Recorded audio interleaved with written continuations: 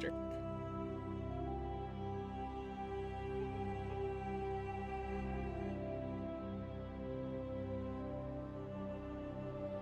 Right. Hello, everyone. I am here.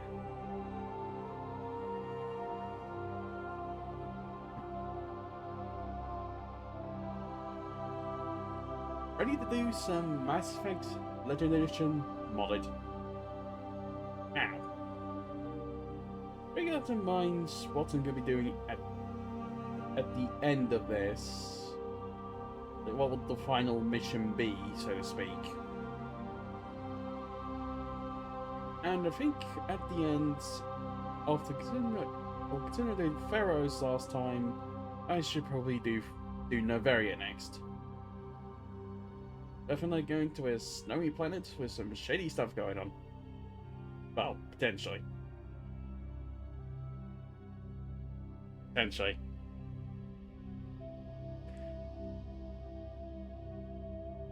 Probably shouldn't emphasize it too much. Actually, read again. Does a good job. The follow up words. Yep, fine, that's enough if you aren't already aware.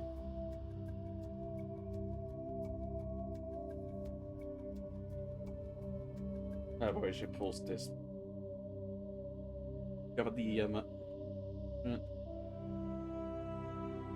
So yeah, that's what we so just gonna be doing some more side stuff. Then at the end we'll move on to Noveria and do all the stuff there. I imagine Noveria is not gonna be as long, maybe. Because I don't think there's a lot of objectives with Noveria. But we shall see.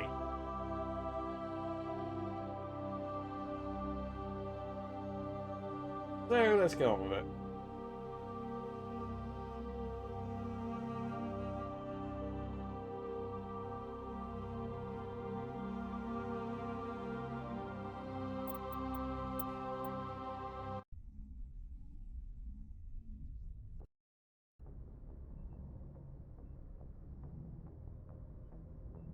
So just make sure things are working correctly. Oh, and should mention, I think I did the quick change to pardon me. Stephanie's eyes here. It might not be very noticeable, but there is a slight difference compared to what I did previously, or what I had previously.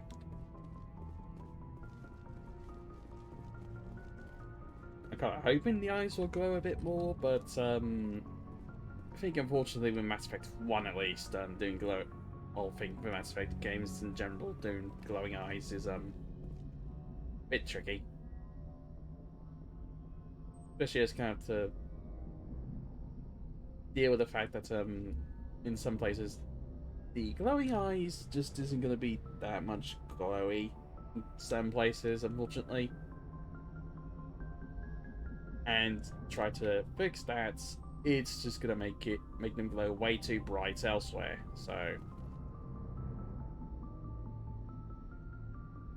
but yeah, hopefully at the very least, the eyes will actually glow quite a bit more in some places, at least. And I think the color is a bit better. Hey, Commander, next time we touch down, let's try not to park the ship in a colony of mutant zombies. Just thinking out loud here. I have to go. Alright, see ya.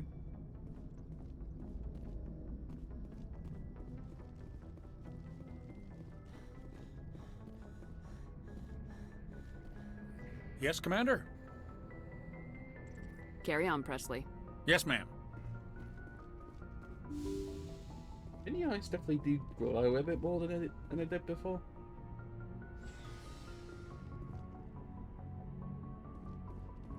Let's get at least.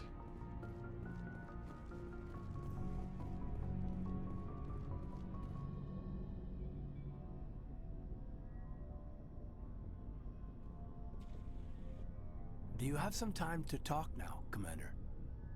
Let's hear it, Lieutenant. I'm always open to my officers. We've played it pretty close to the book so far, but we're a long way from backup. We've got some tough calls to make. I'm just saying, try to leave yourself a way out. I've seen what cutting corners can do, and I'd hate to have that happen to you, Shepard. Commander. This a personal observation, Caden? I don't want to step on anyone else's toes, especially if you're if I have misread your interests.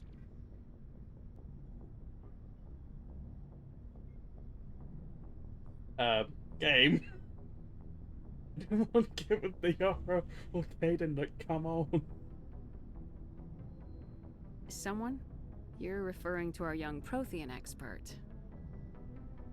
Done these two already. I think she's older than both of us put together, but, yeah. There's a lower deck rumor that she's, interested in you, as more than a source of Prothean data. She's a very interesting lady. Not to my, tastes, but, I never claimed to be big on alien culture. My relationship with Dr. T'Soni is professional. All right, only a rumor, but you don't have to spend your off-duty time with me. Not if you don't want to. Look, you didn't want to talk about Liara, did you? What's your real issue? You're right, sorry, it wasn't, Liara's not my main concern.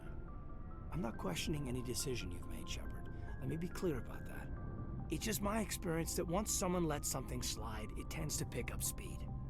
Do you get my meaning? You're talking about a particular example, aren't you? You know the records about the biotic training out on Jump Zero? They're all classified, because the Alliance made mistakes. After first contact, Kinetics was set up to track Element Zero exposures and develop implants for humans. Once we had an embassy on the Citadel, Kinetics could bring in experts instead of taking it slow.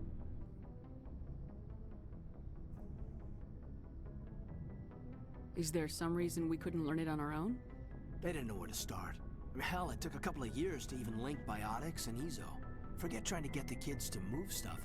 They had trouble just helping them not break their own limbs. And their choice of teachers didn't help much. Imagine not. The only experts would have to be aliens. Dead on. Turians, actually. That's why Kinetics kept it a secret. They were afraid of what people back home would think, asking the Turians for help when we just fought a war with them. The Asari would have been more acceptable than the Turians. Yes, but the company didn't go through the Citadel. It would have made Earth look weak, so they discreetly hired some Turian mercenaries. I'm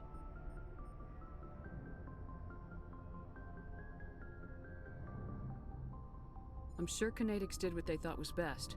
It wasn't best for us. They brought in an ex-military Turian named Commander Vernus.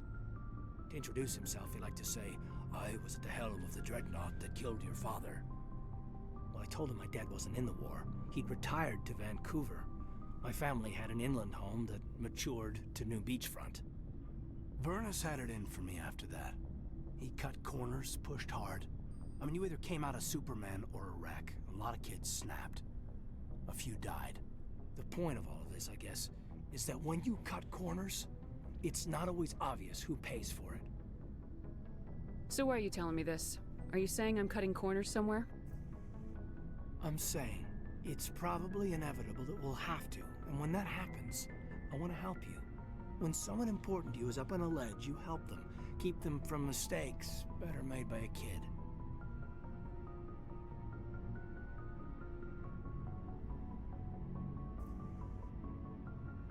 So you think you have leave to talk like we're more than officers? I got some signals. Maybe some static too, I guess. If I'm out of line, just say the word. Now isn't the ideal time. But I want to talk about this, Caden. I get you, Shepard. I don't make a habit of complicating the chain of command. Just think about what I said. Just trying to get a sense of where the crew's at. Thoughts? I've wasted enough of your time for now, Commander. We'll have time for personal debriefings later. What's your opinion on the last mission? I'm glad there aren't many aliens like the Thorian. I don't think my stomach could take it. Hell of a deal you worked out with Jong, though. If I ever get a speeding ticket, I want you to be my advocate.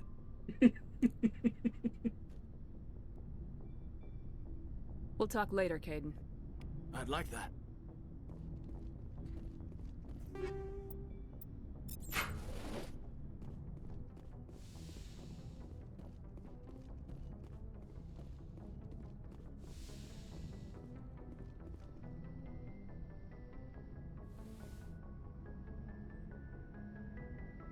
Commander, are you coming to check up on me? You look much better. How are you feeling? Dr. Chakwas assures me I am going to be fine. I was impressed with her knowledge of Asari physiology. You're in good hands. Dr. Chakwas knows what she's doing. I get the feeling you want to ask me something, Commander.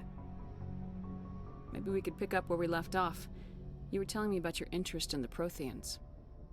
Actually, I think I was talking about my interest in you, and making a fool of myself in the process. As I said, I am not used to dealing with people, especially humans. I did not really know much about your species when we first met, Shepard. I found it hard to take humanity seriously. Your kind always seemed so rushed and high-strung.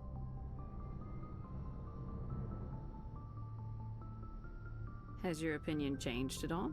It has. I have been watching you and your crew. It has taught me a lot about your species. You humans are creatures of action. You pursue your goals with an almost indomitable determination. It is an admirable trait, but also an intimidating one. You're scared of us? Unfortunately, the rest of the galaxy sees humanity as something of a bully. You run over anyone in your path to get what you want. It is up to people like you to change their minds, Shepard. Why me?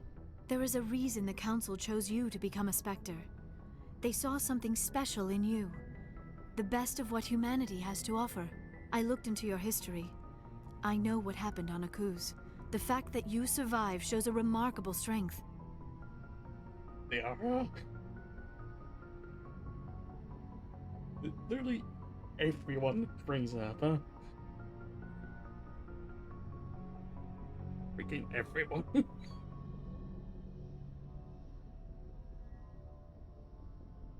Yeah, Shepard, go catch a break. Why are you so interested in me? I wanted to know more about you, to understand what made you into the woman you are. There is something compelling about you, Shepard. You're interested in me because of my visions. You just want to know more about the Protheans. I admit, your connection to the Protheans had something to do with my initial interest, but it has grown beyond that. You intrigue me, Shepard, but I was not sure if it was appropriate to act on my feelings. I thought there might already be a relationship between you and Lieutenant Alenko. What is even the point of this option? The Lieutenant and I are just friends. Nothing more. My mistake, then. I am not as adept at understanding human relationships as I thought. But what about us, Shepard? Is there a mutual attraction, or was I wrong about that too? I'm not interested in you in that way, Liara. This is very embarrassing for me, Commander. Please, let's talk about something else. There they are, but I'm really done this before. I should go. So... Goodbye, Commander. Jeez. And it's really awkward in Mass Effect 1 to do this stuff, I swear.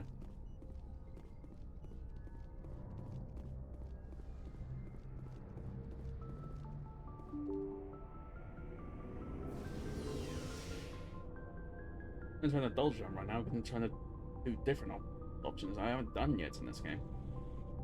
I guess a romance. Like I said in the beginning, or whatever, I've done Liara, Garrus, Ali, Aiden.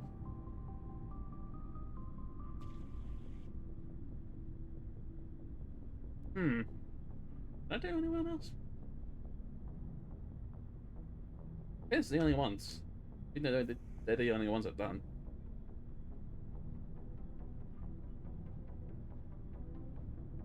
guess I haven't done Ashley, but there's not really a whole lot. It's just me with Ashley, and I haven't made much changes with her. Not whatever. I don't know. And to be honest, I don't think I can.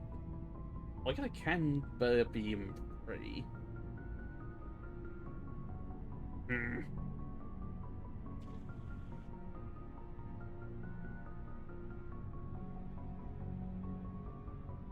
I'll just skip Ashley.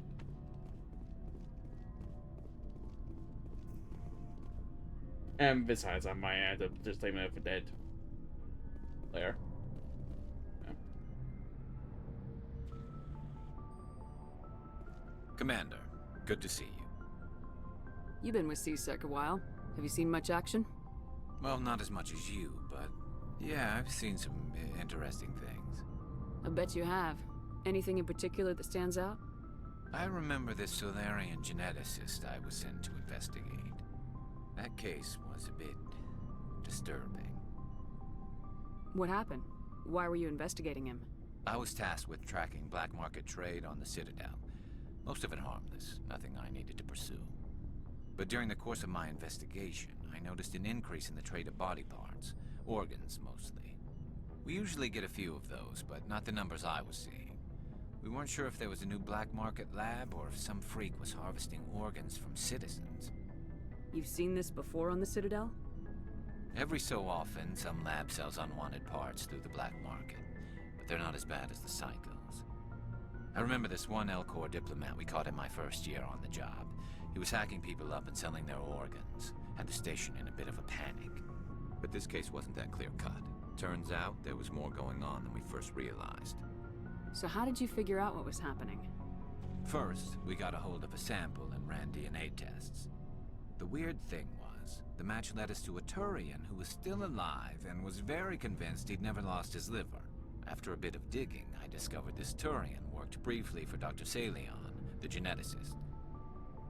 So I went to his lab hoping to find evidence of cloned organ development, but there was nothing. No Solarian hearts, no Turian livers, not one Krogan testicle. You're kidding, right? Why would anyone want Krogan testicles? Some Krogan believe that testicle transplants can increase their virility, counteract the effects of the genophage. It doesn't work, but that doesn't stop them from buying. They'll pay up to 10,000 credits each. That's 40,000 for a full set. Somebody's making a killing out there.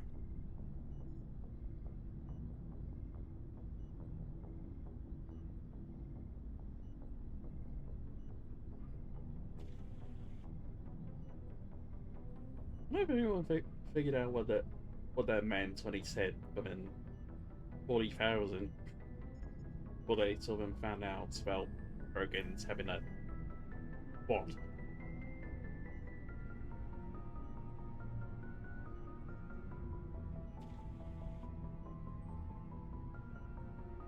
I imagine probably quite a few people to figure that out.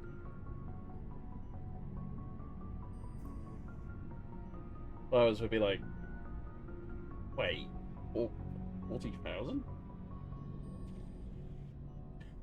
And be like wondering the whole time until they actually figured it out. Anyways. What'd you do about the geneticist? I brought in some of his employees for interrogation to see if I could get them to talk. While I was interviewing one of them, I came across something suspicious. You mean threatening? Was that really necessary? Maybe, maybe not. Either way, it paid off. One of my detainees started bleeding profusely during the interview. We offered to patch him up and he got frantic, freaked out. I ordered a full exam to find out what was going on. Our medics found incisions all over his body, some of them fresh. That was our big break. These people weren't just Dr. Salion's employees. They were test tubes. Walking, living test tubes. He was growing parts inside these people? Exactly.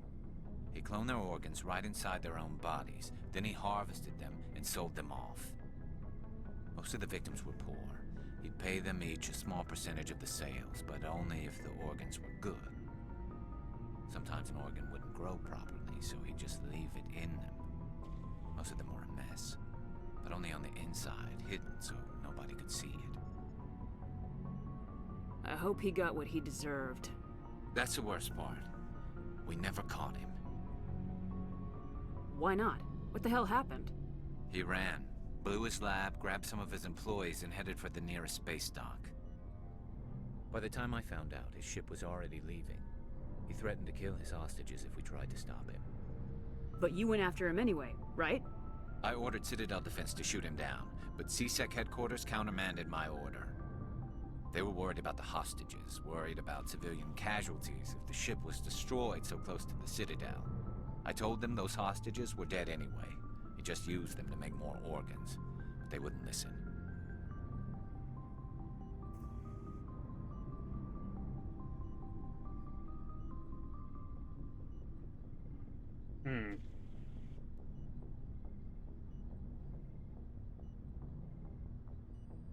You can see these reason to not shoot down this ship because of anyone else that might be caught, but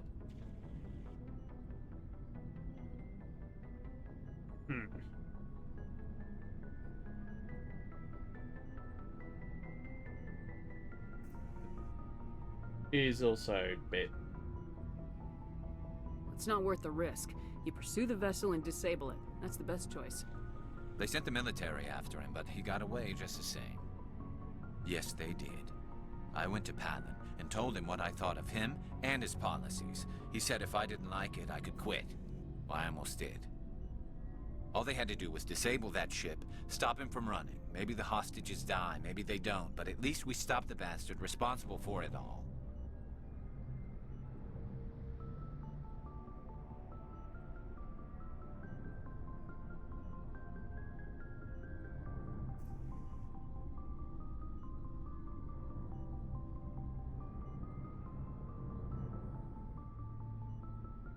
If you don't care about the fate of those hostages, then you're no better than he is. You're just a terrorist with a badge. Yeah, maybe you're right. It doesn't make it any easier, but I see your point. Just wish I could have stopped him. That's all. Do you have any idea what happened to Dr. Salian? I sent out feelers from time to time, hoping to find something. I thought I'd found him a while back. He changed ships and changed his name to Dr. Hart, his idea of a joke, I guess. I told the military, but they weren't convinced it was him. I got the transponder frequency for his new ship, but I just can't get anyone to check it out. I'll check out the coordinates when I get a chance. I was hoping you'd say that. But Commander, take me with you when you go. If it's Salion, I want to be there when you find him.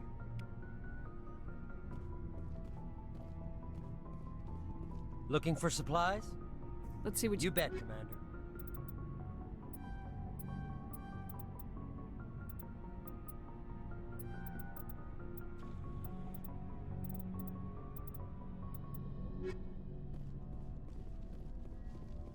Let's make sure quickly.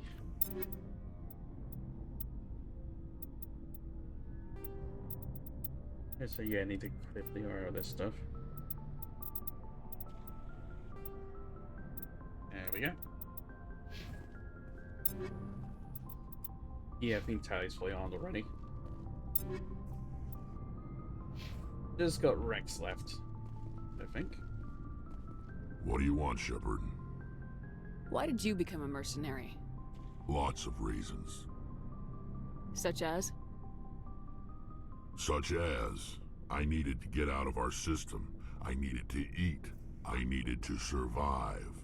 Why not stay and help your people? I tried to help. That's why I had to leave. What happened? I was betrayed. I was head of a small tribe. We were trying to restore order after the war, but the other tribes were against us. They followed Jared, one of the few warlords who survived the war with the Turians. But he was old, and so were his ideas. He wanted to continue the war. He wanted us to fight. Turians, Solarians, each other. It didn't matter who, as long as we were fighting. What did you want? I just wanted Jared to shut up, to stop his ranting. I wanted him to stop leading the tribes astray. but he couldn't understand how much things had changed. We didn't have the numbers to go to war. Even if we did, the genophage made sure we couldn't replenish our numbers fast enough. I told them all to forget about war.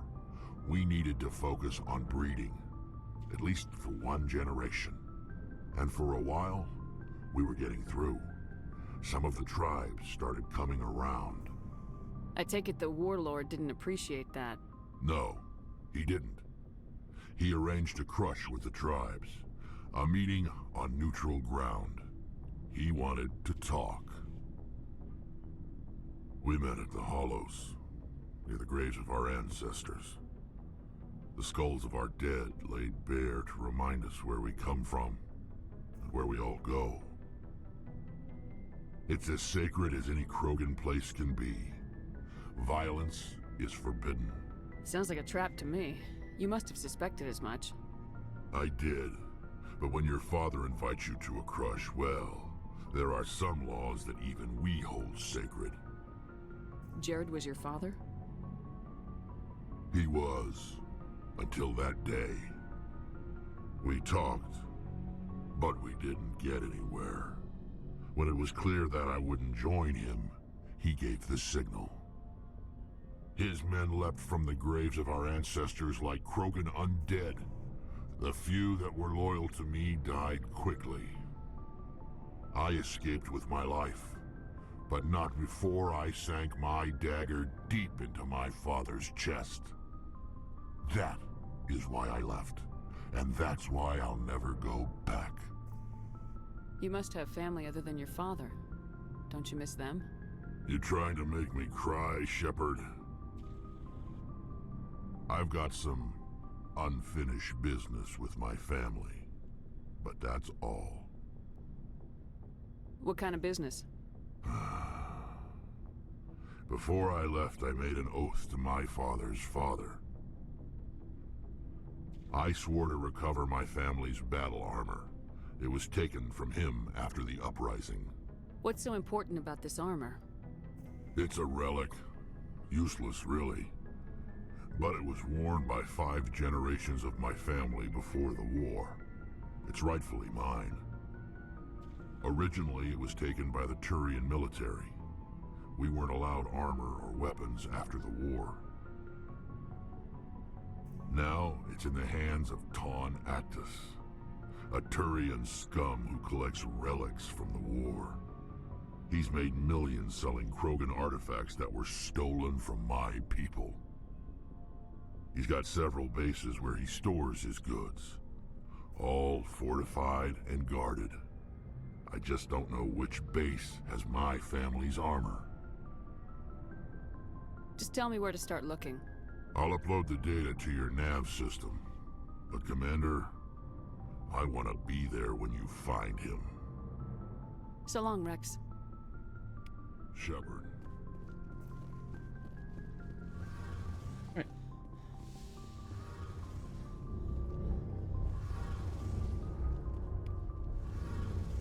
Shepard, I'm glad you're here.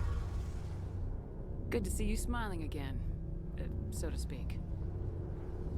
I'm sleeping much better now. I guess I'm getting used to how quiet your ship is. I still think a lot about my pilgrimage, though. I know Steren's our top priority, but with all the worlds we go to, I was hoping to find something to bring back to the flotilla. What are you hoping to find? Usually, people bring back something like a derelict ship we can use for salvage. But I need something bigger. There's a lot expected of me. What's so special about you? It's my father. He's the senior member of the Admiralty Board. He's one of only 5 people who can overrule the decisions of the Conclave for the good of the migrant fleet. My father is responsible for the lives of 17 million people. Our entire race is in his hands, and I'm his only child. So are you some kind of heir to the Quarian throne or something? No, it doesn't work that way. My father's position isn't hereditary. I'll probably never serve on the Admiralty Board myself. Officially, I'm just the same as any other citizen, but it doesn't work that way in practice. People have always treated me differently because of who my father is. You must get all kinds of special privileges. I probably had it easier than most growing up, but it's not all good. People like my father have enemies, and they're not above using me to get to him. That must be tough on you. My people place a high value on family and ancestry. There's an unspoken expectation that I'll live up to my father's example. Everyone's waiting for me to do something great on my pilgrimage, something that will forever change our lives for the better. If I don't, it's like I failed, and that reflects badly on both me and my father. The work you're doing here is more important than anything any Quarian's ever done before. Yes, I know. But you have to understand Quarian culture. We're a very insular society. The events beyond the flotilla don't much matter to the average citizen. Our greatest dream is that one day we'll return to our homeworld and drive out the Geth. But even if we stop Seren, that's not going to happen. There's still millions of Geth behind the veil. Until they're gone, our exile will continue. What would you need to bring back to make everyone happy? Something that would help us better understand the Geth. They've changed significantly since the exile. They've continued to evolve. We've done our best to study them, but it's not easy. They're very reclusive. Until recently, they never went beyond the borders of the Veil. And all the Geth we run into now are under Seren's control. We'd need to find Geth operating on their own, independently. But I don't want this to get in the way of our mission, Shepard. First, we stop Seren. Then I'll worry about my own problems. What was your father like? It wasn't easy growing up as the daughter of one of the Admiralty. Even before he joined the board, he was a prominent figure. People looked to him for leadership. He had to set an example, and he expected the same of his daughter. Plus, he was pretty strict, a military man through and through. He never allowed me to settle for anything less than excellence. As a kid, I sometimes felt like he was pushing me too hard. But now I'm old enough to appreciate what he taught me. The world doesn't owe us anything. If we want something in life, we have to earn it. Where was your mother in all this? Mother was around, but she always seemed to kind of blend into the background. Almost like she was overshadowed by my father. He tends to do that to people. She passed on about 5 years ago. Some airborne virus that swept through the fleet. Happens sometimes when the filters start to break down. I think my father took it pretty hard. After she was gone, he became even more focused on his work. I think that was his way of dealing with the grief. Sounds like a tough upbringing. You don't resent your father at all? Like I said, it wasn't easy. My father's not the kind of person you bond with. And he wasn't around all that much. Too busy. People counted on him, and he took his duties seriously. Even when he was around, he always seemed a bit distant. Like his mind was always somewhere else. Come to think of it, I can't ever remember seeing him smile. Not once. It's like he was always weighed down by all that responsibility.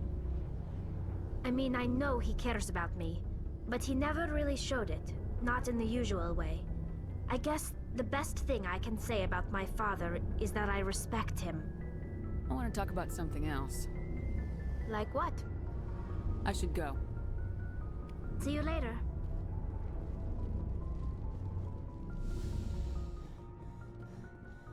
Yeah, man, I don't think I even got that bit of dialogue. Well, I just never even realized it was an option.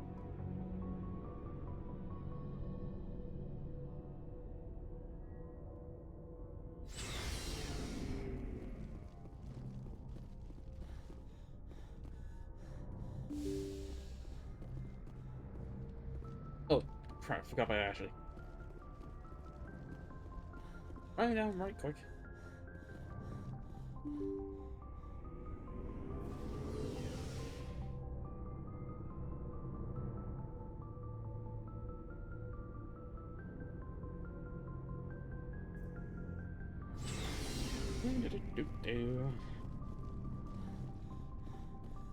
Commander?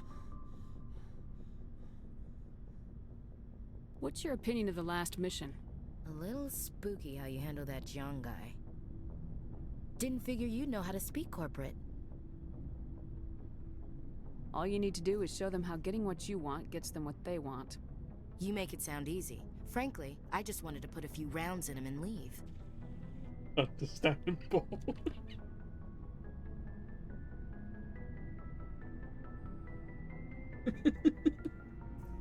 I imagine a lot of people did it. Do you have a few minutes to talk? One-on-one? Sure. I was just watching some mail from home. Oh, before I go, we saw Caden in a news vid about the Normandy. He's cute. Later, sis. Let's pretend this never happened.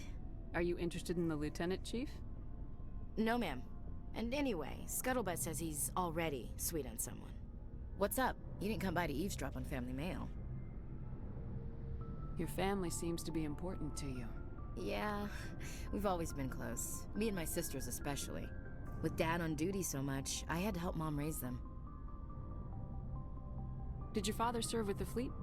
Yeah, took any crap posting he could get that offered space time. You know what? He worked his ass off trying to get recognized, but he never made it above serviceman 3rd class. He was real proud when I met Chief. First thing he did was salute. What about your mother? You haven't mentioned her. You must know what military wives are like. Strong because they have to be, able to raise kids while Dad's away on a 6-month cruise.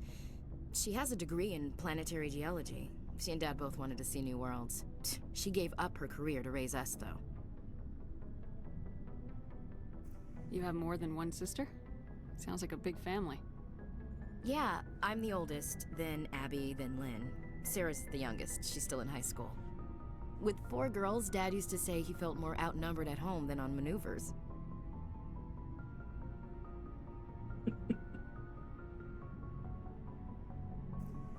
Where did you grow up? All over. Same as you, I expect. We transferred a half a dozen times before I finished grade school. You go where personnel command sends you, right? I guess that's why I'm so tight with my sisters. We'd have to leave all our friends every 2 or 3 years. I was an only child, but I get the idea. At least one of my parents was always on duty. Yeah, military families, eh? With schedules like that, it's a wonder we ever have kids anymore. Things were tense between Sarah and me for a while. Then we bonded. Sounds like a story. Feel like sharing? Sarah got herself a boyfriend who wanted to go faster than she did, Mike. I didn't think he was a bad kid, just pushy. Lynn would send me these worried vid mails, and I'd tell her to relax. Where were you when this was going on? I was on active duty. Sarah's graduating high school this year. This was only a couple of years back. They were on Amaterasu. At the time, I was assigned to Chernobog. Same cluster, but a dozen LY away. Close enough to talk regularly, too far to make it back in an emergency. I couldn't afford a fast packet flight. Where were you when this was going on? They were close enough to talk regularly, too far If to he make really it. liked her, he wouldn't be pushy. Yeah, of course. If he didn't ask at all, I'd wonder if he thought Sarah was ugly. Damned if you do, damned if you don't. Mike thought they'd go for a romantic walk in the woods, because he figured it was past time they did the deed. She levered Mike face first into a tree and left. Didn't have a scratch on her. Good thing Mom and Dad had us all learn some kind of self-defense. I took emergency leave and walked Sarah to school for a few days. Why didn't you tell the police? She said it wouldn't solve the real problem, and she and Mike would both become household names. It was a small colony. I said it was her call to make, that we should let her do it her way. Mom was pretty pissed about that. You said all of your sisters learned self-defense? Lynn did pistol practice, but didn't like it. She's kinda nervous. Sarah took Aikido.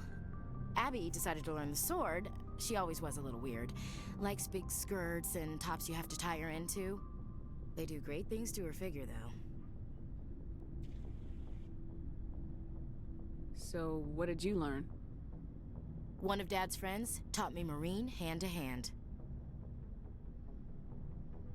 You traveled all the way home to walk your sister to school. It was only a dozen light years, like a day's cruise. It's not like I was going to Earth or something. My last day out, Mike was waiting for us. Sarah had told her friends, so everyone at school knew what he did. He wasn't happy. I wanted to snap him in half, but Sarah gave me this look, this let me handle it. I need to do this alone look. She kept her cool, God bless her, as he screamed in her face. She just let him vent. Then he tried to punch her. I swear, she just flowed around him. Next thing I knew, he's face down on the sidewalk, and there's blood everywhere. He missed?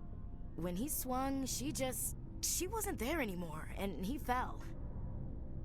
She helped him stop the bleeding and had me call an ambulance. She told the paramedics he fell.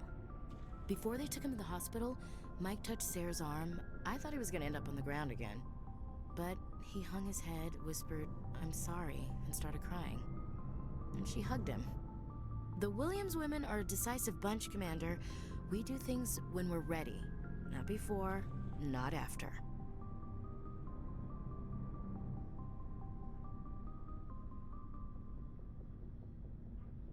Where was your father during this? Wasn't your family stationed near him?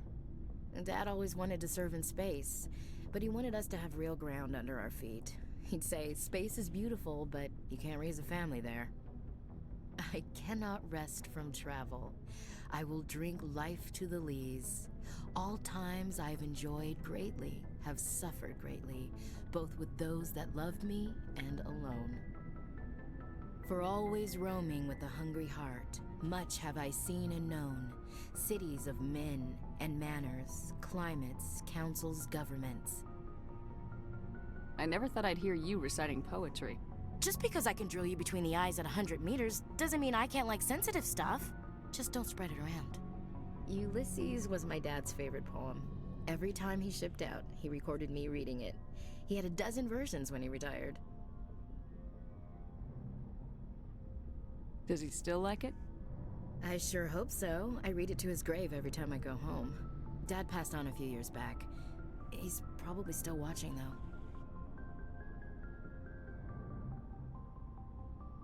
You mean from wherever we go after death? Dead on, Skipper. He's with God now. That's not a problem with you, is it? That I believe in God?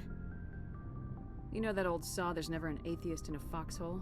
Well, I've been in a lot of foxholes. Yeah, I guess you have. I've met a few people who were really weirded out by my faith. Because I work in space, I can't believe in a higher power? Jeez. Hello, have you people looked out the window? How can you look at this galaxy and not believe in something? I should get back to my duties. Didn't mean to take up so much of your time. Dismissed, Chief. Ma'am. This could, let me see. Later. Oh, probably. What?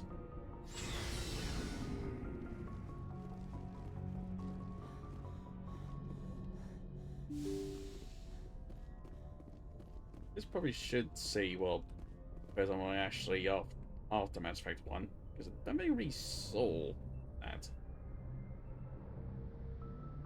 I get the impression not much changes with her.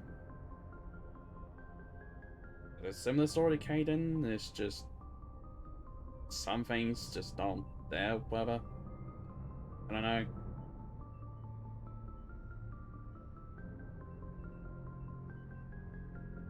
Guess I'll try it.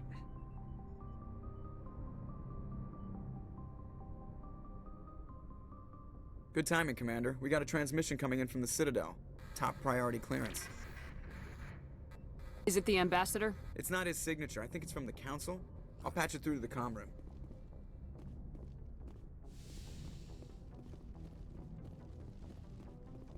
Commander Shepard, we've received information that may be critical to your mission against Saren.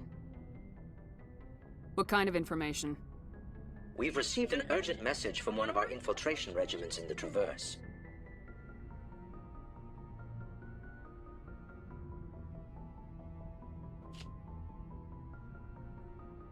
You mean spies? Spectres tend to attract attention, Commander, but they are only one arm of the Council. Special task groups are often a better option for monitoring developing situations. We currently have several infiltration units scattered throughout the border regions of Citadel space. This particular unit was gathering intel on Saren.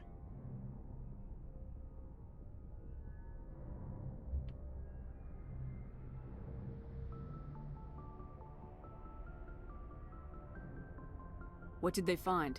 Unfortunately, the message we received was little more than static. The infiltration team must be in a situation where they can't set up proper interstellar communications. But the message was sent on a channel reserved for mission-critical communications. Whatever they were trying to tell us, we know it was important.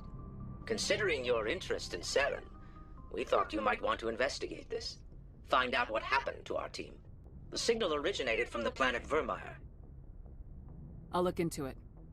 The Council prefers not to become involved in the specifics of Spectre activities.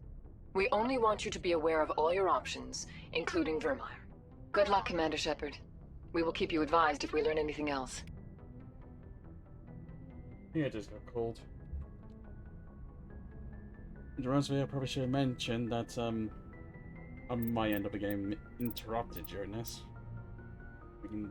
Dinner came later than I expected. I'll try to go through it quickly. I'll be right back, everyone.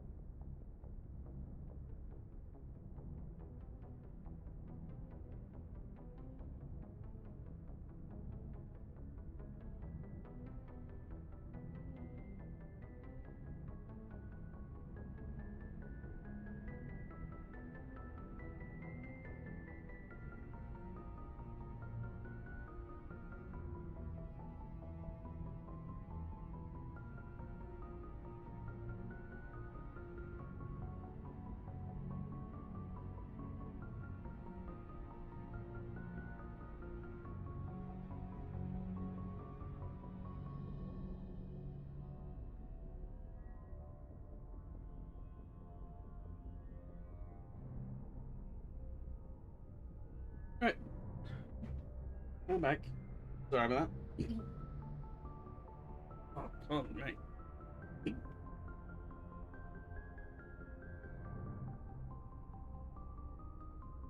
Feel like it didn't take too long, so I think we're fine. Why am I getting hiccups now? Ah.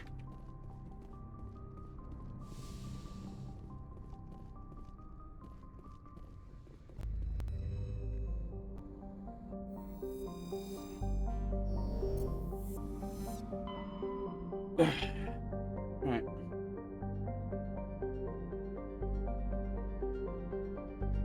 We're going to go back to the Citadel, but before I do that, it's going to quickly make sure to fully explore the Anakin Beta.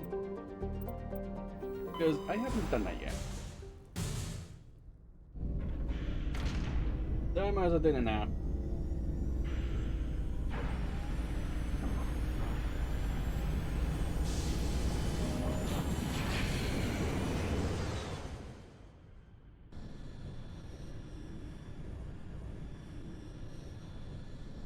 Message coming in. Patching it through. Normandy, this is Alliance Command. We're detecting your presence in the Anakin Beta cluster. One of our surveillance drones was gathering intel on Geth activities in the region when it was spotted and shot down. You need to go groundside and recover the drone's data module before the Geth find it.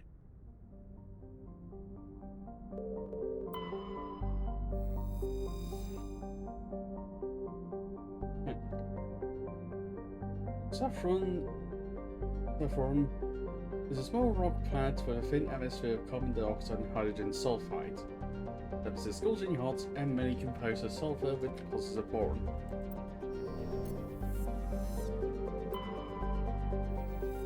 Jeez, that's bright. Tartarus is a hydrogen-helium gas giant with high-level dextrous sulfur clouds. Where hydrocarbons is formed deeper in the atmosphere, vast electrical storm fronts can be seen flickering across the dark side.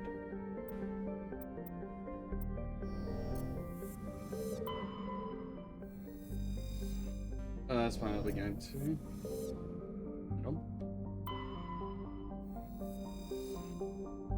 Proximity of the energetic star Hercules causes constant blue and violet aura inside nitrogen-argon atmosphere.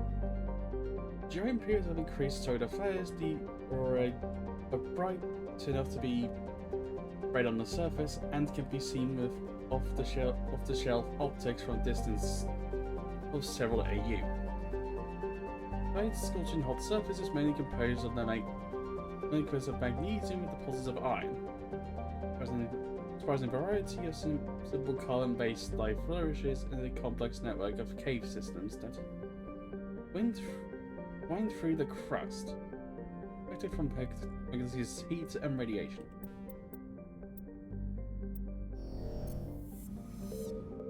Right, now to Latanya.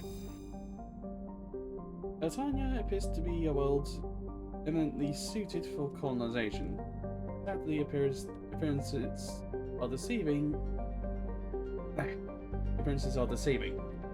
It is covered by a verdant carpet of mosses, algae, and lichen. And this is a thick, oxygenated atmosphere, but the animal kingdom is a web of microscopic symbiotic creatures.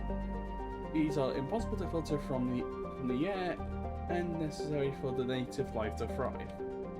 Unfortunately, they also cause epileptic shock when inhaled by non-native life. In short, settlement requires either fully sealed environment suits or replacement of the entire world's ecosystem. Some have proposed limited colonization at altitudes above the symbiote's range or in areas where favorable winds keep the air clear.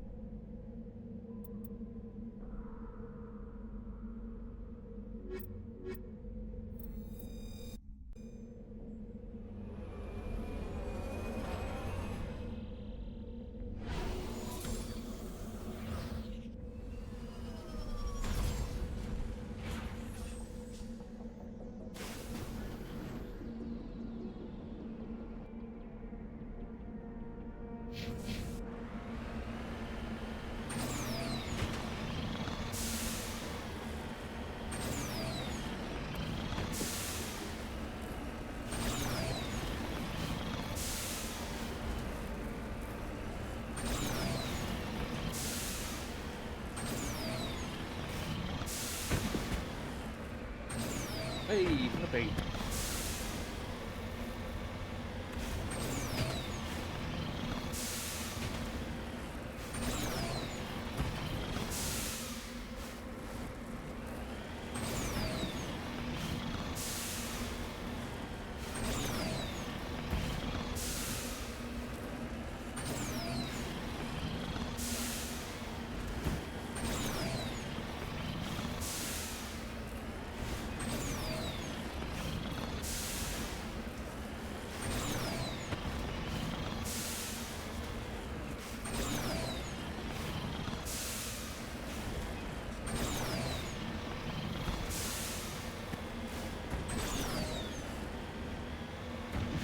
Alright, let's see. So I was confirming, I think that did have a mods that sort of made it so it have the boost for much longer with the Mako as well as sprint for longer, but the big problem is previous one I was using wasn't, I think had a few compatibility problems, maybe, I'm not sure. Well, either that or I just forgot to install it, and there was an update to it at one point, or a new version that I got. I don't think I'll be installing it anytime soon in this playthrough. Unfortunately for the moment, we'll have to deal with me just being rather limited on sprinting and boost speed. Unfortunately. I think that no big difference in when I do Mass Effect 2 and 3 though. So yeah. Anyways, let's investigate this thing.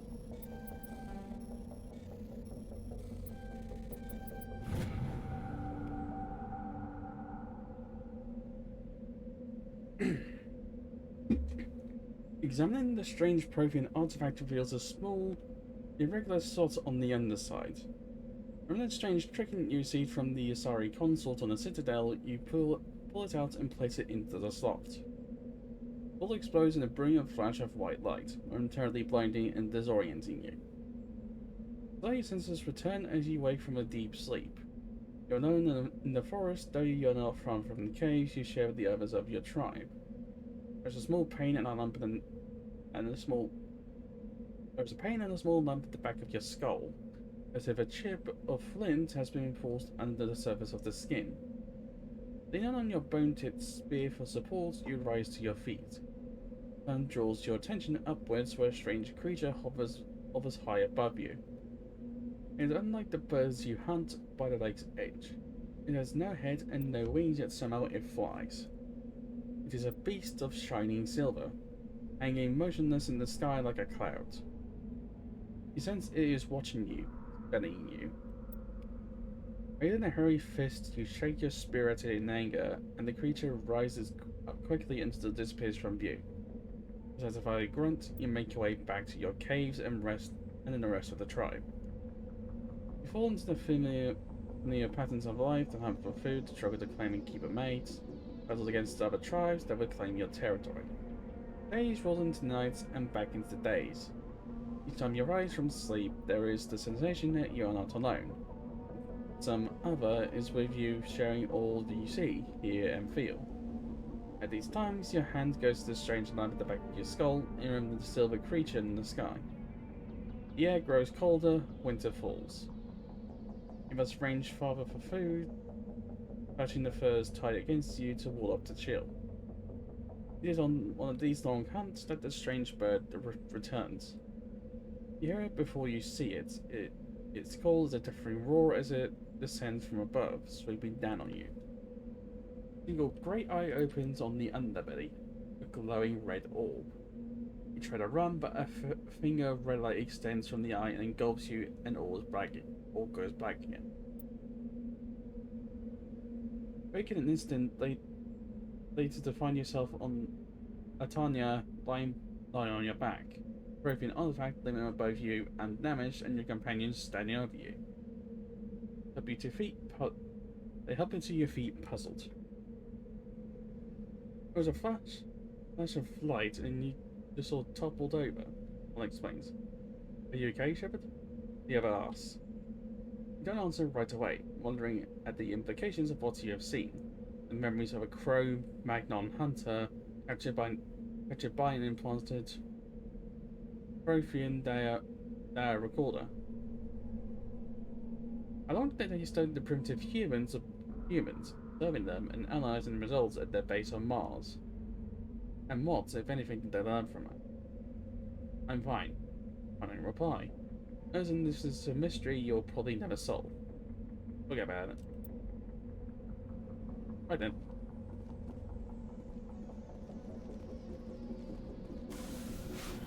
I wonder if someone's making a mod to like sort of make an actual like little sequence or whatever. Probably.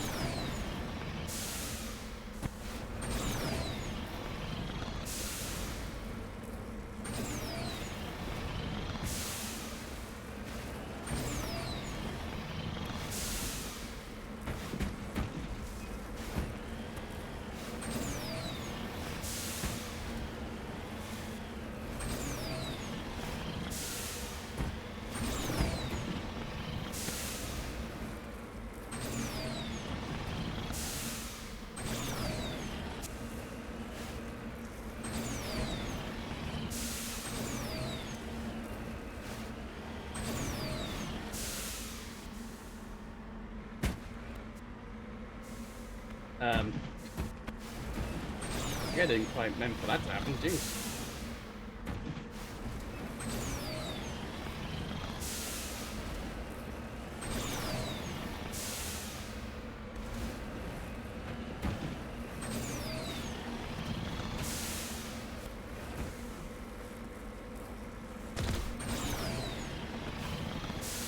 No one in the chat.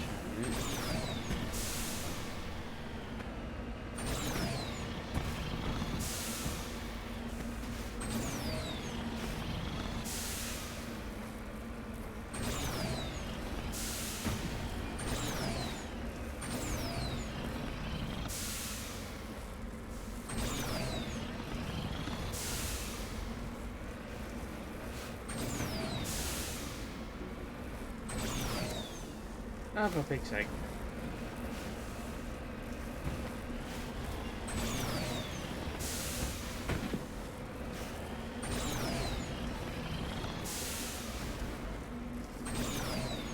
No one's on the wish I had that bloody respawn.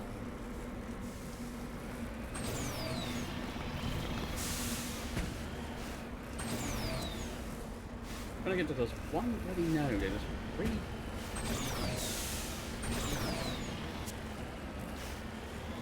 Right. There we go.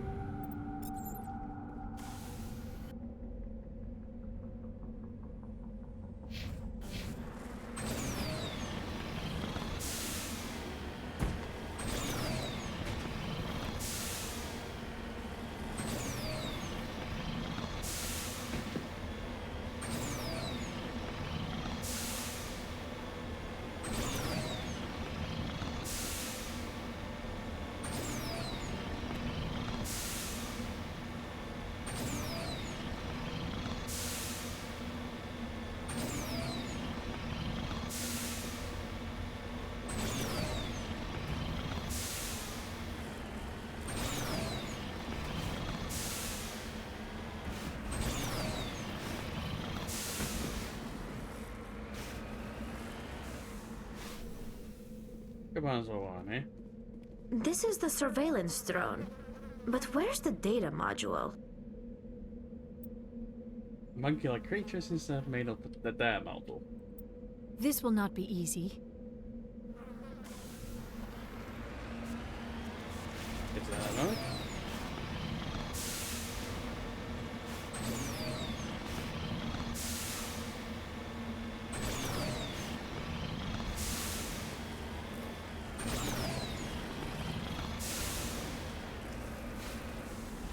Got it.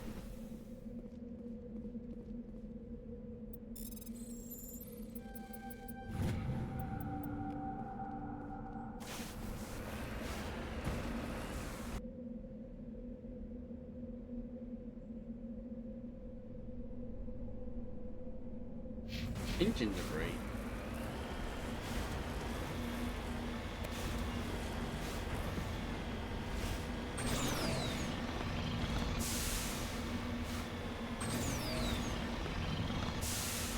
Oh, and an engine debris will off.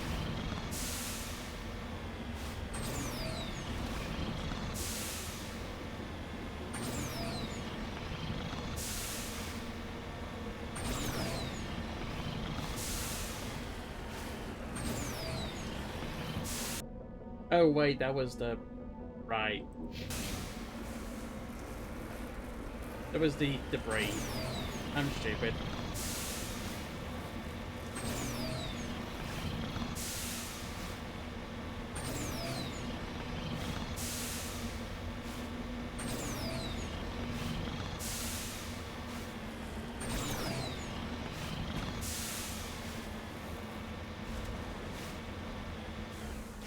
En route.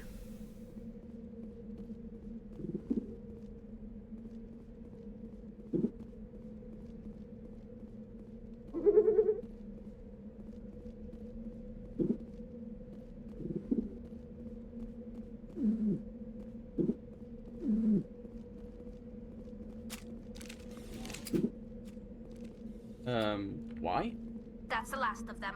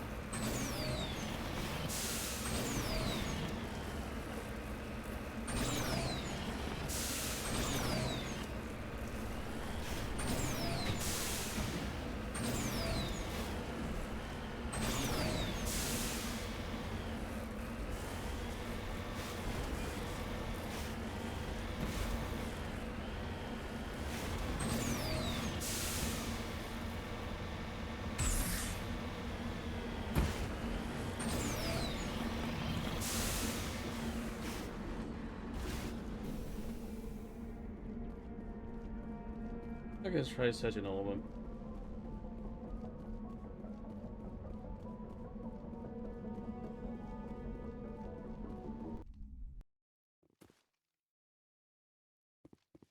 Just kind of did the whole searching thing just without it.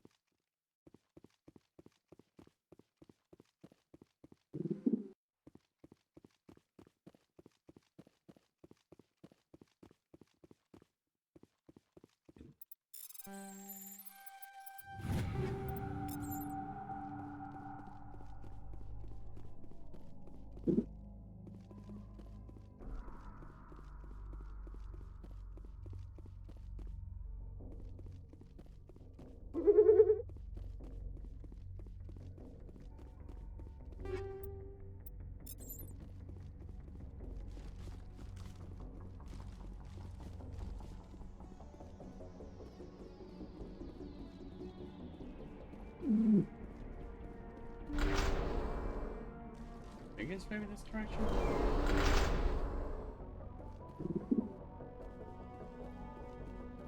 Is it this one? No.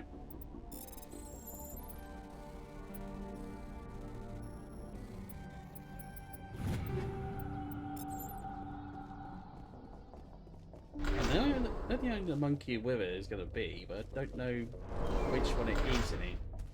From, well, I have some idea maybe, but I just don't remember too well. This one? This He one. dropped the data module! It is a miracle the data module is still intact. Your pilot should be able to relay this info to your superiors.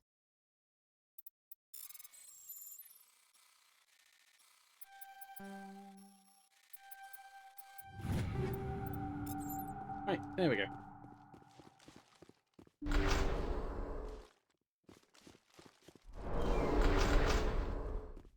And now there's... Yep.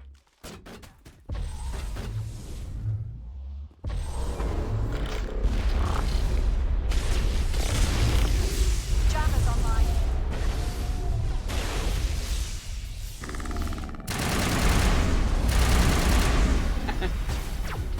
Okay, that is pretty cool.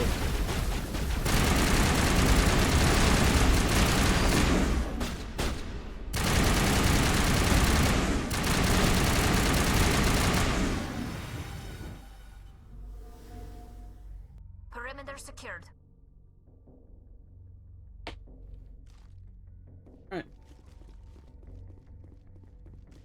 Yeah, jeez. Big tally just straight up.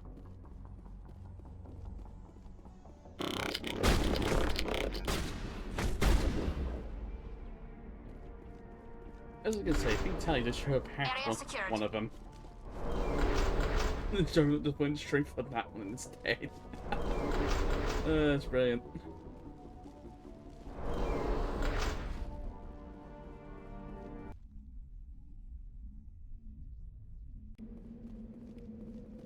Right.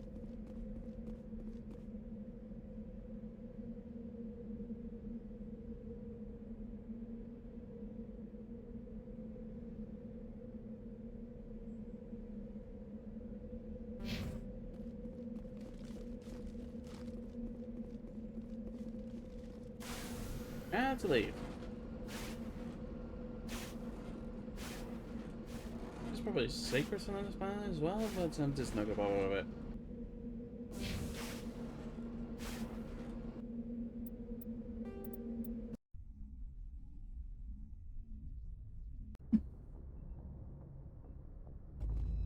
Right, now let's do a quick trip to the side though.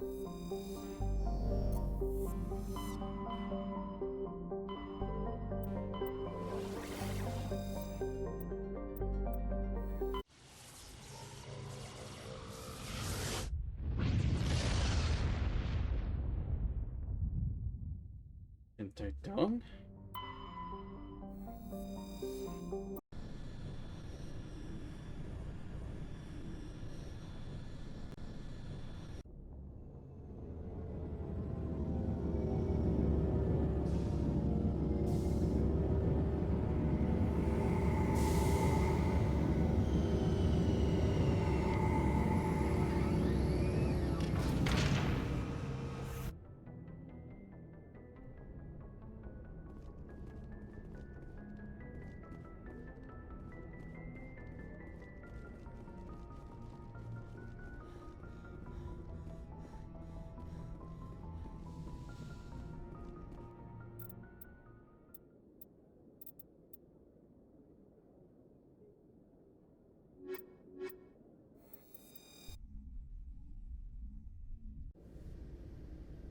Equalizing interior pressure with exterior atmosphere.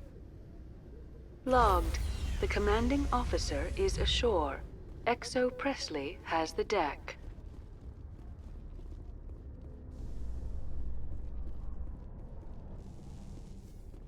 After years of poor economic performance, ExoGeni has announced that its research colony on Pharos is finally returning a profit. New discoveries and a dedicated colonization effort have finally paid off for ExoGeni. ExoGeni stock rose sharply with the announcement, with investors pleased at this surprising news.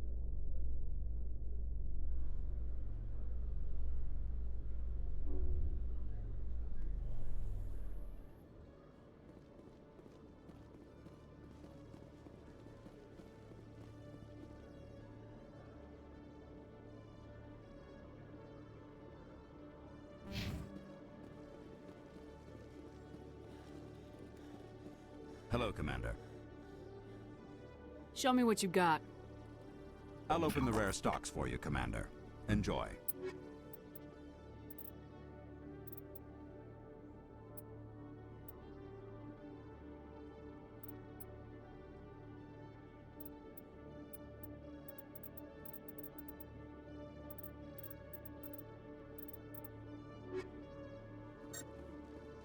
I think his stock isn't refreshed yet.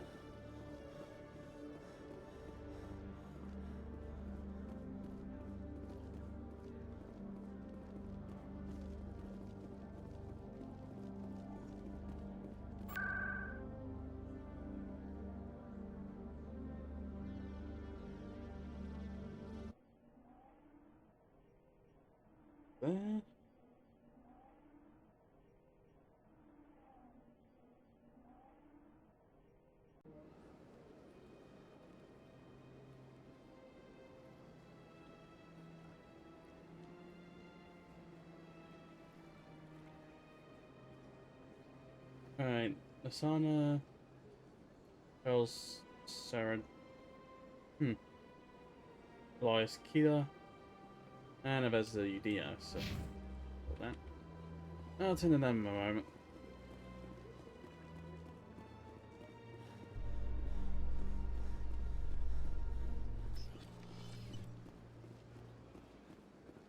In remembrance of Eden Prime, we present another Profile in Courage with serviceman Nirali Bhatia.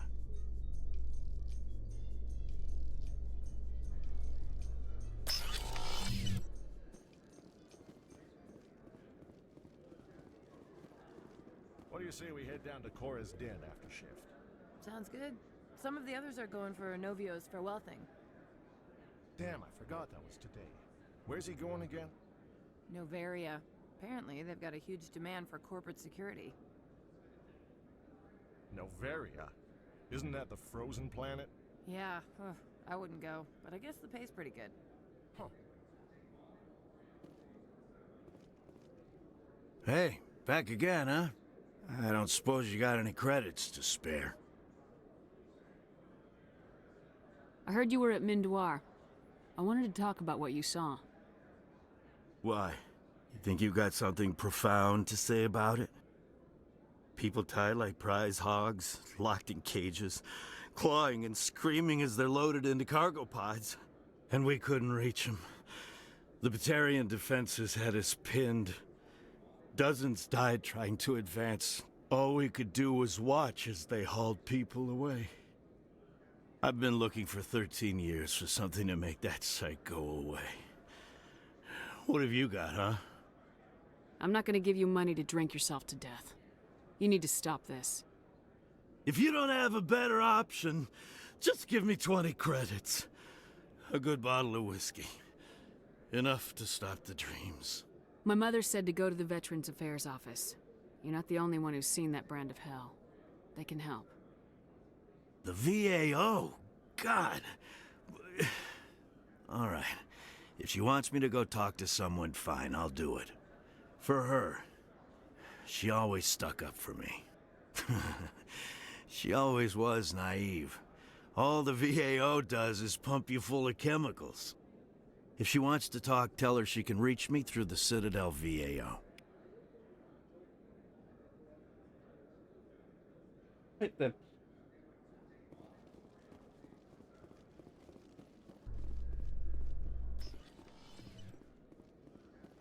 In entertainment news, Francis Kitt has announced plans to direct Hamlet with L-Corps cast members.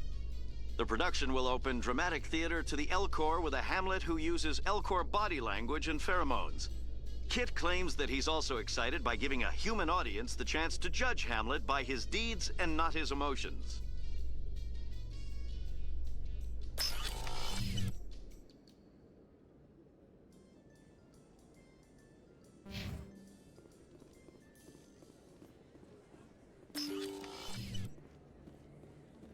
Commander, I've been waiting for you to get back. I've got an idea, and I wanted to run it by you. What's on your mind? With so many human colonies being attacked, I'm not sure that one Spectre is enough. What if you signed me on as another Spectre? Conrad, I don't think that's a good idea. But I'd make a great Spectre. I'd be right there with you, showing the Council what humanity is capable of. I know you're afraid to trust people after losing your team at Akuz, but I'd never let you down. Oh my god. I know it's coming on some level, but jeez. If people stop. What about your wife, Conrad? She trusts you too. Aren't you letting her down? What? I don't understand. You know what keeps me going out here? Knowing that people back home are keeping humanity strong. You're right. I just got so caught up in all of it. I wanted to help. I'll go home. Thanks for setting me straight.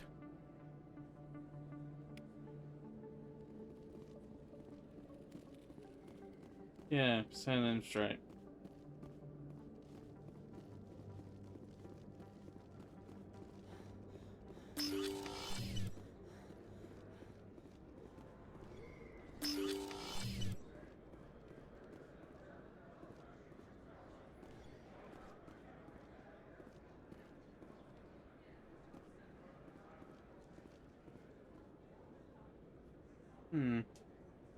Oh, funny fallen behind. But we can get Crisis X versions of other armors. Yes, human. You need something, yes? Let me see what you have. Oh, you will be pleased.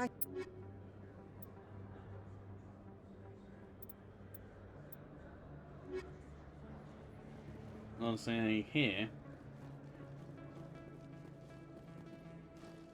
Yeah, also I might just do like a whole Crisis X sort of squad. I'll put my whole squad in Crisis X, whatever, but... Welcome back, Earth Clan. Will you be needing supplies for your return to the colonies? Show me what you've got.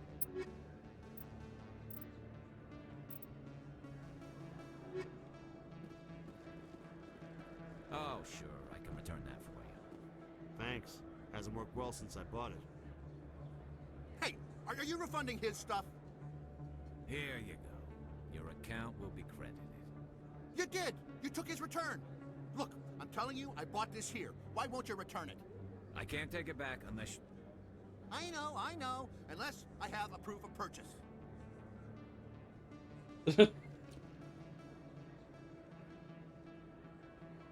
Oh, man.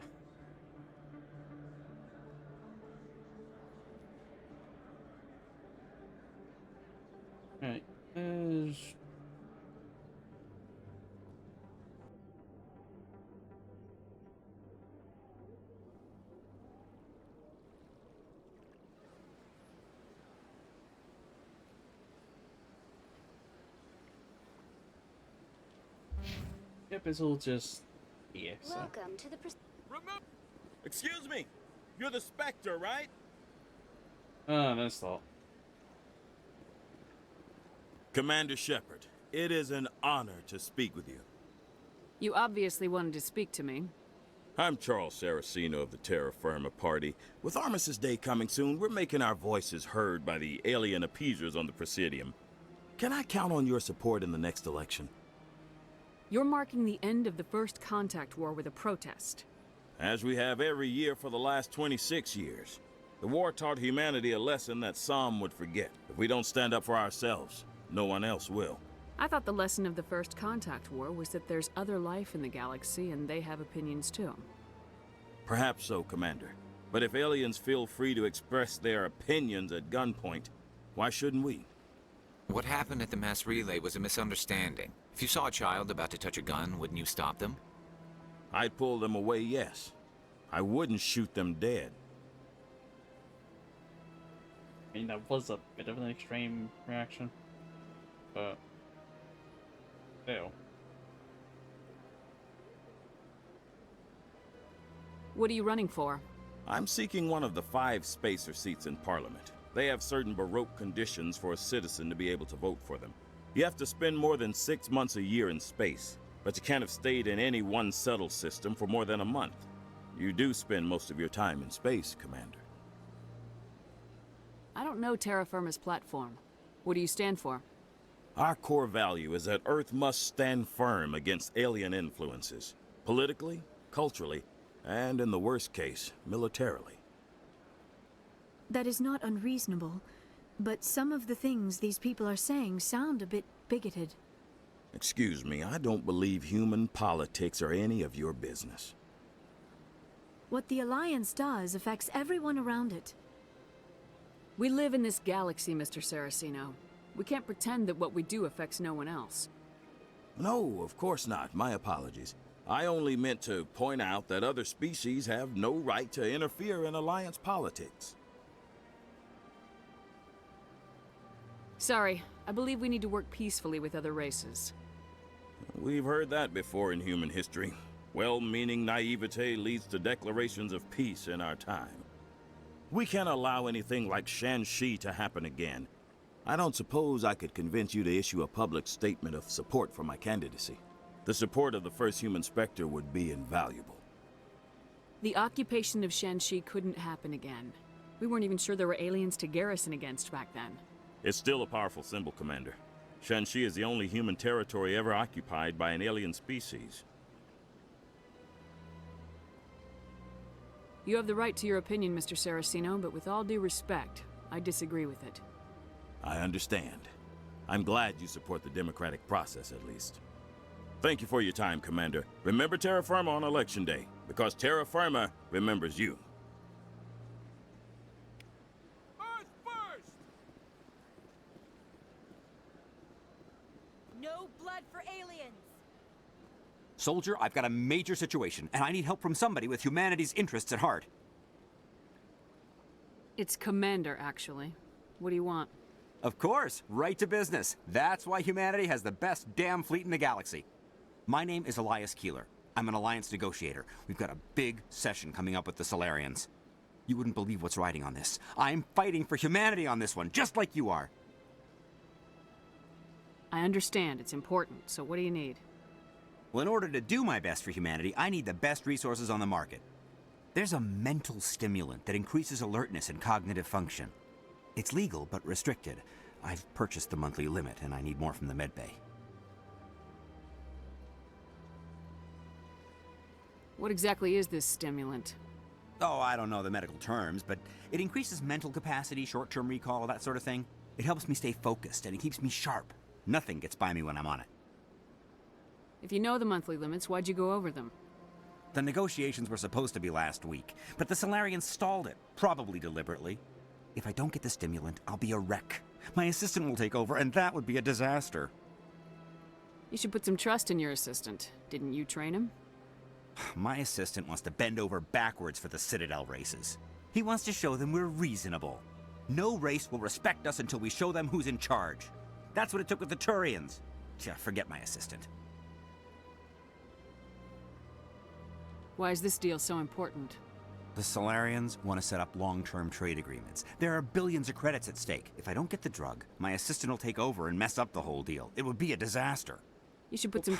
No race will respect us until we show them who's in charge. That's what it took with the Turians. Keeler, you've got a problem. You need to get treatment. It might look that way from the outside, but this is just a one-time slip-up. All the top negotiators are on stimulants close to the legal limit. It's the way the game is played. I don't see all the top negotiators soliciting help to go over the legal limit, Keeler. Maybe you're right. I've been trying to keep humanity strong, and maybe I've pushed myself too hard. I'll tell you what, this will be the last time I use the stimulant. After this deal is finished, I'll get treatment. No trade negotiation is worth ruining your life for. Let it go and get help. You don't understand! Humanity needs me, and I need that stimulant. Without it, I don't know anymore. I get so tired when I run out of the stimulant. I just need one more boost. There's no shame in having a problem, but you have to get treatment.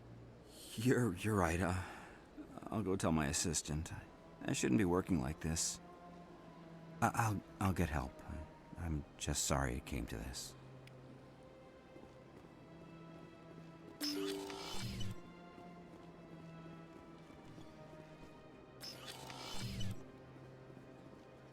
I saw your Ferris report. If we had known anything about the Thorian, ExoGeni would never have been given the permits to start a colony there.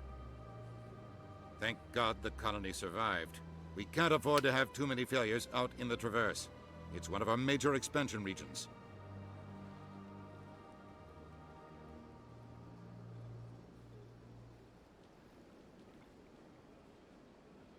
You don't give a damn about the colonists. It's all just politics to you, isn't it? We can't all be the hero who charges in to save the day, Commander. But we each serve humanity in our own way. You can't escape interstellar politics. It's part of the big picture, and sometimes it isn't pretty. Just ignore him, Shepard. The ambassador's a little bitter sometimes. Comes with the job.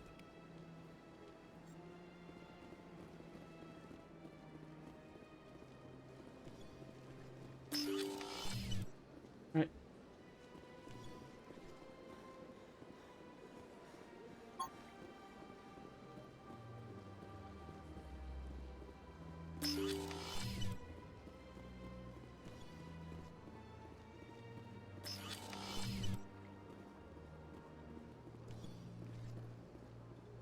Yes, Shepard?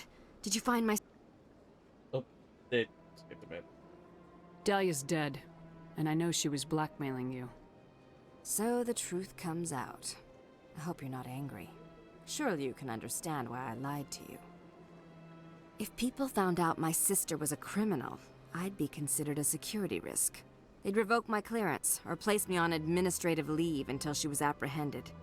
That is why I misled you. I could not risk you exposing me. But now that Dahlia is out of the picture, it's no longer a problem. I would have helped if you'd just told me the truth. Perhaps you're right. I am sorry. We have trust issues in my family. Obviously. I shall transfer a little something into your account as a token of my appreciation. I'm sure you'll find the amount satisfactory. You're a diplomat on her way up the ranks. Could be handy to have a Spectre who owes you a favor. You make a good point. Anyone can come up with credits, but I can give you authorization to purchase prototype Asari mods. I will get you added to our manufacturer's preferred client list. I think you'd be very interested in what they have available. Goodbye, Shepard. It has been a pleasure doing business with you. Yes. Imagine we'll talk again soon.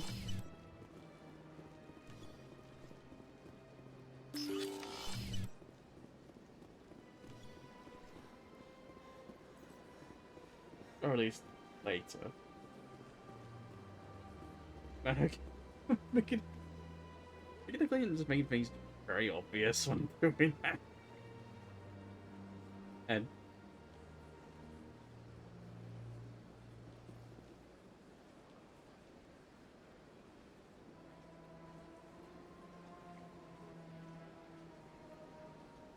well, this is funny. Welcome to the Presidium. Allow me to be your guide.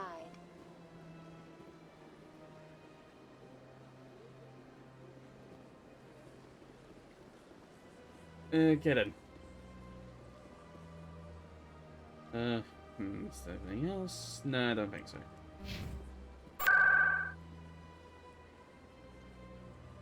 I'm gonna go to the Citadel Tower quickly.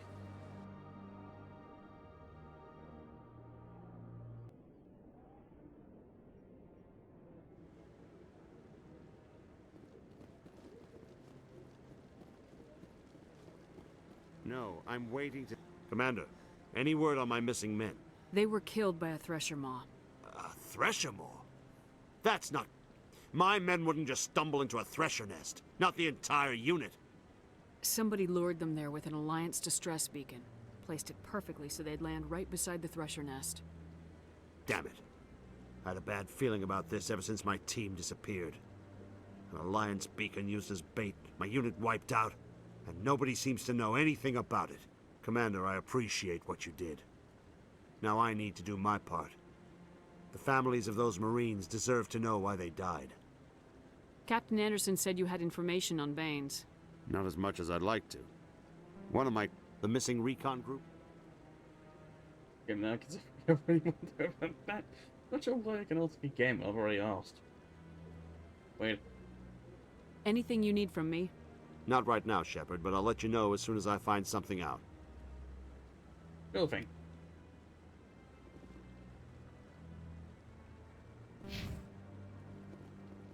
And I think that's it for now.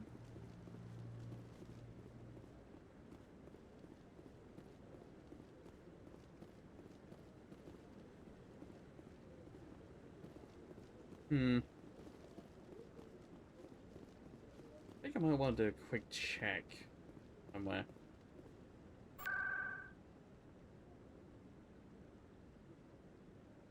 Just quickly.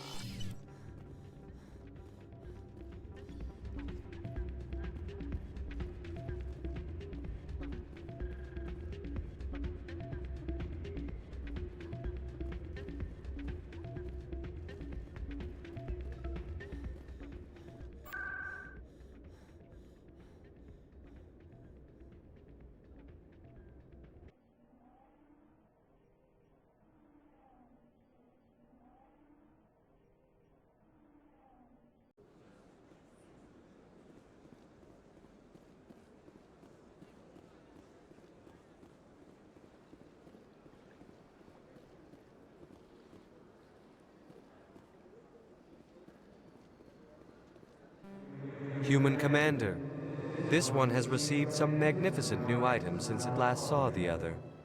Show me your items.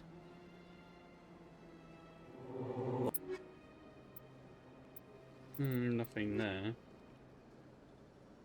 Show me your items.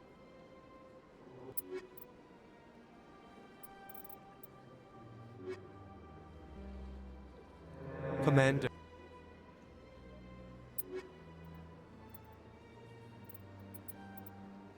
And if they make it. Thank you.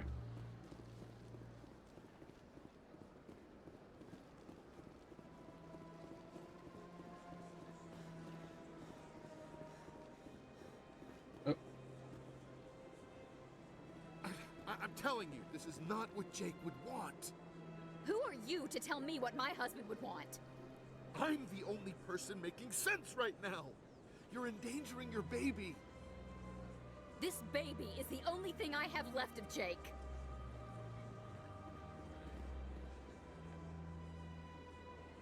I don't care what you think, Michael. It's my decision.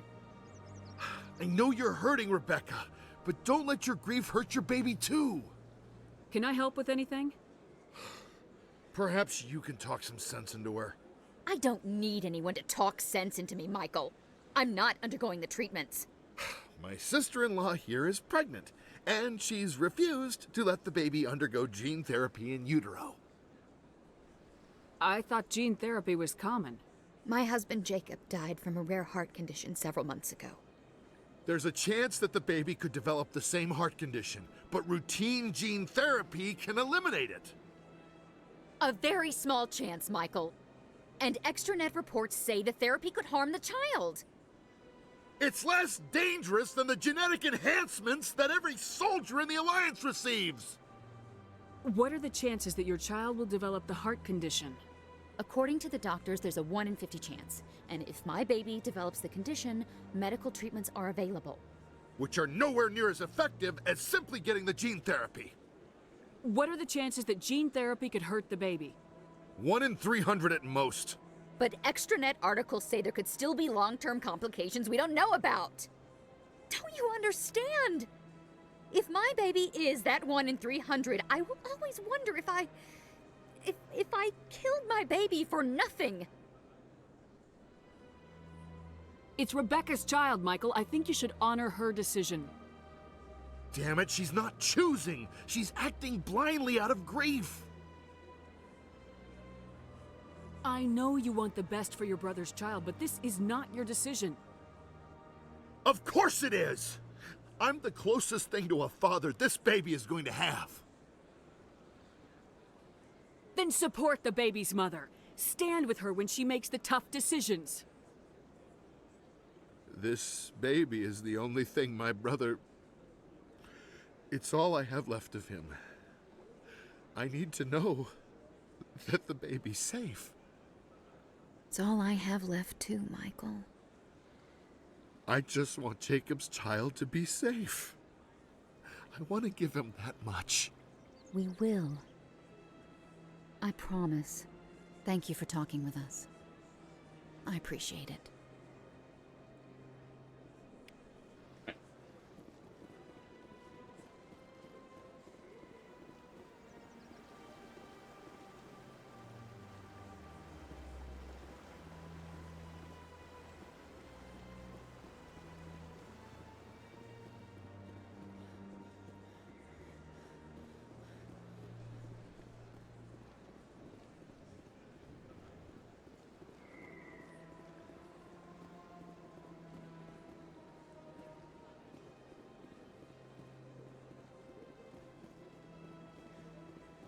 So I'm just looking around to make sure of things.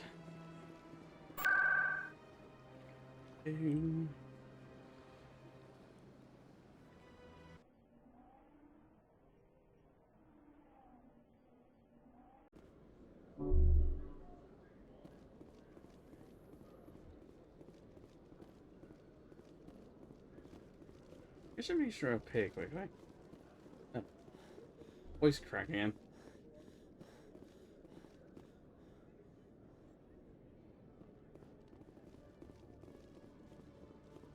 Okay, so yeah, definitely there's anything there. Right. Garrus, perhaps it is my own trouble with Benezia that makes me ask, but do you feel comfortable facing a respected Turian Spectre like Saren? Saren is either a traitor or a madman. Taking him down will restore the good name of Turians everywhere. With your respect for the Spectres, I thought you might hesitate. I'm glad I was wrong.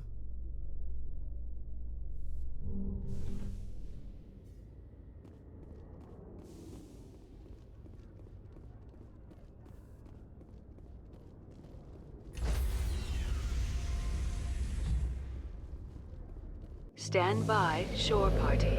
Decontamination in progress.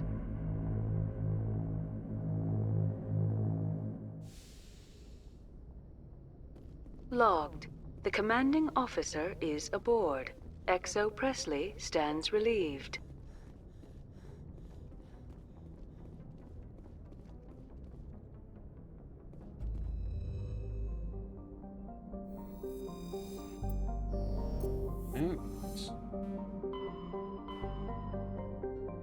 How much time do I have right now?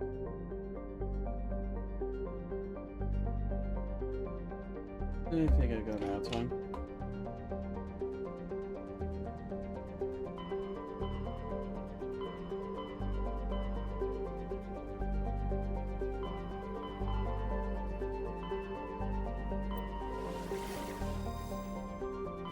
We get done this one.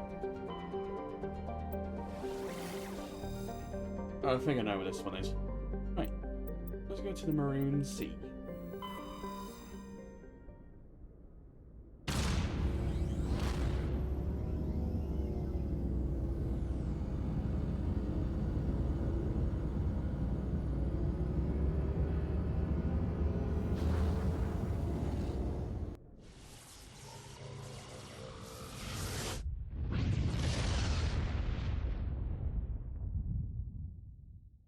Message for you, Commander. Just came in over a secure channel. Shepard, this is Admiral Kahoku. I found out who set that trap for my men. The ones killed by the Thresher Maw. Damn, I hope you get this message. It was a group called Cerberus. An Alliance Black Ops organization.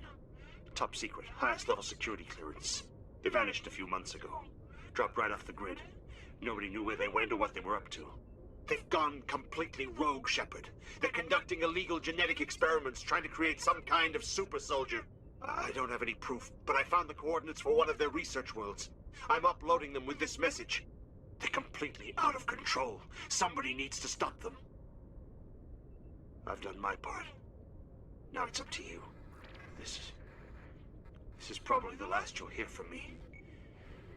Cerberus is after me now. I need to disappear before they find me.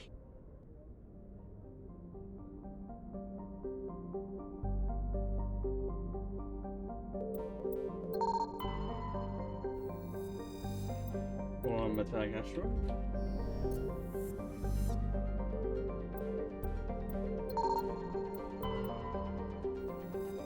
One rocky asteroid.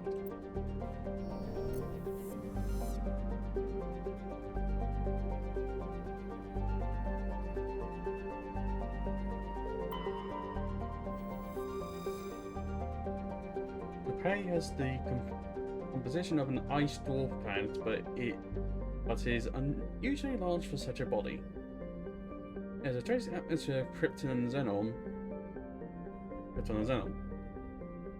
Present surface dotted with deposits composed of potassium and light metals brought to the surface by cryovolcanic processing. Base icy surface was often used as a source of potable water by passing merchant vessels.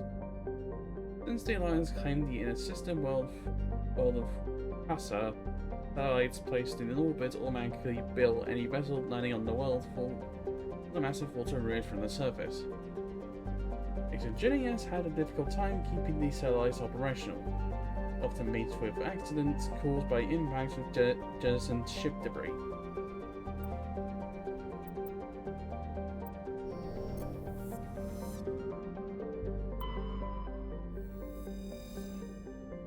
The upper is a hydrogen-helium gas giant with an unusual ruby colour caused by contaminants in the atmosphere. The world has over 120 moons, one of the highest totals of all known systems. Once full development of Castor's colony begins, a helium-free refining infrastructure will be developed in the Elapa system, concentrated on the large ice moon of Noveria. Here's the eldest out. Goes an ammo. NT is a terrestrial planet with an atmosphere composed of ammonia and helium. Its surface is mainly composed of sodium oxide with deposits of magnesium. Density is rather low, leaving the planet tide-locked to Metano.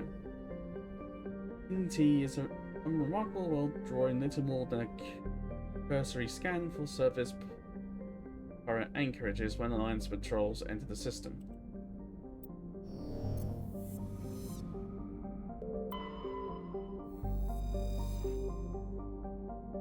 A craggy world of igneous and basalt mountains, Apo is racked by constant geologic activity.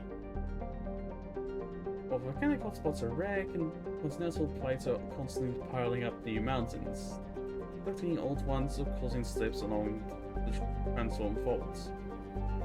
Apo has a dense atmosphere composed of nitrogen and carbon monoxide. Due to the constant earthquakes and landslide activity, surface exploration is not advised.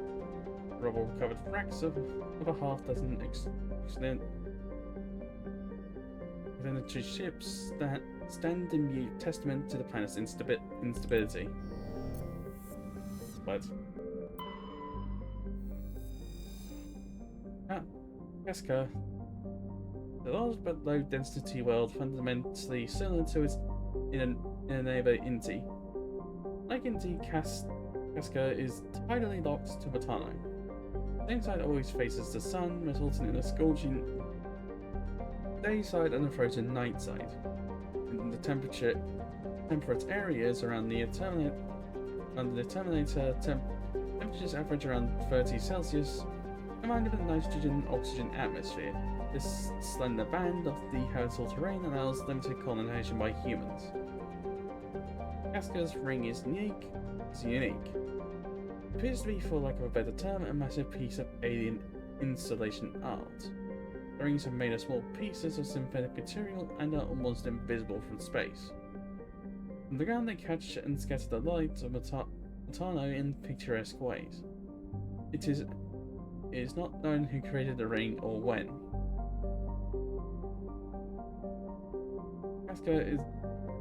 Casca is very early in development, with little more than a few pioneer teams scattered across the surface. Information is being collated on native patterns and ecology, while massive colonist recruitment drive is going up back on Earth.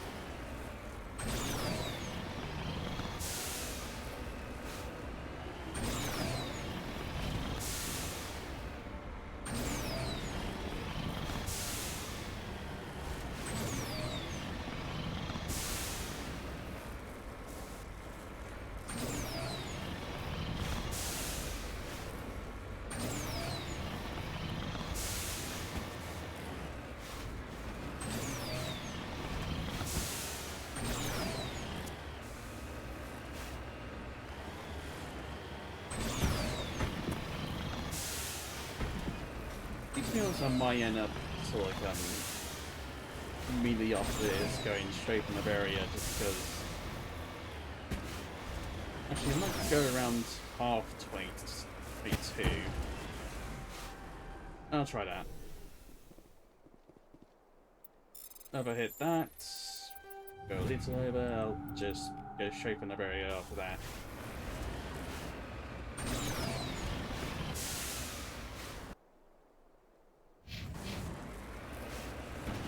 Actually, I'll probably go around 20 minutes.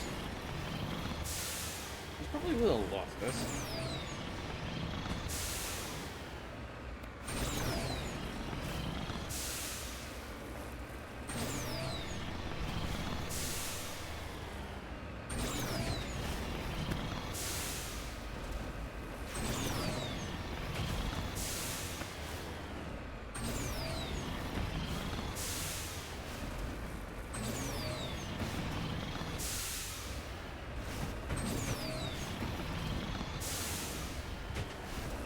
Wait, I'm at 21 right now.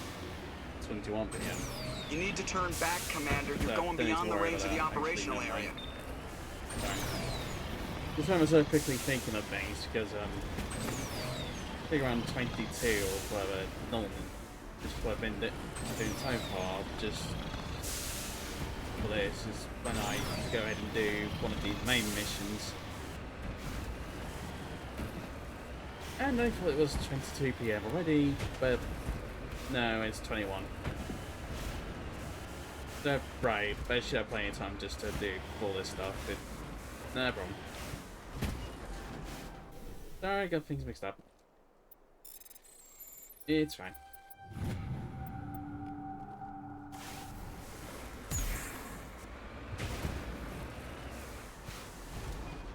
Right.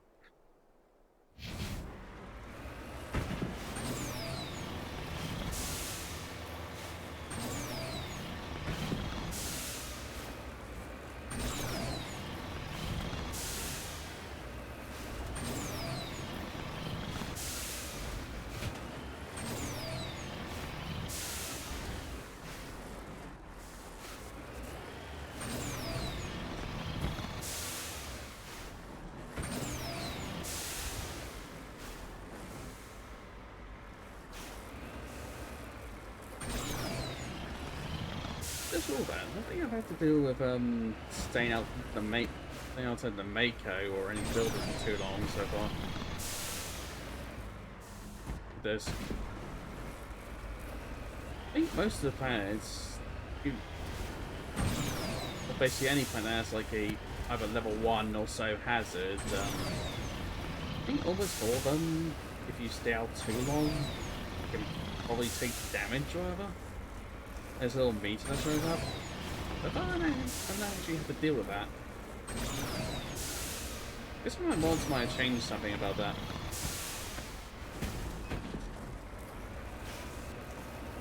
So I don't even have to worry about that sort of thing, maybe.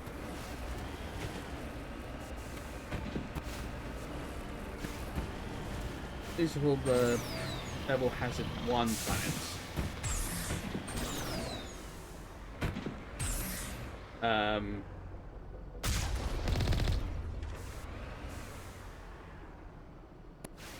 There we go.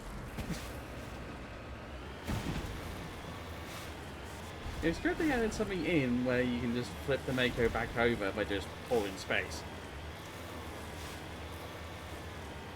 Granted, you have to wait for the Mako to be still before doing that, but yeah, that's a thing anyways.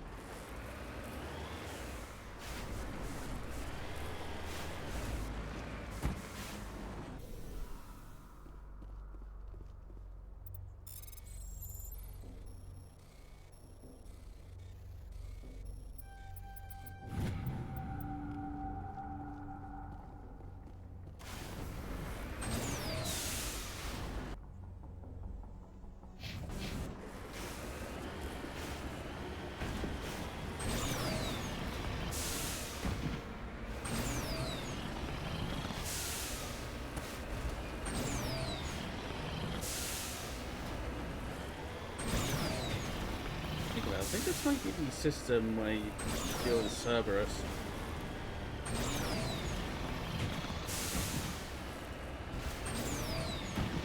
So I'll probably get it because I think I wanted to deal with them quickly.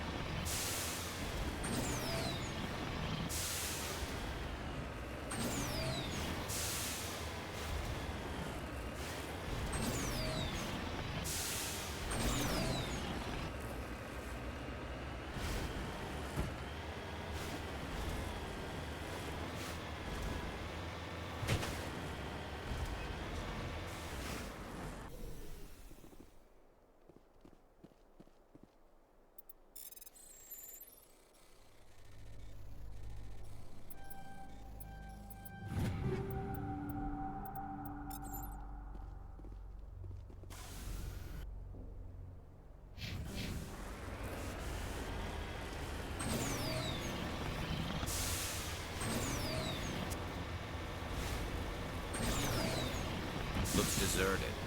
I've got a bad feeling about this.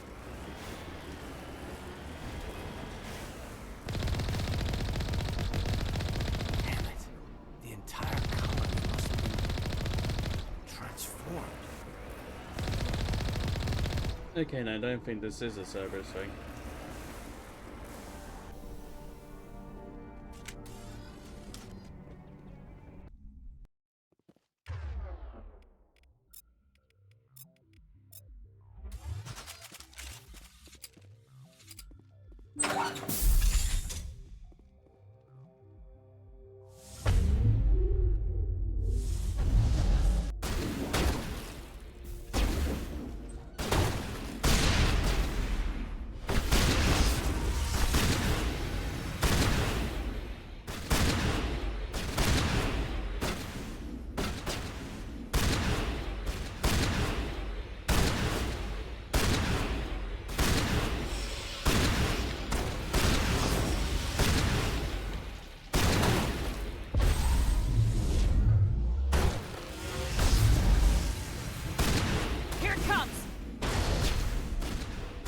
Oh, I forgot. The anti-Borean stuff on still.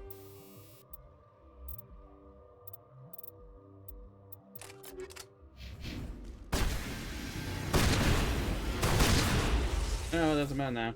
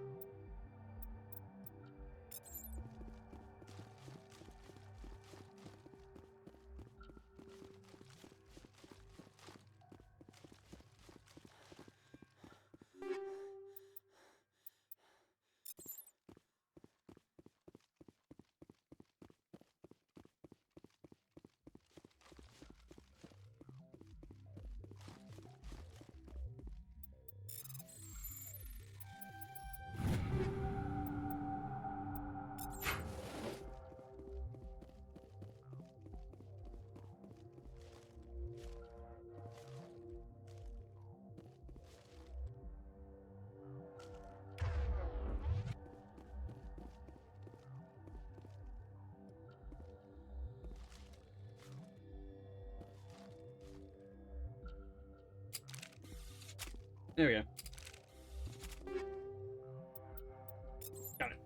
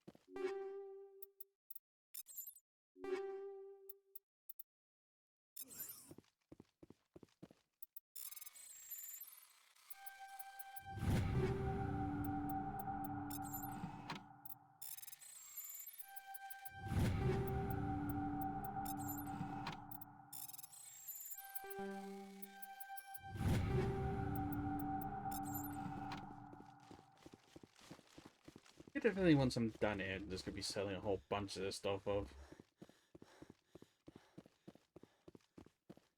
If it goes over the credit limit, I'm just gonna have to sell it anyways. They got like so much stuff in this one. And credits aren't even a problem. Heads up!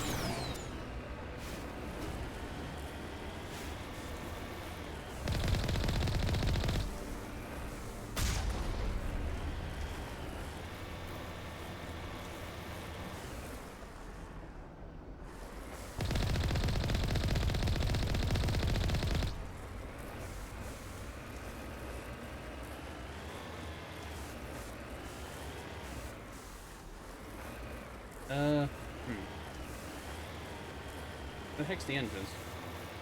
There it is. Heading to position.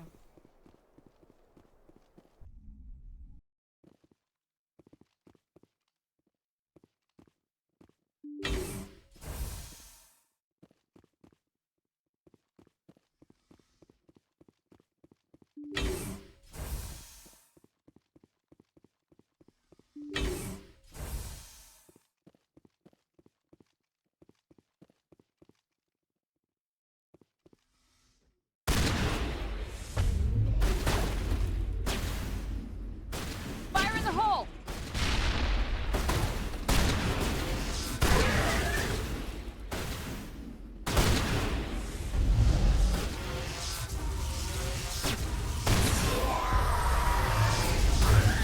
Shields down.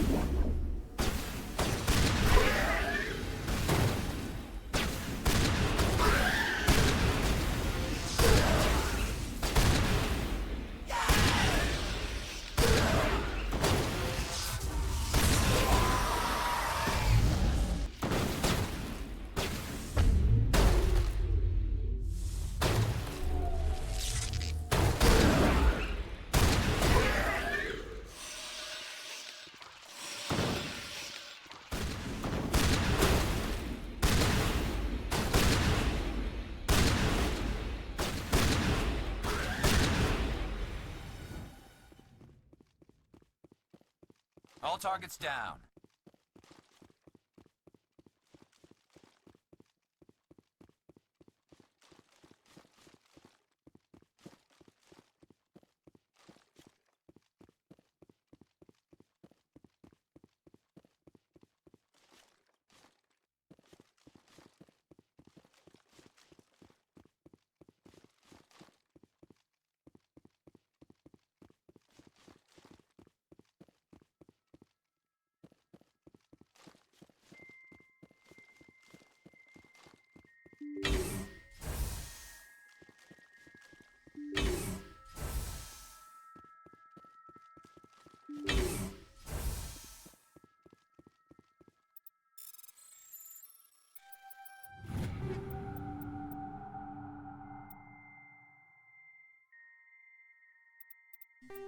I'll just convert this to media instead of picking it up.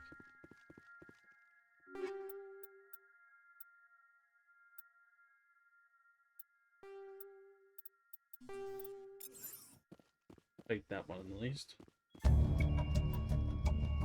Only our pioneer team exists to more than a few dozen specialists. It's clear that none of them have survived. The Cerberus group has a lot to answer for here. Cerberus. Should have known they were behind this. Oh, it was Cerberus, okay. I think the fact that they were doing us kind of threw me off a bit. So yeah, I'm right, this is the Cerberus area.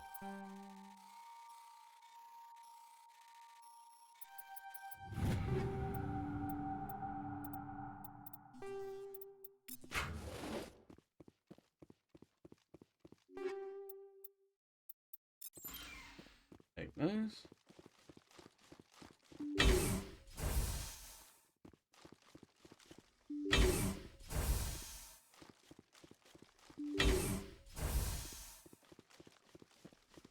Now back to the Normandy.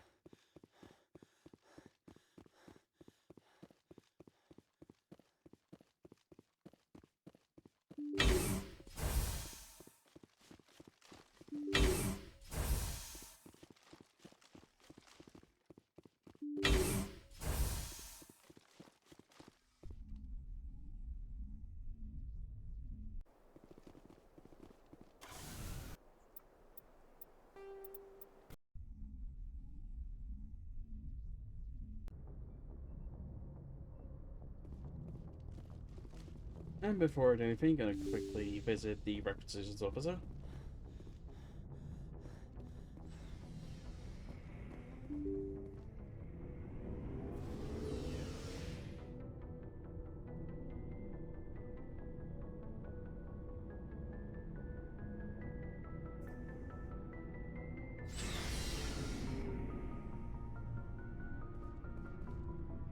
Looking for supplies?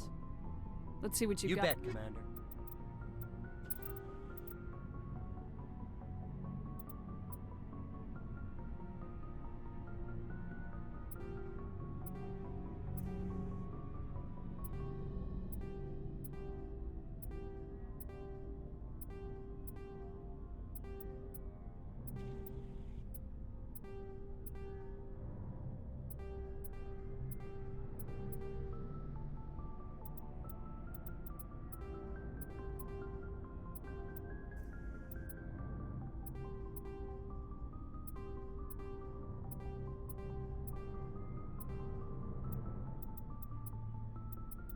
It'll just be easier for me to do this.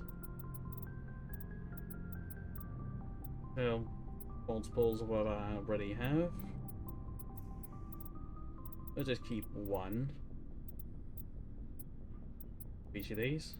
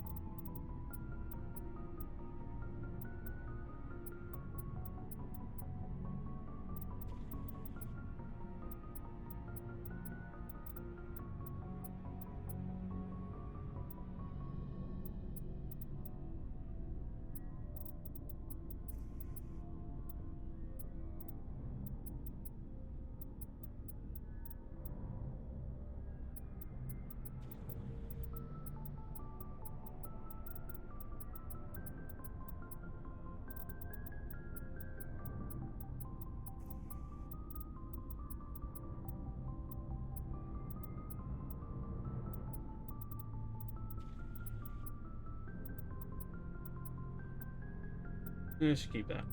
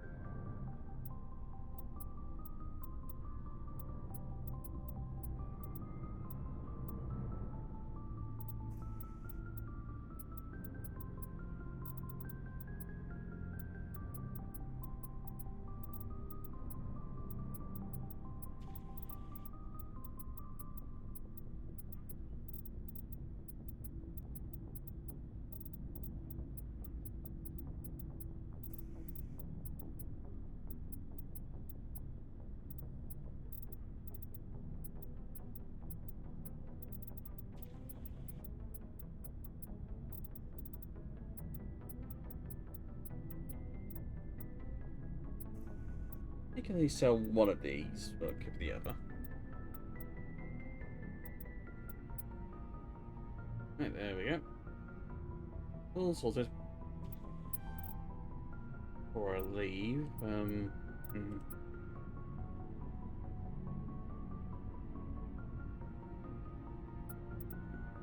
yes, no question.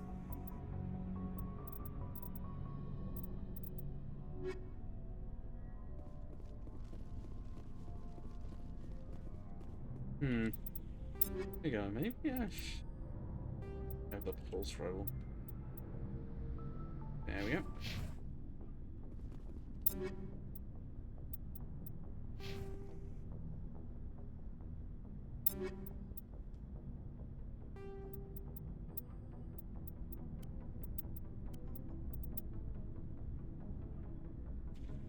Oh, I missed that. Oh well.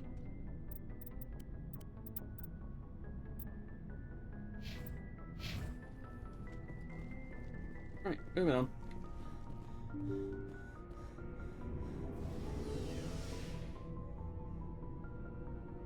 $21.38.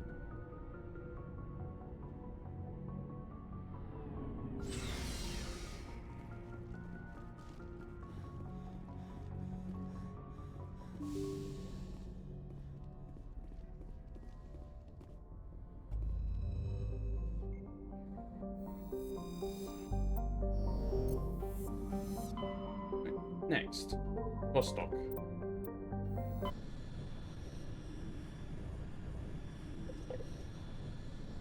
Message coming in. Patching it through. Commander, I'm glad you were in the area. We've got an emergency situation, and you're the only one I can trust to get the job done. How can I help, Admiral? Biotic fanatics have hit a medical research station with a psychotropic drug. The drugs have temporarily driven researchers crazy, and the biotics are effectively using them as human shields. So if I shoot everything that moves, a lot of researchers are gonna die. Exactly. A normal team could handle the biotics, but a lot of innocent researchers would die during the operation. That's why I contacted you. I'm hoping you can keep the casualties to a minimum.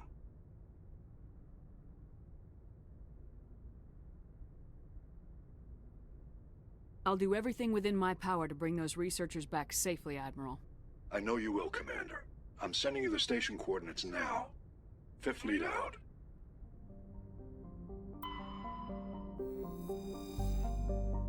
Guamafu has a reducing atmosphere of methane and nitrogen.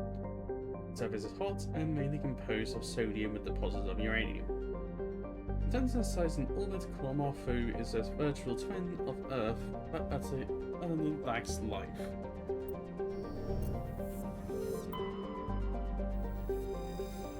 The geological properties of Alco have been scanned from orbit, but little else is known about it. A very typical mixed outer system terrestrial of rock and ice, Alco has a trace atmosphere of krypton and xenon.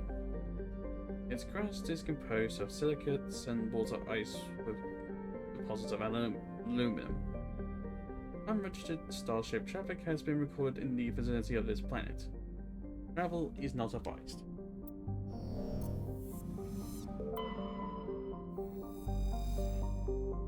Rather small hydrogen-helium gas giant, the Titan's atmosphere contains large quantities of chlorine.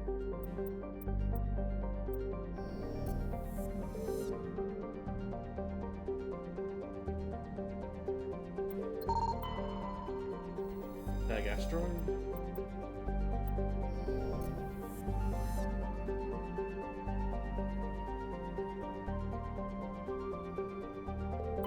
Looks like we've got an active distress beacon on the planet below, Commander.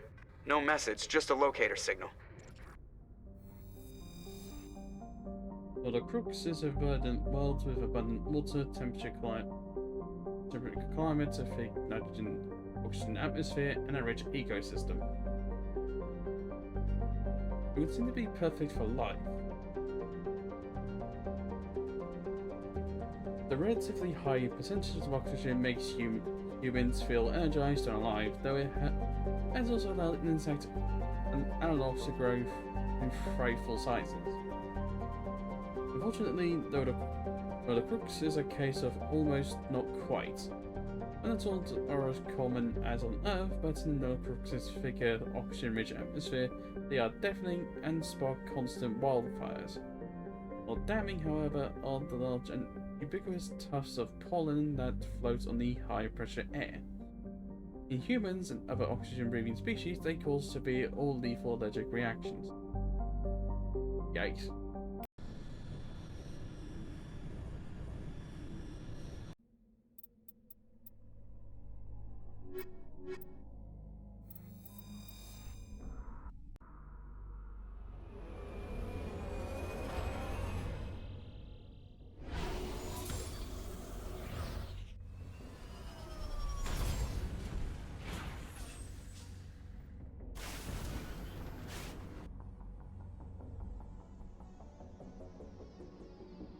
I'll get to those in a moment.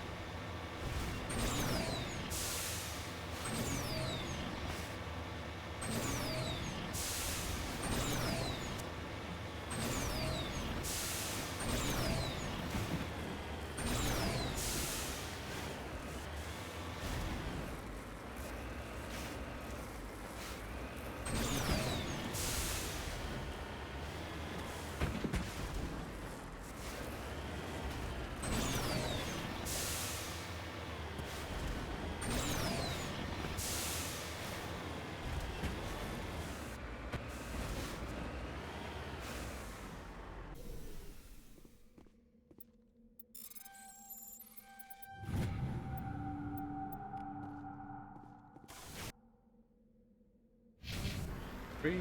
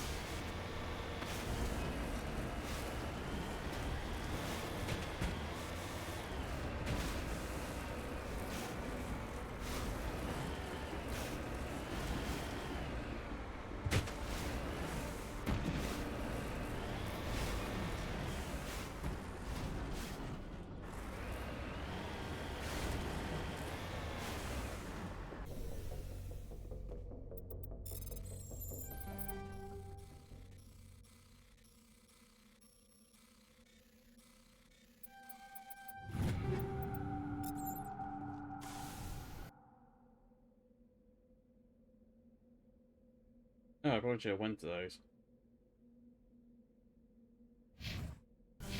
Yeah, well, that's fine.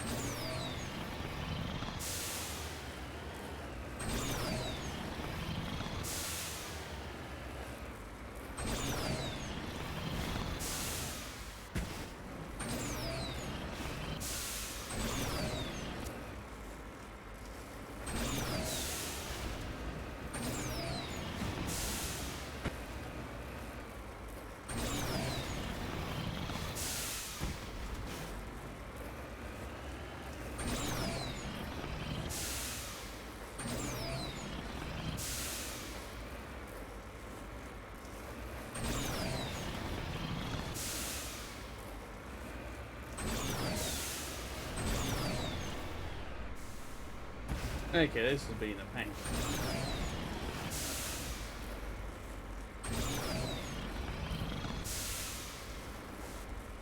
Bomb.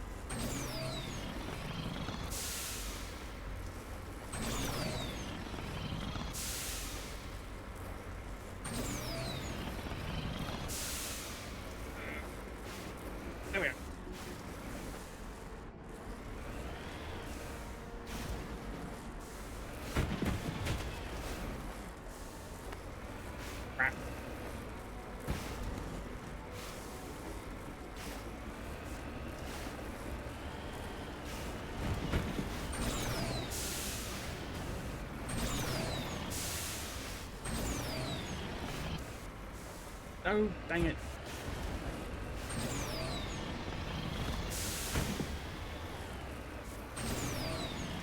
Okay.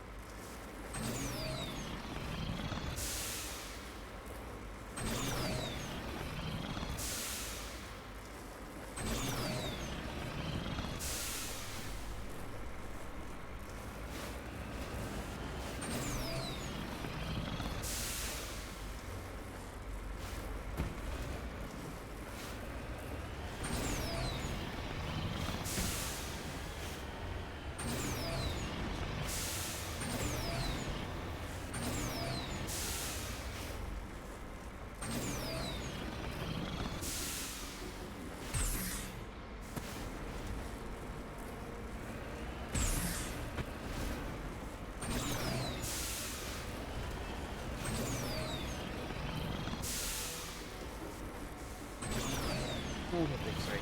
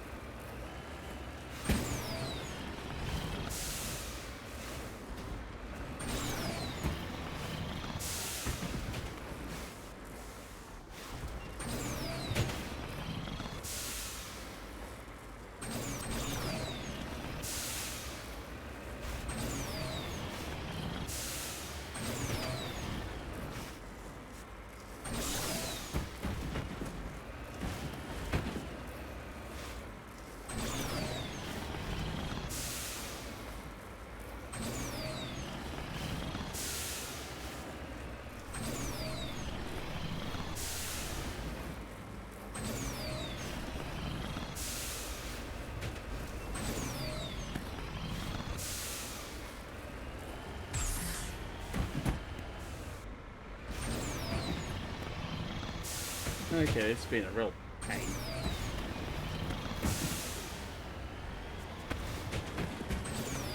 No, where I go is just constant bloody...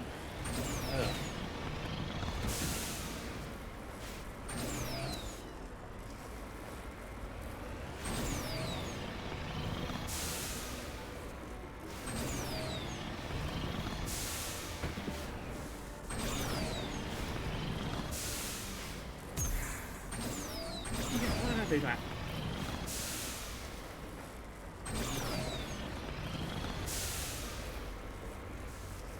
Oh, don't tell me.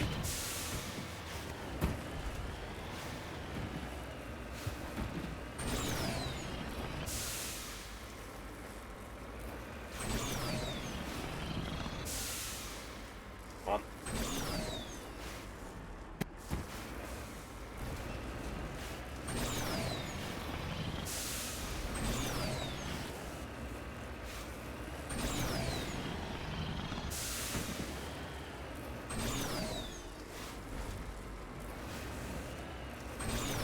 Then this plan is going to take up all my time.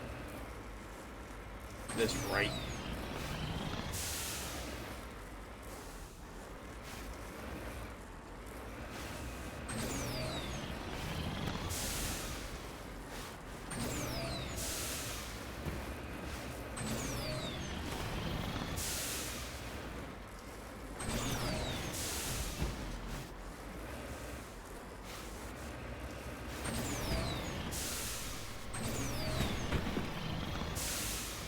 no, no. Ah.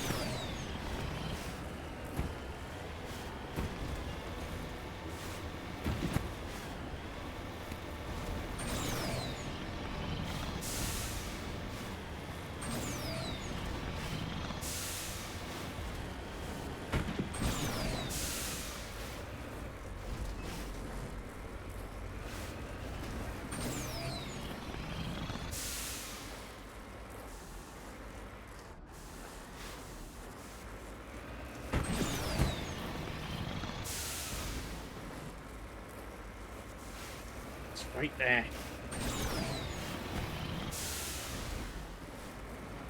So this thing's being a pain.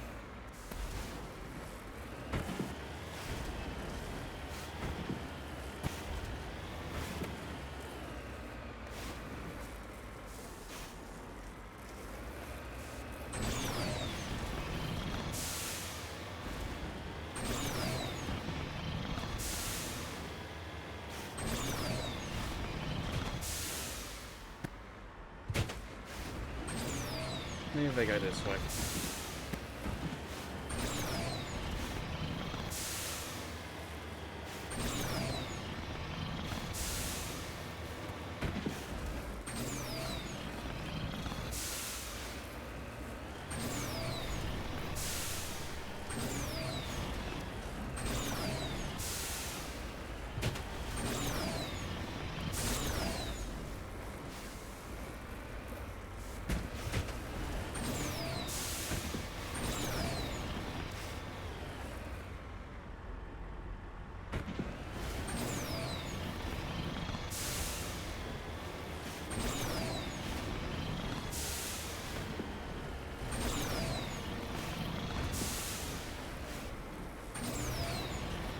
There we go. This is better.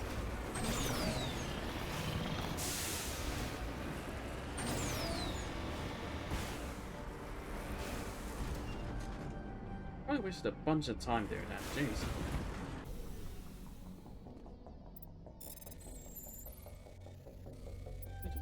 Yeah.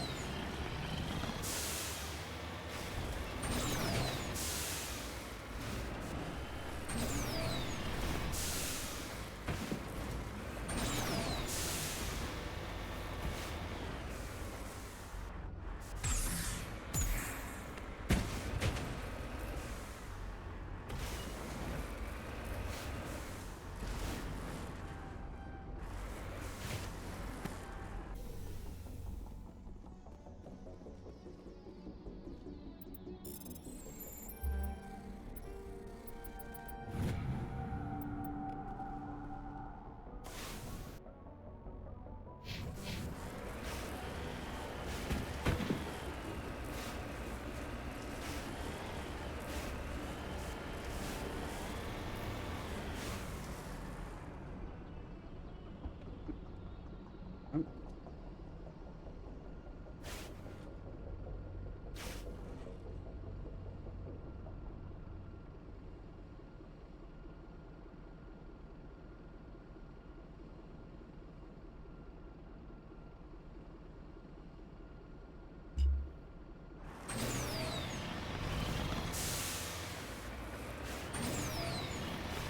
Take a quick moment to taking the tablets.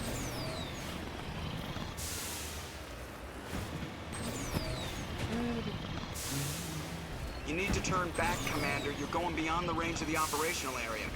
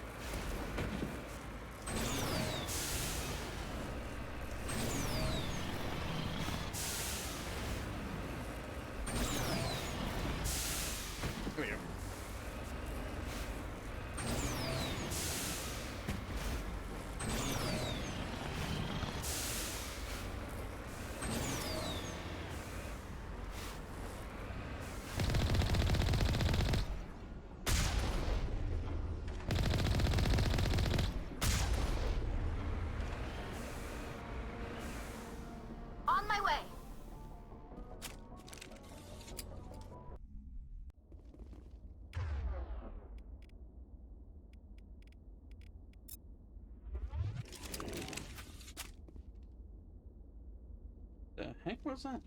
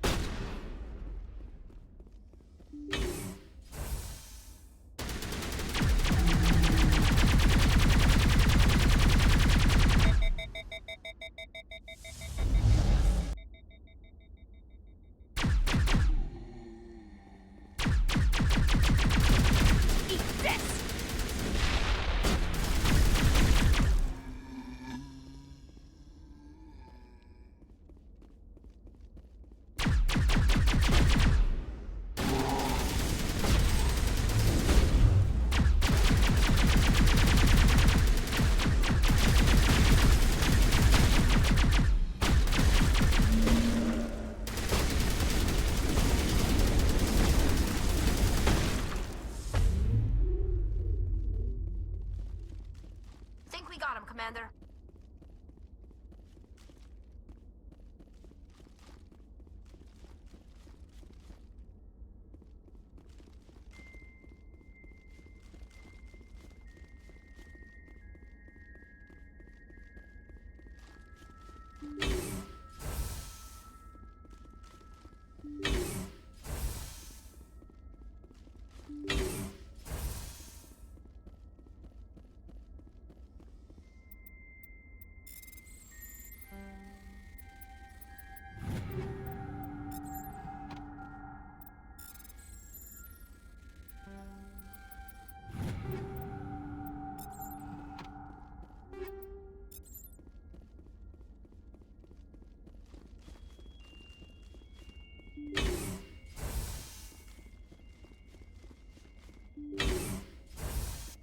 Rescuers? Oh, thank God. See? I told you somebody would come to investigate that signal. My name is Dr. Ross, Chief ExoGeni researcher at this facility. We've been trapped in this room for days. We're almost out of food and water. You got here just in time.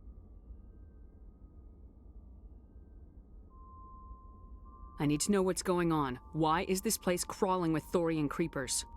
How do you know about the Thorian? I know what ExoGeni was up to. I saw what they let the Thorian do to those colonists, so I destroyed it. Our secret's out then. No point in my lying. You already know the worst. The creepers here were created using altered samples from the specimens on Pharos. We discovered a way to turn them into docile, obedient servants. Everything was going fine until a few days ago. Then all the creepers suddenly went berserk. Only a handful of us made it back into the safety of this room. Why didn't you send a clear message asking for help? All we had was that signal from the emergency beacon. This is a closed communications base. ExoGeni was worried about someone on the project selling secrets to a rival firm or reporting our work to the authorities. We have no direct communication with the outside, only the emergency beacon. It sends a general distress signal to the ExoGeni site on Pharos. They're supposed to send a team to respond inside of 24 hours, but it sounds like they had problems of their own. Any chance some of the other people at the base might still be alive? I doubt it.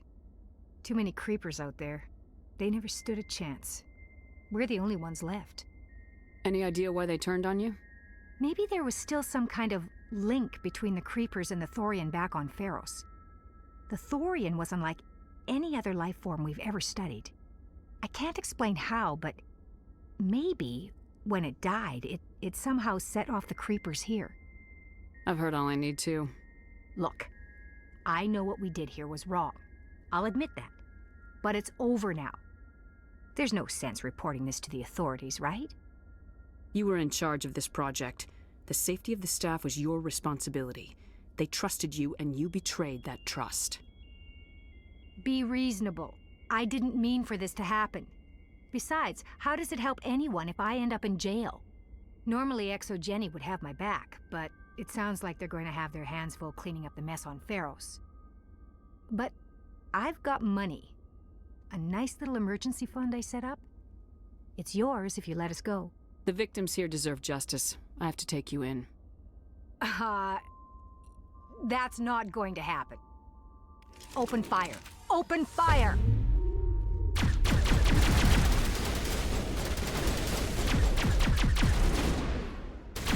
Go, go, go!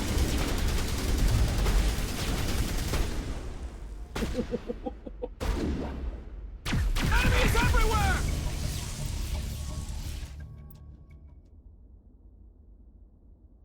Jeez.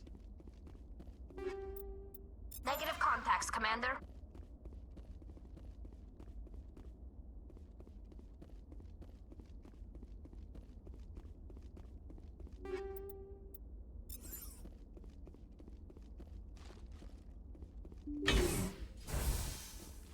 Time to leave.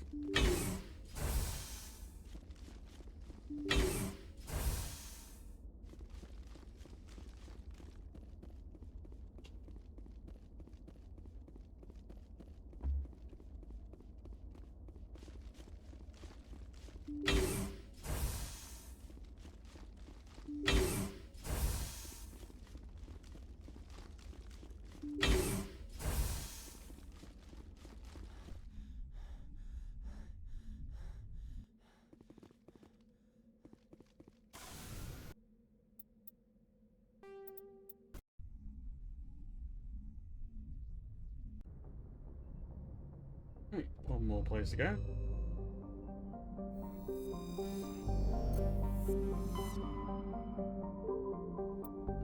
Been...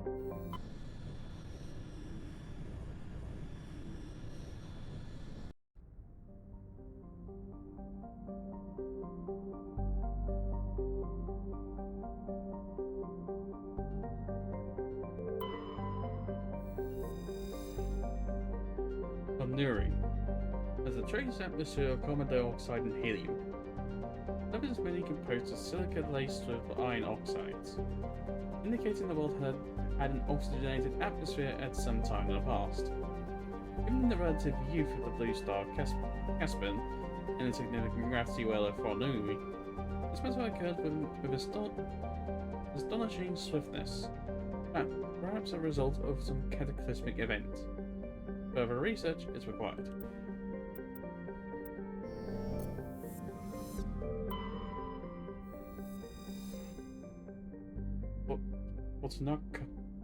Potonka, a large but low density terrestrial world with an atmosphere of nitrogen and carbon monoxide. Its crust is composed of sulfur and unremarkable silicates. Occasional deposits of heavy metals, usually the result of meteor strikes, dot the surface.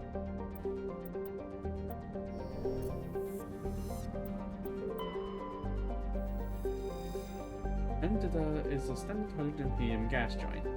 Its atmosphere is darkened by traces of sodium. It is one of relatively few planets known with an orbital period of more than a millennium.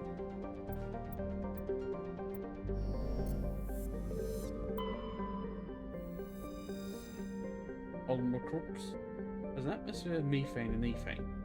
By its great distance from Caspian, the energetic young star heats the surface almost to temperate levels. Big ground fogs are common at the terminator, where water ice frozen during the long dark side night eats the warm air masses from the day side. The crust is mainly composed of copper with deposits of sodium. All crust is abundant water and relatively mild temperature and gravity have placed it on the short list of terraforming candidate worlds. However, there is significant opposition from eco-ethics groups who assert that Olmocrux's primitive bifanthropic bacteria may be a precursor to a full-fledged native colony, or native ecology.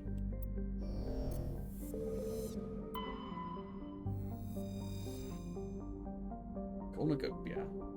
It's a column-class modulus conveyor of human design. While obviously adrift, the cornucopia is not causing any distress call.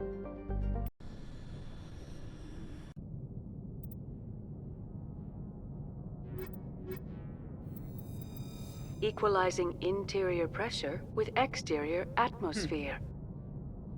Logged. The commanding officer is ashore. Exo Presley has the deck. Okay, even he got this. Now.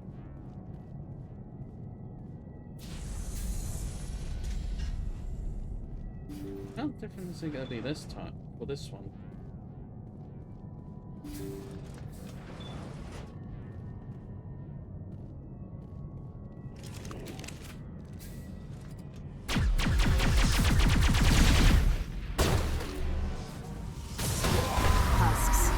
Ship's probably crawling with them. Guess we don't have to worry about the survivors. Now I'm ready.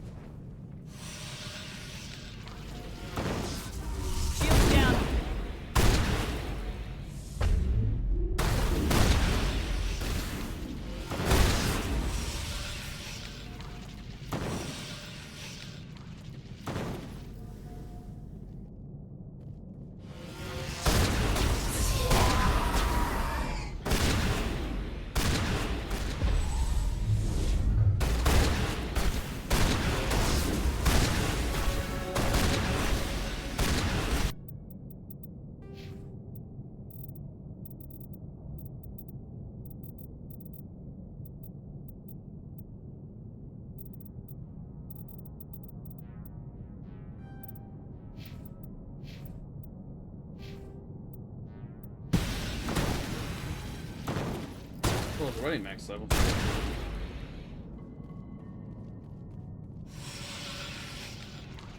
Can't reach it now though.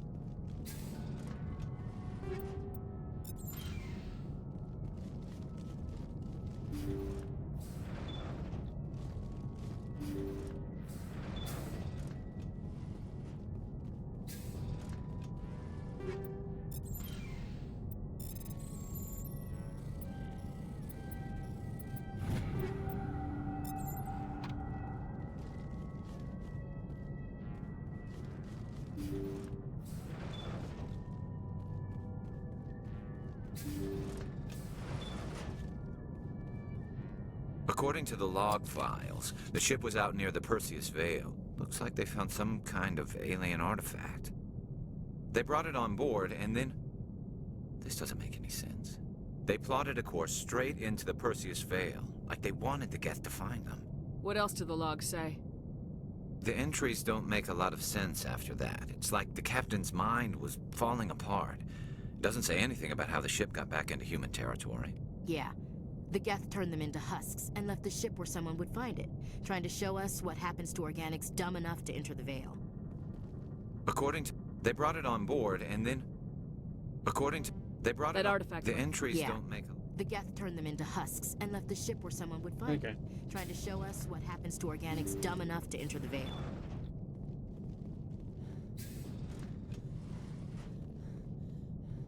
Okay, so Phaeton's basically relatively the same as it was before, it's just the entrance is slightly different. It's fine.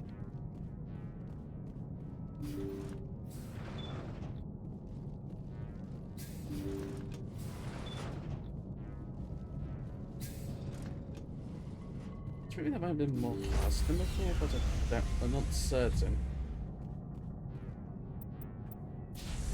Stand by, shore party. Decontamination in progress.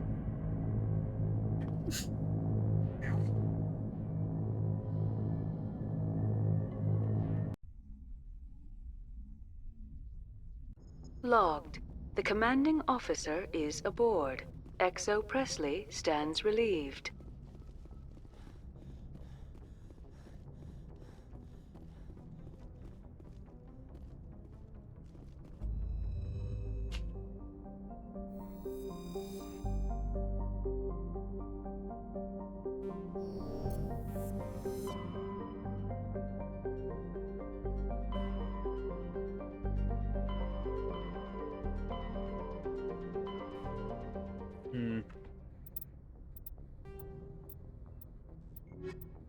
Probably next one to do find Dr. Salion. We can have a model too that might be changing now a little bit. So we'll have to see how different it'll be. So, into the Herschel system in the Kepler Verge.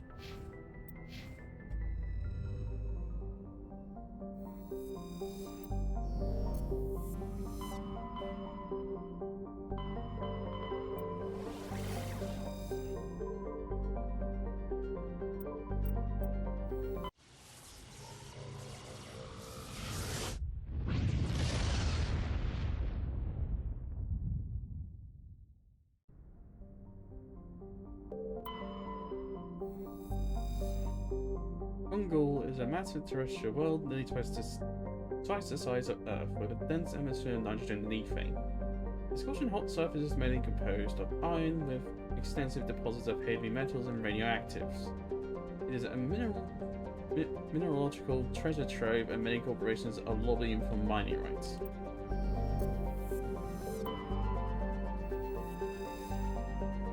Several attempts to shuttle have been made, but none have been successful.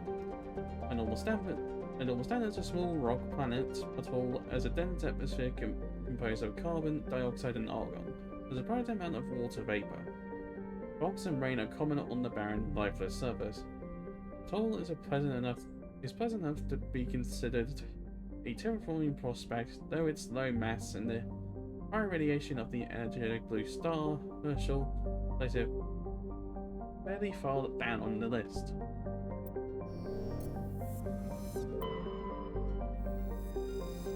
Orbaka is a moderately sized terrestrial world with a hazy hydrocarbon atmosphere. Its surface is mainly composed of fluorides deposited as solid and liquid form hydrocarbons.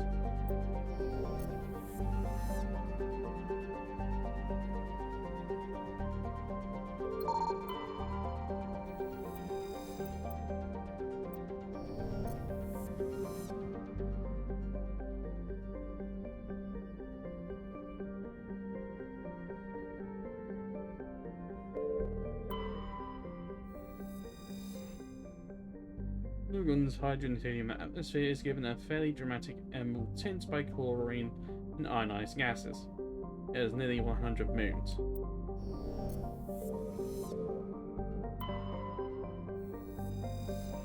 The Fidel is a Warlord-class modular conveyor of human design. In addition to the standard cargo bay, the hull has several biological research modules attached. For owner, Dr. Hart.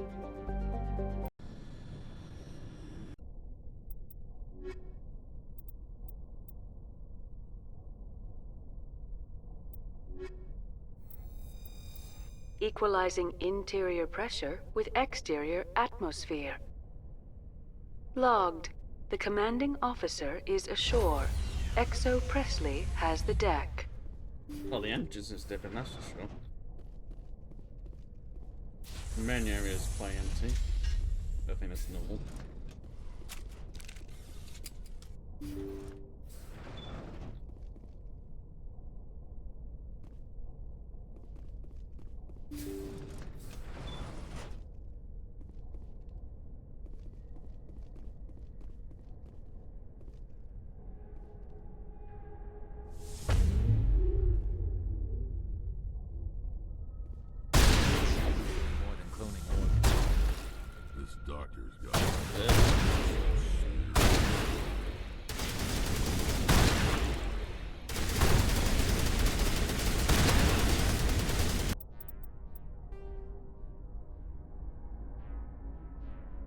And these are nasty.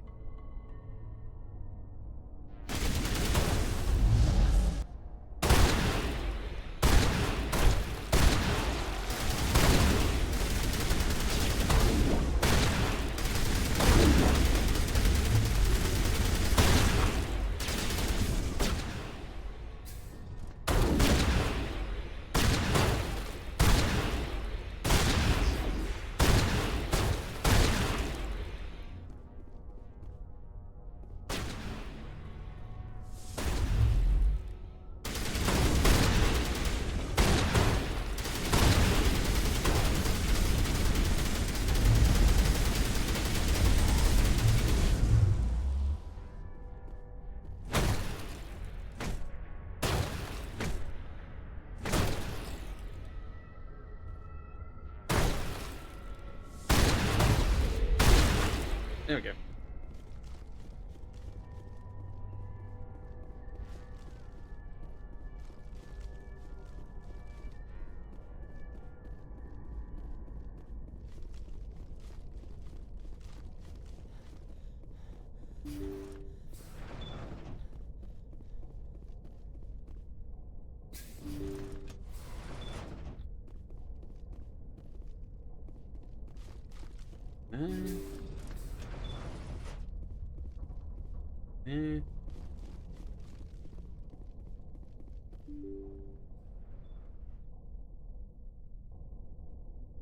Thank you. Thank you for saving me from those things. Commander, that's him. That's Dr. Saleon. What? My name is Hart. Dr. Hart. Please, get me out of here. Are you sure it's him? Positive. There's no escape this time, Doctor. I'd harvest your organs first, but we don't have the time. You're crazy. He's crazy! Please, don't let him do this to me. We'll take him in, drop him off with the military. But we have him. We can't let him get away. Not again. If he dies, we'll never know what he's been up to, or how he did it. We'll take him in, interrogate him, and he'll serve his time. Okay. You're right. You're a very lucky Solarian. You owe the Commander your life. Oh, thank you so very much.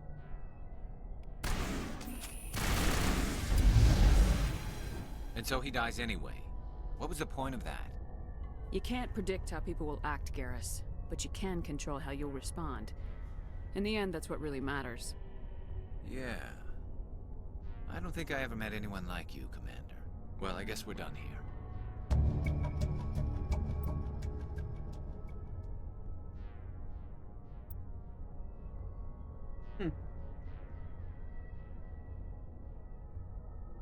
It was definitely different from the usual sort of way that this mission works out. It's got a little more cinematic. Yes. I found that.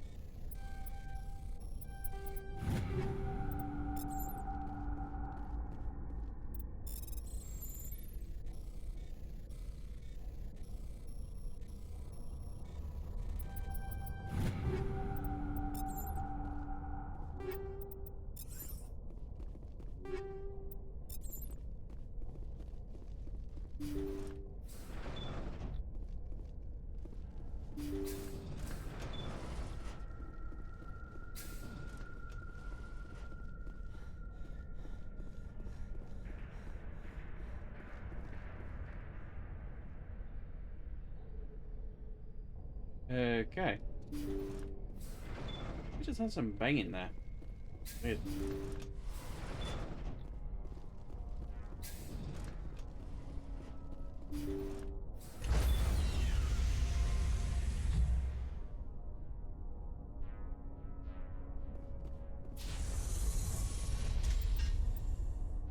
Stand by, shore party.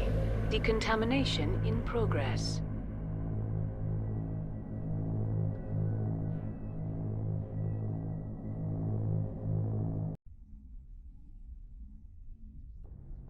Logged. The commanding officer is aboard. Exo Presley stands relieved.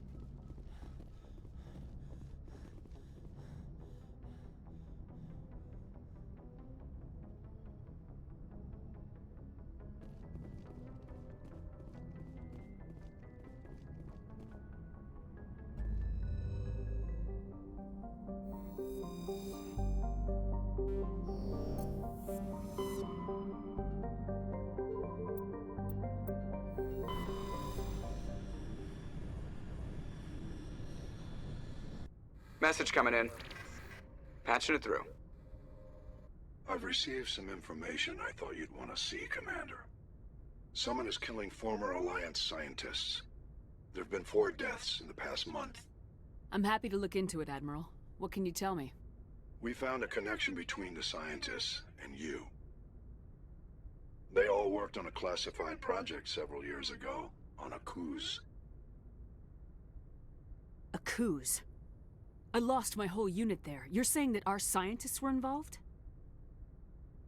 I can't get any information on what they were working on. The project records were sealed. Commander, Shepard, what you do with this is up to you. I just thought you'd want to know.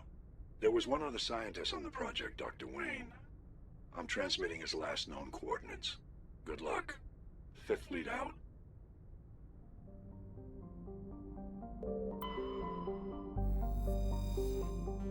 Here's another moment. The small is an iced off world. surface composed almost entirely of frozen water. On the planetoid, this small would not rate inclusion on the system's charts, but its mass is unusually large and beautiful ring of ice crystals made a popular subject for visual artists. The ring is the result of a glancing equatorial impact which left a large trench and threw a great deal of melted water into the atmosphere. The rings are a temporary feature that will completely decay in a few thousand years.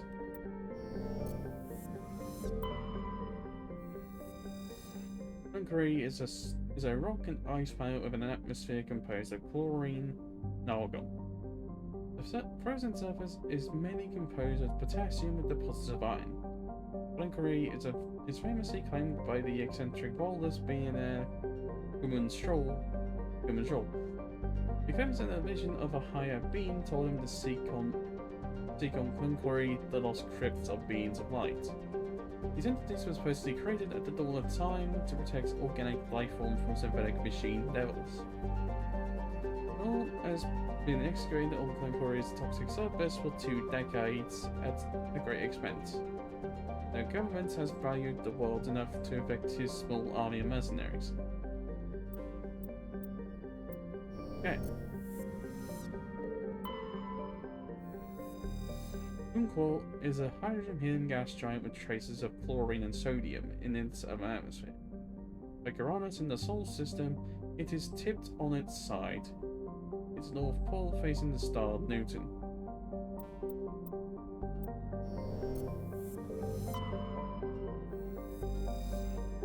Though on Titan's surface is uncomfortably hot, its nitrogen-oxygen atmosphere and abundant shallow seas make it an ideal candidate for habitation by most known species.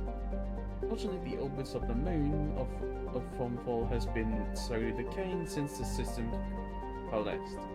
Activity is beginning to have tidal effects, and its dynamo-like relation through Titan's magnetic field is generating increasingly powerful electrical storms. Some suggested the replacement of mass fake drives and intent to light the moon and correct its orbit. Scale such a project, tens of thousands of drives was enough to bankrupt the governments of all the Citadel races, making it a pipe dream. Multi-racial effort is underway to catalogue all and preserve the unique genetic diversity of Titan's vibrant young biosphere. ExoGeni Corp and Hawaiian Genomics represent the Alliance's share of the effort.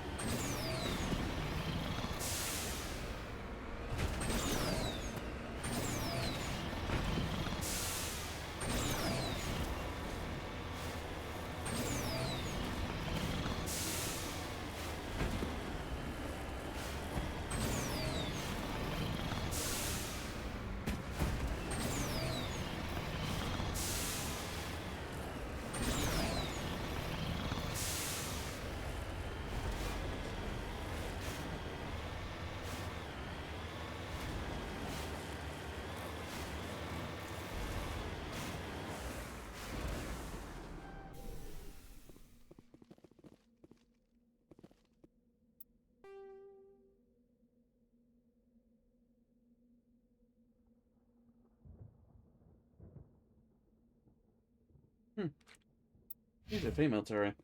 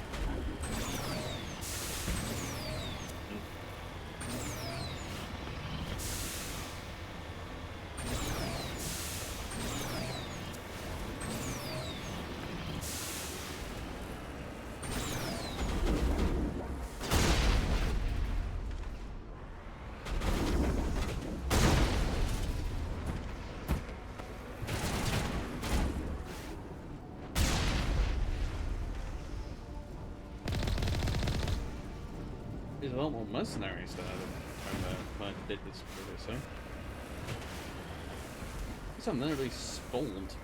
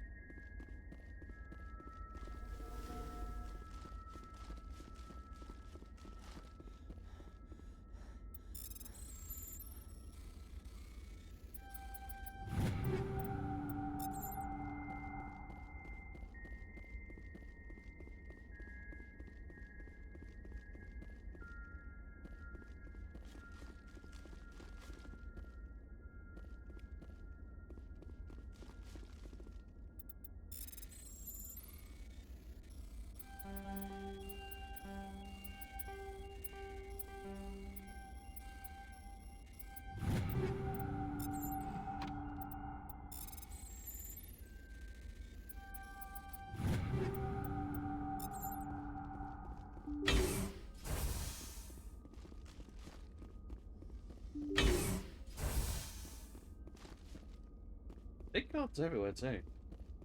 I remember that. Stay back! I've got no grief with you. All I want is this bastard. Please! He's a madman! Mr. Toombs, you're insane! You need help! Shut up! You don't get to lie. You don't... Shepard? My God, Shepard, is that you? Toombs? But you were on a cruise. I saw the Thresher Maw pull you under. They took me, Shepard. The scientists. You can't prove any of this. This man is delusional. See, they were running tests on the Thresher Maws. They let those things hit us just to watch and study. I woke up in a holding cell. The scientists were delighted I'd survived. Now they had someone to run tests on. There's one thing about it that I did this previously. There wasn't a Krogan either. I only knows in two differences here. Well, three, I guess. Toombs, I didn't see anybody. If I'd seen you, I would have come back for you, I swear. You can't believe Toombs. He doesn't have any proof. I demand a fair trial. Commander Shepard was there. She knows the truth. They're part of some organization, Cerberus, that runs secret tests like this. They treated me like a lab animal. This man deserves to die, Shepard. For you, for me, for everyone else in the unit. Are you with me? You're better than this, Toombs. You're not like them. Don't tell me who I am. You got away with a few scratches and a scary reputation. The rest of the unit died, and I was tortured for years, Shepard. You can't judge me. You don't have the right. Toombs, if I could have helped you on Akuz, I would have. All I can do is help now. Let me. Okay. I'm no murderer. They couldn't make me one. Just as long as he goes to trial. Maybe the screaming will stop now. I don't know. Those bastards can't hurt you anymore. Joker, tell the 5th Fleet we need a ship for pickup. Aye, aye, Commander. Toombs stares morosely at the floor, lost in his memories. Give the scientist a shove towards the door. The mission is complete. The Alliance courts will take it from here.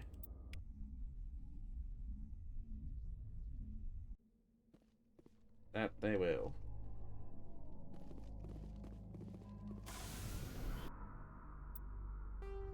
Oh. Before I leave, though, I got one more thing to get.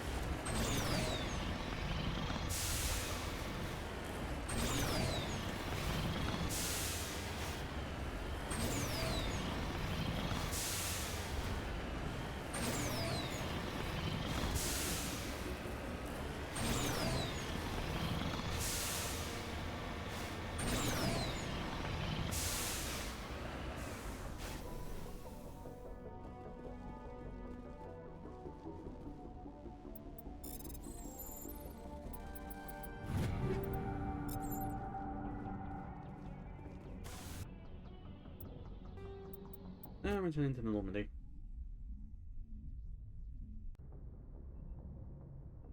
Message coming in. Patching it through. I reviewed your report on the situation, Commander. I'm glad to see you were able to take Dr. Wayne in alive. Now we can put him on trial and get some answers. Corporal Toombs seems to have found some closure, and hopefully with therapy, he'll have a normal life again someday. I hope this helped you find some peace, Commander. Thank you. 5th Fleet out.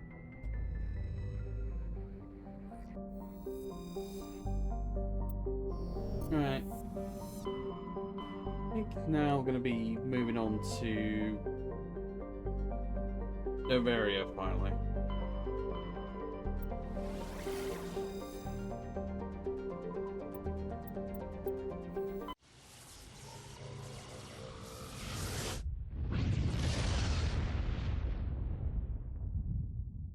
I think it's about time to get started on this.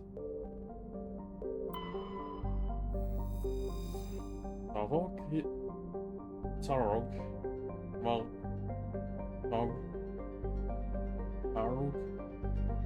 It's a small but typical hydrogen and helium gas giant whose orbit lies quite close to the star. It is unusual for a star with a close orbiting gas giant to have a habitable world.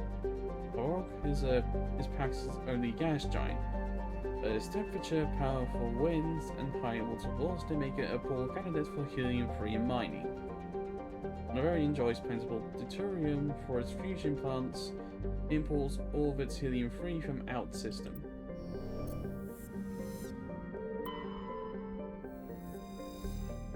Rana is an icy planetoid smaller than Earth's moon. Many planetary geologists suspect it was once an alt-cloud ice dwarf, which migrated inwards after an encounter with some other body. The crust is frozen water ice. Deeper layers are mostly silicates with pockets of magnesium and aluminum. Rana is tightly locked to the Pax. The same side always faces the sun.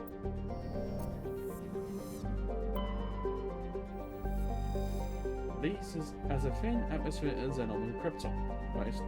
Most other materials have frozen and fallen as snow. Its surface is composed of potassium with deposits of magnesium. On investigating the primitive anaerobic life of Belis, pioneering survey teams discovered a cunningly hidden anchorage of the ancient Krogan Wall of Moron. The records and artifacts of the Krogan rebellions were recovered and sold at auction, into bases now abandoned.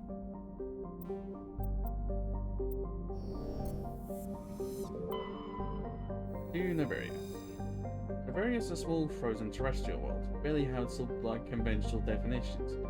It's privately chartered by the Noveria Development Corporation, who these out labs to perform research too dangerous or controversial to be performed elsewhere. Given Noveria's unique situation, it is the source of many wild conspiracy theories.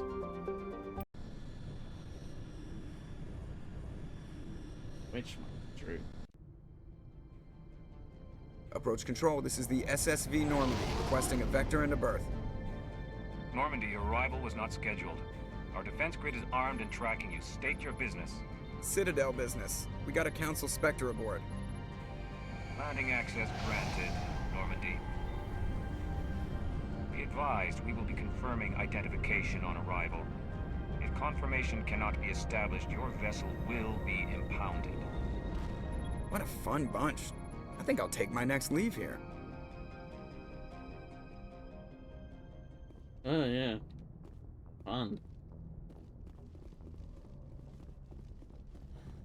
Ratificated and swallow even.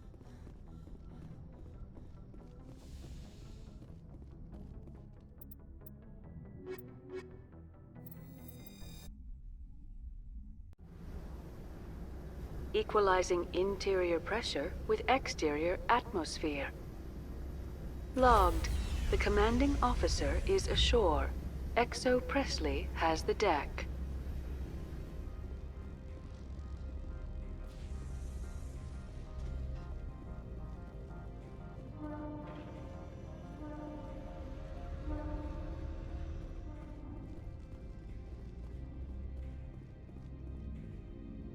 That's far enough.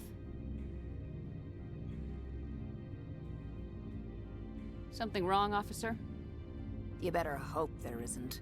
This is an unscheduled arrival. I need your credentials. You first. We're the law here. Show some respect. I'm Captain Maiko Matsuo, Ilanis Risk Control Services. I'm a Spectre. My name is Shepard. Load of horse crap, ma'am. We will need to confirm that. Also, I must advise you that firearms are not permitted on Noveria. Sergeant Sterling, secure their weapons. Don't try it. Stand down. Their house, their rules. Don't come crying to me when they slice your gut open. Captain Matsuo, stand down! We confirmed their identity. Spectres are authorized to carry weapons here, Captain. You may proceed, Spectre. I hope the rest of your visit will be less confrontational. Parasini-san will meet you upstairs. Behave yourself.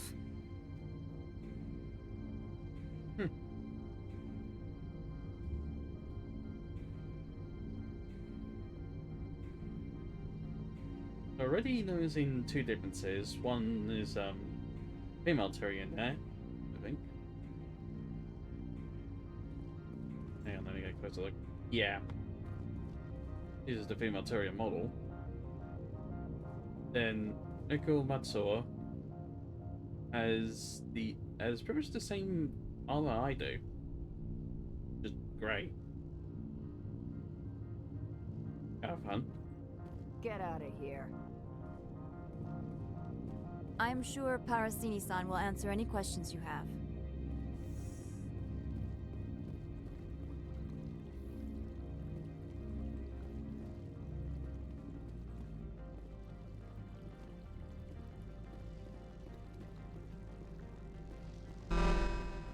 Weapons detectors. Don't mind the alarms. I am Gianna Parasini, assistant to Administrator Analeus. We apologize for the incident in the docking bay. I appreciate your help. You're welcome. You understand our security chief was only doing her job. One of my duties is orientation of new arrivals. Do you have any questions? Pretty heavy security for such a small port. The Executive Board does everything in its power to protect the privacy of our client corporations.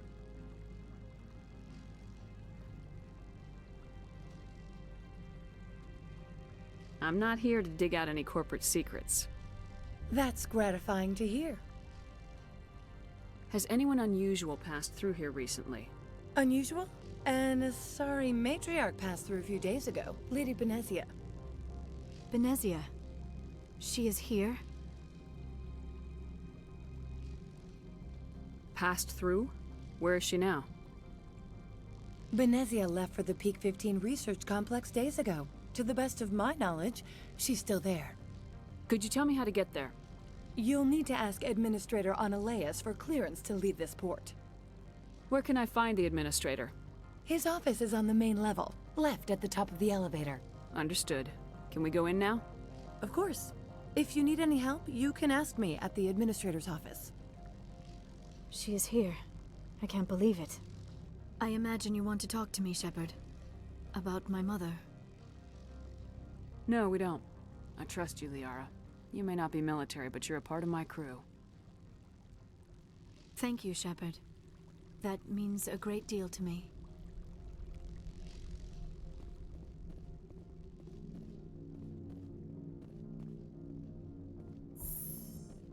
Welcome to Port Hanshan, the galaxy's most respected site for independent scientific research and development.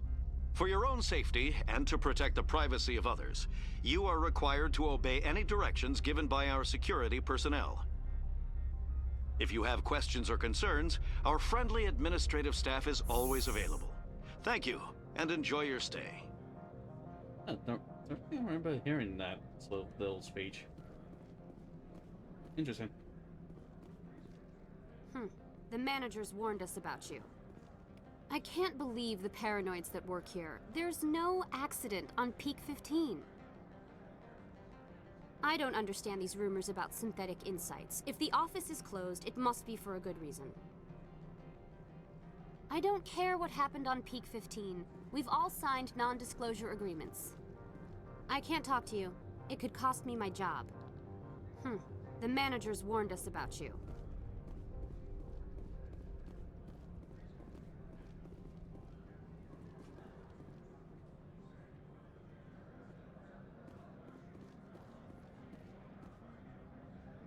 There's a lot more stuff going on in here.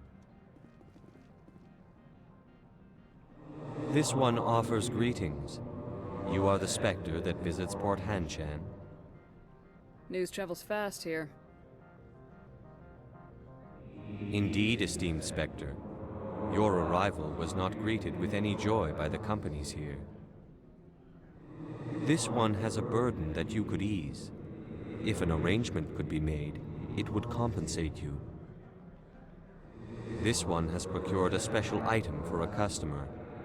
The item is not permitted within the station, but you could bring it through customs. You want me to use my status to smuggle for you? That is not inaccurate. I won't carry anything if I don't know what it is. This one must be discreet. Rest assured, the contents pose no threat to anyone within this port. I want to know where this package is going. This one's customer prefers to remain anonymous.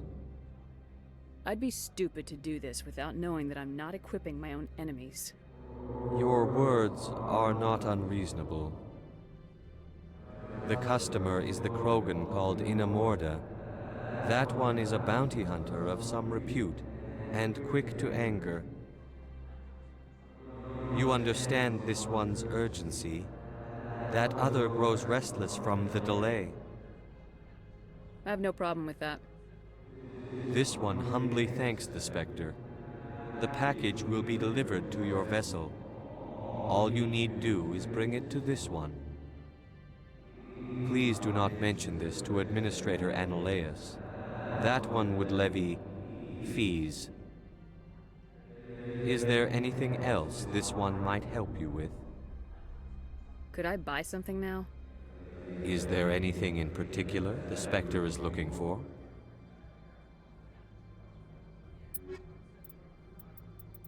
Nothing there. I gotta get the package and then come back. That won't take too long.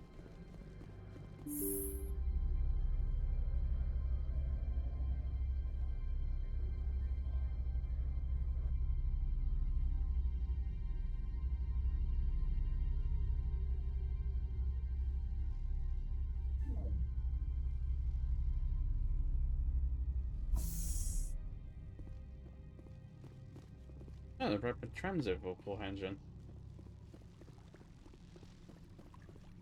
think that's new as well. Don't run out of being a thing.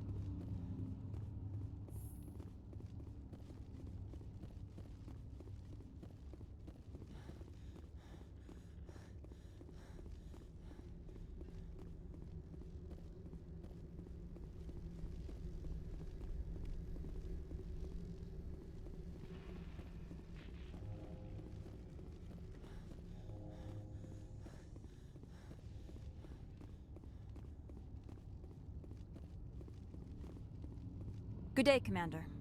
I trust you are behaving yourself, not mixing yourself up in any questionable activities. Why do you ask? I'm merely interested in the loading and offloading of cargoes, particularly those involving potentially illegal goods. If you were, I would have to recite some tedious speech, then ask you to leave. Just so we understand each other. Why are you still here? Are you guarding my ship? All of the companies have secrets. Some of them deal in things that are not quite legal. Having a Spectre here makes them nervous. Analea-sama is buried under petitions to kick you off-world. Then you're actually protecting Normandy from the companies. I am protecting them from themselves. They do not have the personnel or training to assault an Alliance frigate. Tell me about yourself.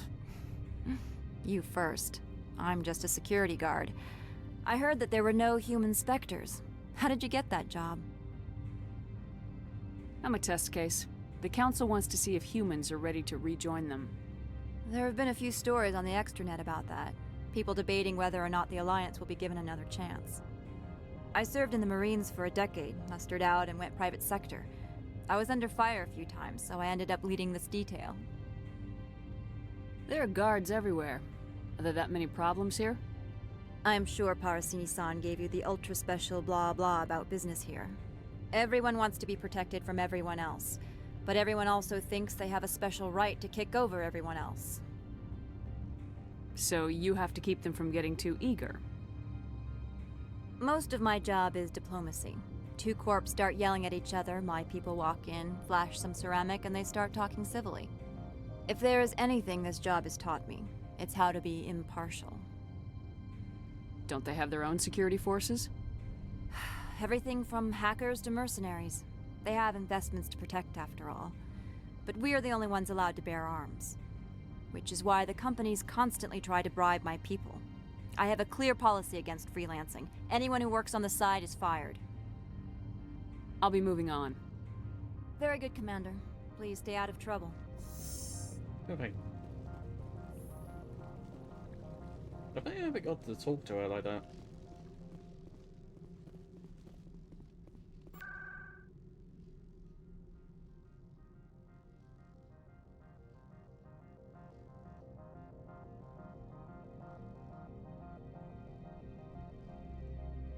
The problem is I don't know which area is which.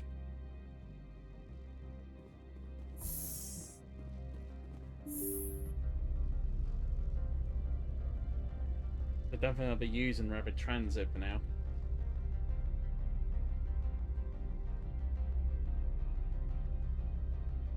Well, probably best down anyways, just so I can explore the area a bit.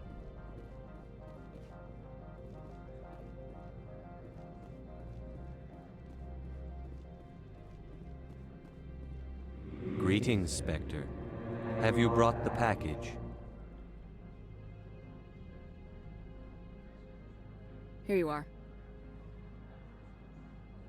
The Spectre has done a great service for this one. From the deepness of light, it thanks you. This one promised compensation for services rendered. It humbly suggests that a sum of 250 credits would be most appropriate. Would you have had any chance of getting this past customs without me? You can be a bit more generous. The other's words possess the discomforting ring of truth. This one could raise the sum to 500 credits. That is half this one's profit taken by the other. It can offer no more. That's thoughtful of you. This one is glad to have come to an agreement. Show me what you're selling. Of course.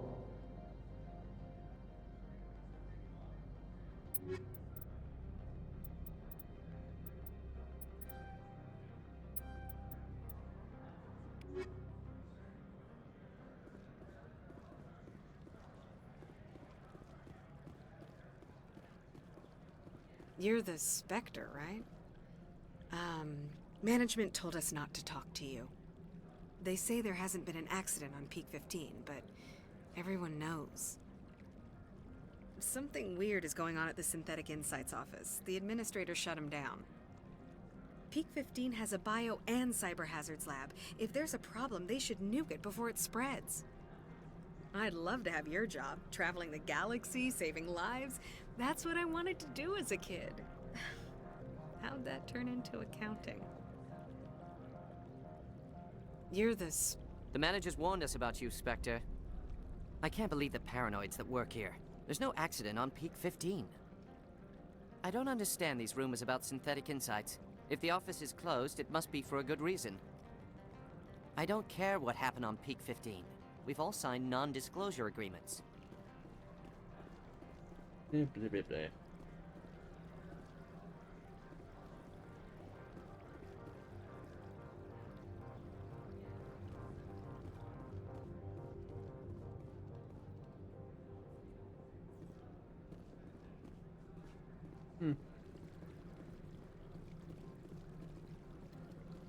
Don't make us regret letting you keep those guns. We've got a secret weapon. Sergeant Sterling's a biotic, and not a real friendly one either. You better toe the line with the administrator. If you don't, you might end up like Lorik Keene. There are people all over this plaza you can chat with. I'm on duty. Noveria is private property. Remember, you're here at the board's sufferance.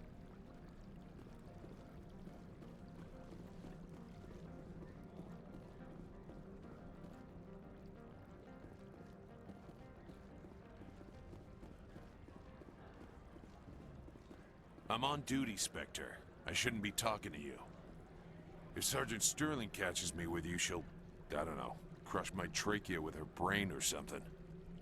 Some of the guys do side jobs for the administrator. I'll only do what Captain Matsuo says. You know what I could go for right now? A donut. I'm keeping an eye on that Krogan at the hotel. He's a mercenary. Name of Ina Morda. Come on. I could get fired for talking to you.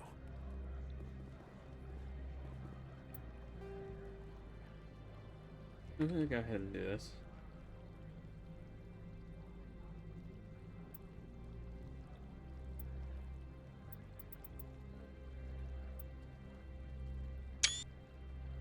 Just a quick change on that inventory.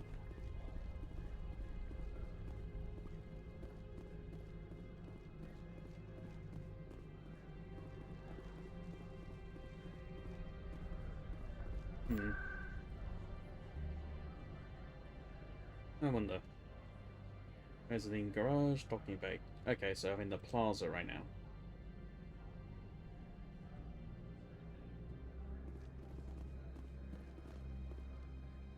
Hey, Gorian.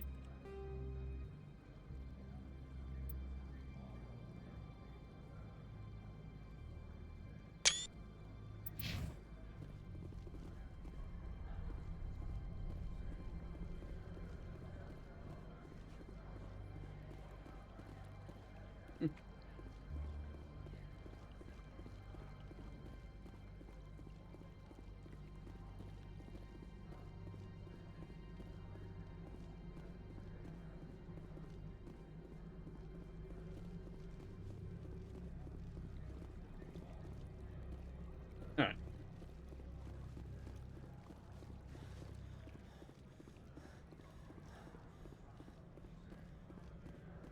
This definitely does have quite a different feel with all this stuff around.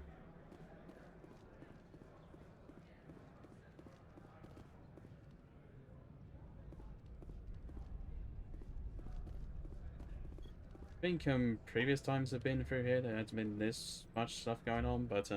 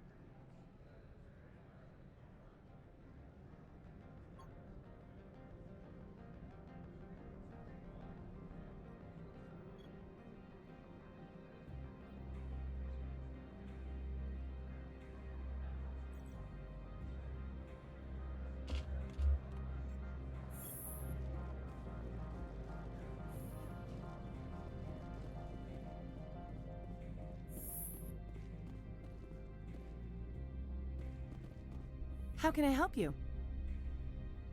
How large are the facilities here? We have 17 research complexes built into the mountains. Each is a self-sufficient facility housing a staff of hundreds. I hear there was an accident on Peak 15. We're aware of the rumors. At the moment, contact with the facility is down due to weather. All employees should review their non-disclosure agreements and avoid irresponsible free talk. What kind of weather cuts modern communications? A blizzard is sweeping the Scotty Mountains right now. Between the cloud cover and heavy snow, the satellite uplinks are cut. I mean, does kind of make sense.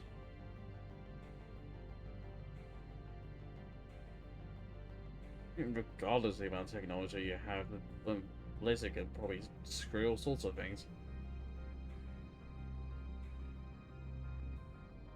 What corporations work on Peak 15? Binary Helix has leased the entire complex. Tell me about the companies that work on Noveria. Over 250 high-tech firms rent our labs. Major shareholders include Elanus Risk Control Services, Binary Helix, and Synthetic Insights Limited. Binary Helix. They work in genetics? BH is a leader in genetics and biotechnology. They try to keep a low profile in the media. Much of their research is in biotic modifications. That angers many Luddite, organic baseline, and fundamentalist groups. Your guards work for ERCS, don't they? The executive board gets a discount on facility security. Elanus also develops lethal and non-lethal weapons. Haven't I seen Synthetic Insights in the news lately? They're one of only 4 corporations licensed by the Citadel Council to develop artificial intelligence. They attract many protests. No agitators have ever breached our security. That's why they invest heavily here.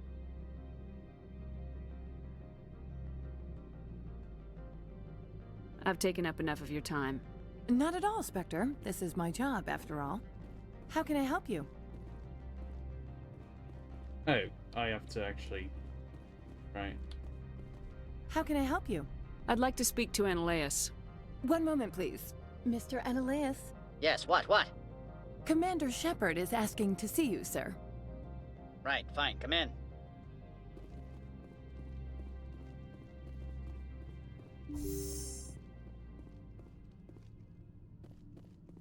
You will excuse me if I don't stand up.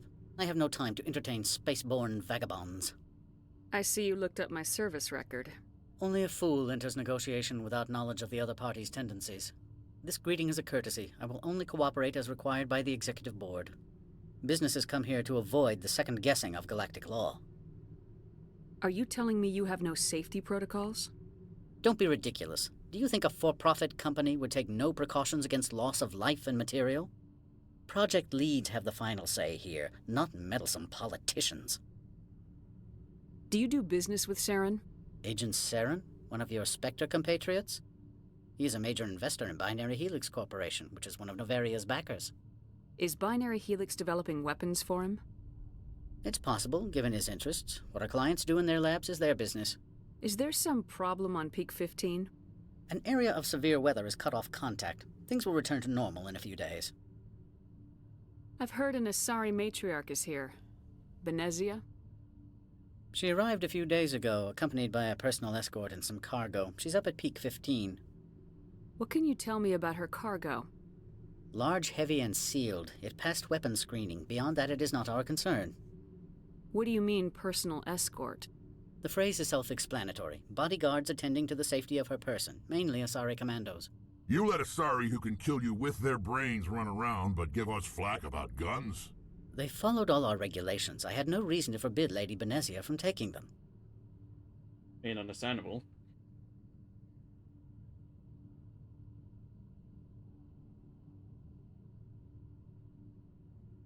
I'd like to see her, immediately.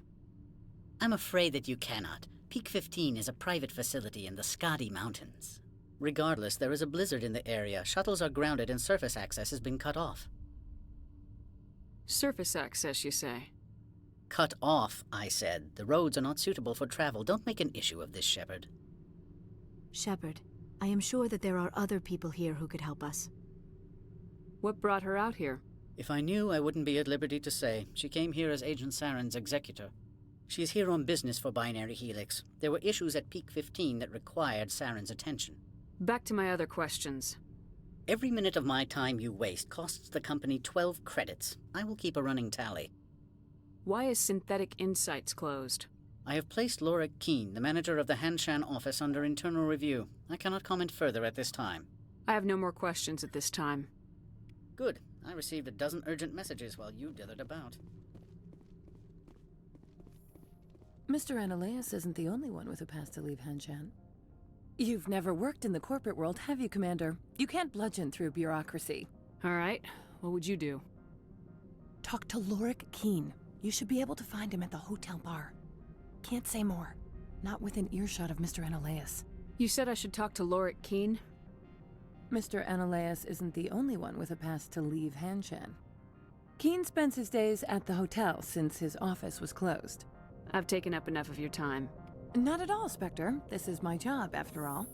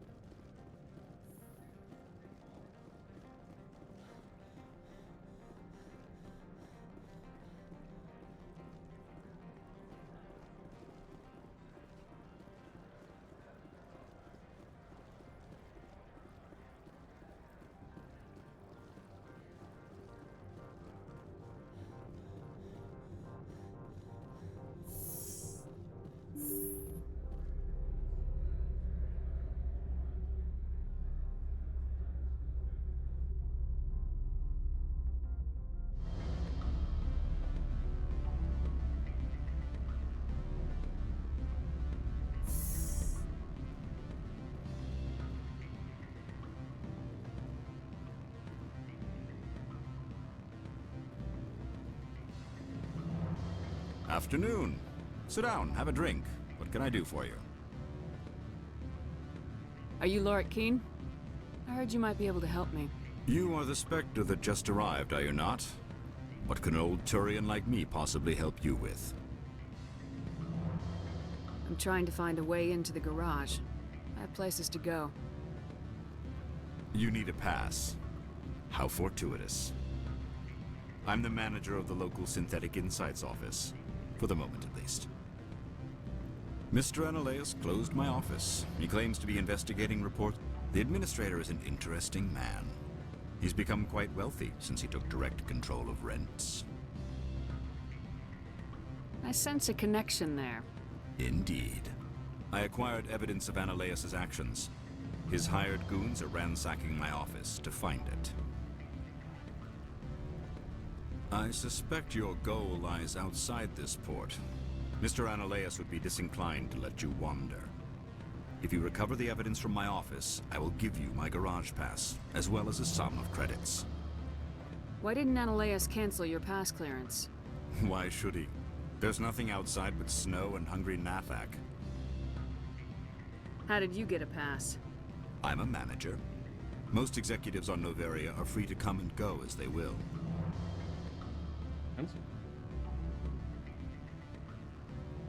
You have a plan? I do.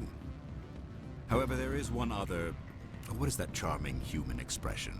Fly in the lotion? Violence against Mr. Analeas' thugs may be necessary. He has members of Han Shan's security team searching my offices. He's paying them under the table. Miss Matsuo is unaware of their outside employment. I'll focus on trying to get your evidence. If I'm lucky, I won't have to fight anyone. Excellent. Here is my pass into our offices. It will activate the elevator. The evidence is on my office computer. This OSD contains an encryption key to access it. Slide it into the drive and it will auto-execute. Oh, and do try to keep bloodstains off the carpets, would you?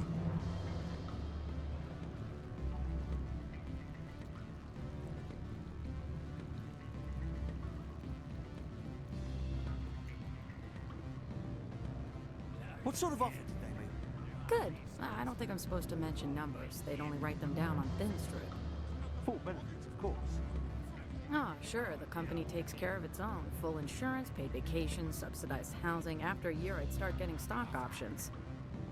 You hear about the resort they've got? At the equator. Bounce backing, diving, an accredited asset Eurofield. If you like that sort of thing, I'd rather admire the view.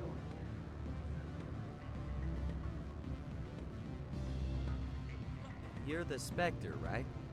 Management told us not to talk to you. They say there hasn't been an accident on Peak 15, but everyone knows. We can now install out versus though, can we? Wait on.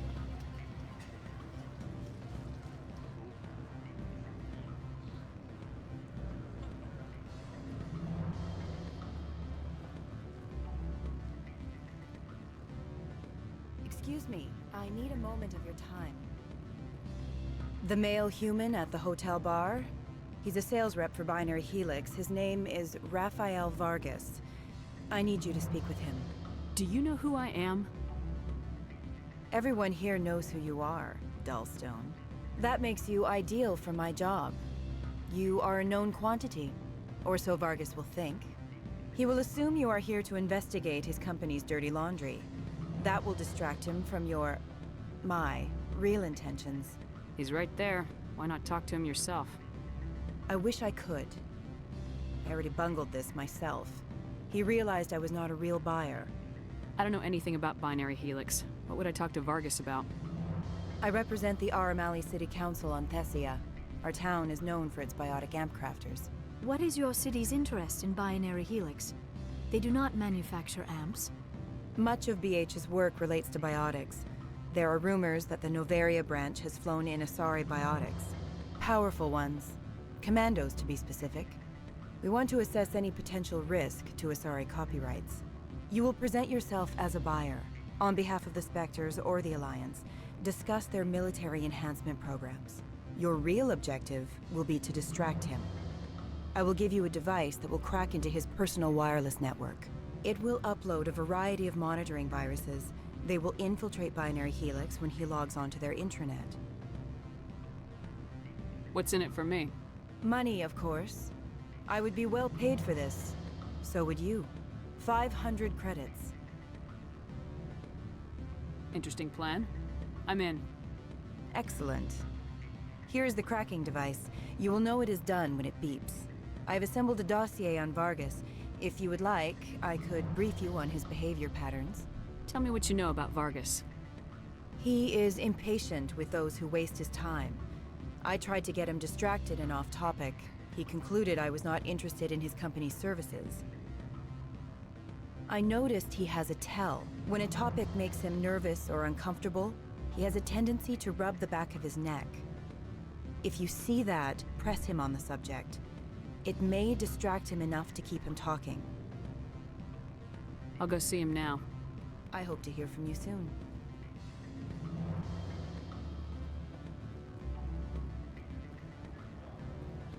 Can I help you? Mr. Vargas? Commander Shepard, Systems Alliance Military. I understand you work for Binary Helix. That's correct. Rafael Vargas, sales. Were you interested in our services?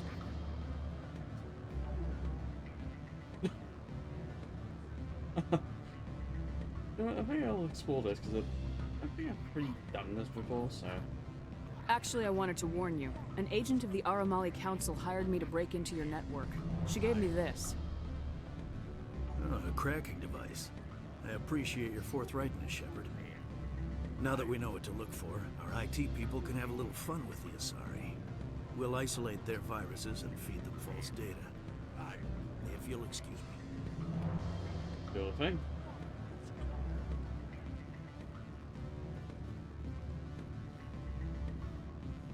Any results? Everything went as planned. You should see results soon. Excellent. I will transfer 500 credits to your account. That'll do nicely. I'll be going now. As will I. Good day, Spectre. Don't hang up. Elder brother, it's me. I'm on Noveria now. I can't talk long. This call is costing 10 credits a minute. It's real time from the Traverse. Did you think it would be cheap? I need some information. There's an issue here with Synthetic Insights. The manager, Laura Keene. He got caught with his toes wet. The office is closed by Hanshen's administrator. I need you to see what you can find out about... Are you ready for his name? Ronadril Gan Swa Folsum Keratin Nar Ead Belanaleus. No, that's the administrator. The Hanshen administrator. Well, think about it. A Turian wouldn't risk getting his office closed. They don't compromise their team. That's drilled into them from boot camp. I think the administrator is using this Keene fella to draw flies from his own clutch. Of course I could look it up myself. But do you think I'm likely to get any unfiltered data through Noveria's own network? That, and it would take forever for any out-system search results to get back here. Thank you, Elder Brother. I have to go. Yes. I'll speak to you soon.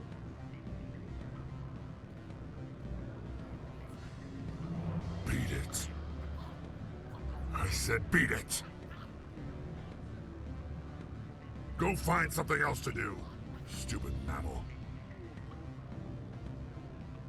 If you don't stop poking me, I'll throw you off that balcony. Beat it. I said beat it. He doesn't look like I haven't seen for this guy before. Oh, cool.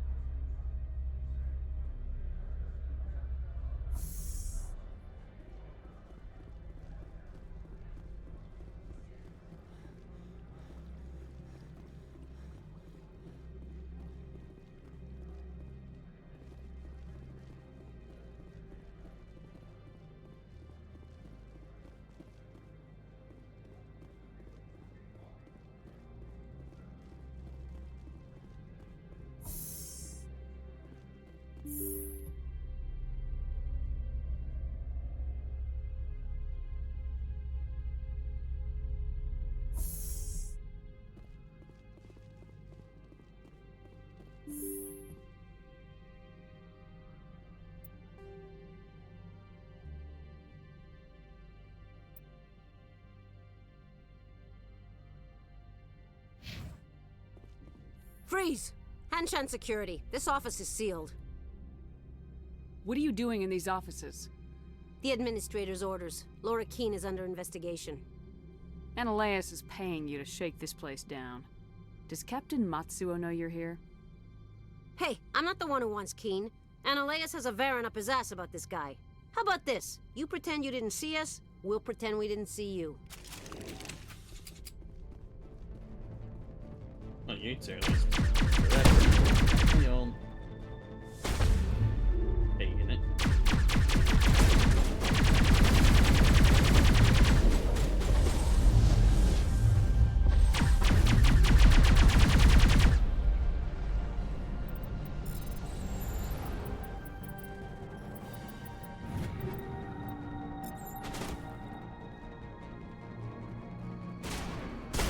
What's it?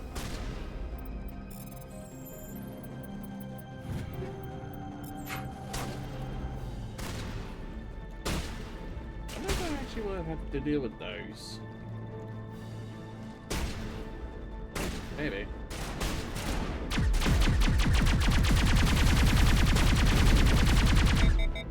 I think previously there wasn't really anything to be concerned about against the weird security thing.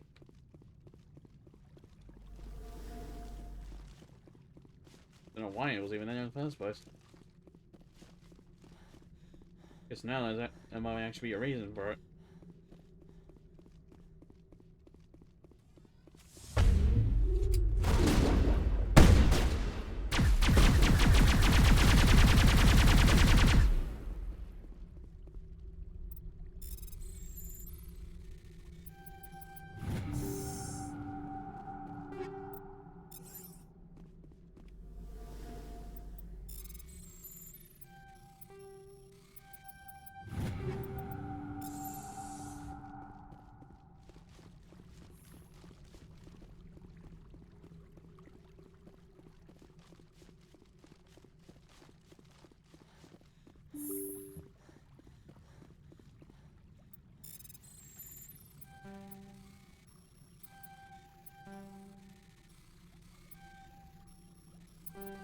I should try testing and see if I was right in that. Oh well.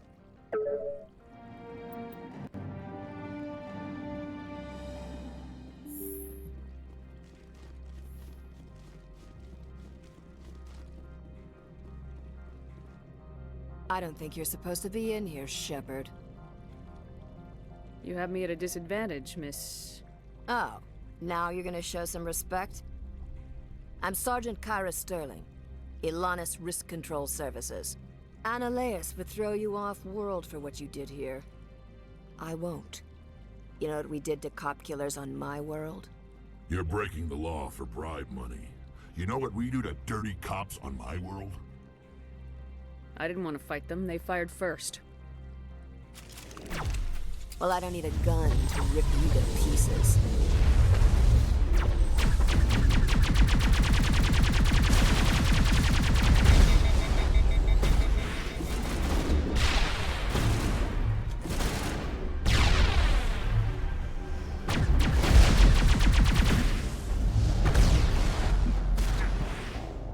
Jeez Louise.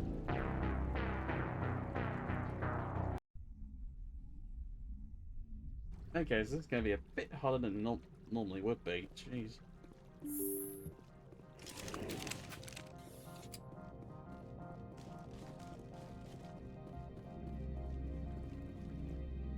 I don't think you're supposed to be in here. You have me at a disadvantage. Ananias. You're breaking the law for bribe. Well, I don't need a gun to rip you to pieces.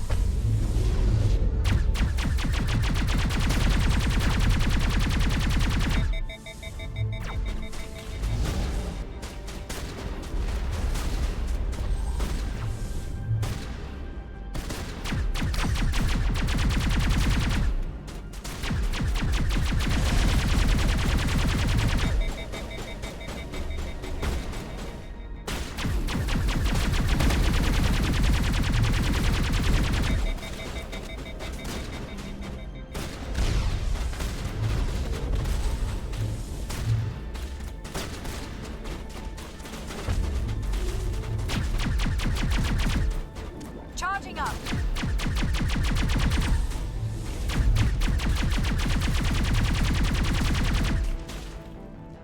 Hey.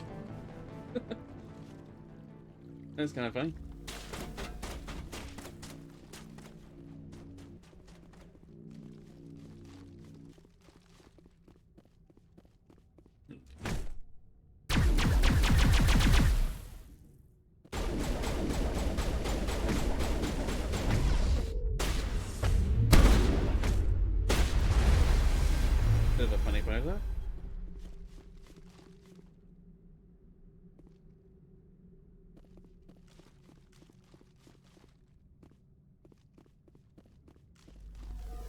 Okay, so now on lockdown.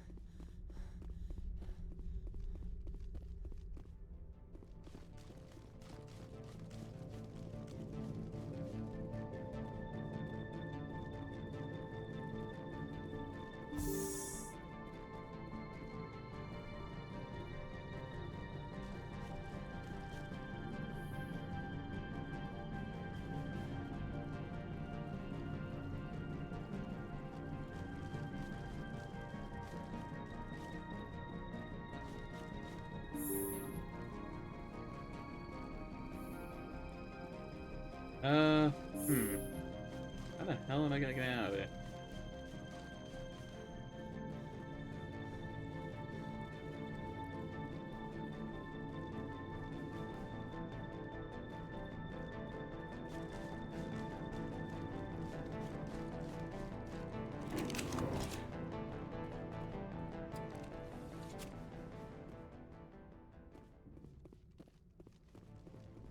Yeah, game, she's dead.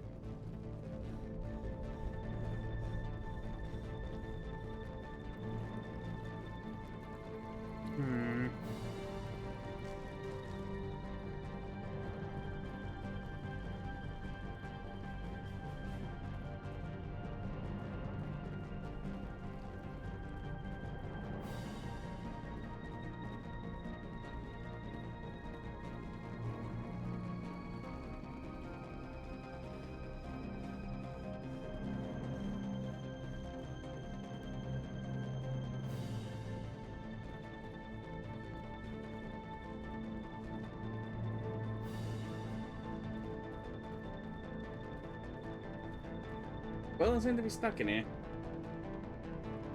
And I have no idea how to get out.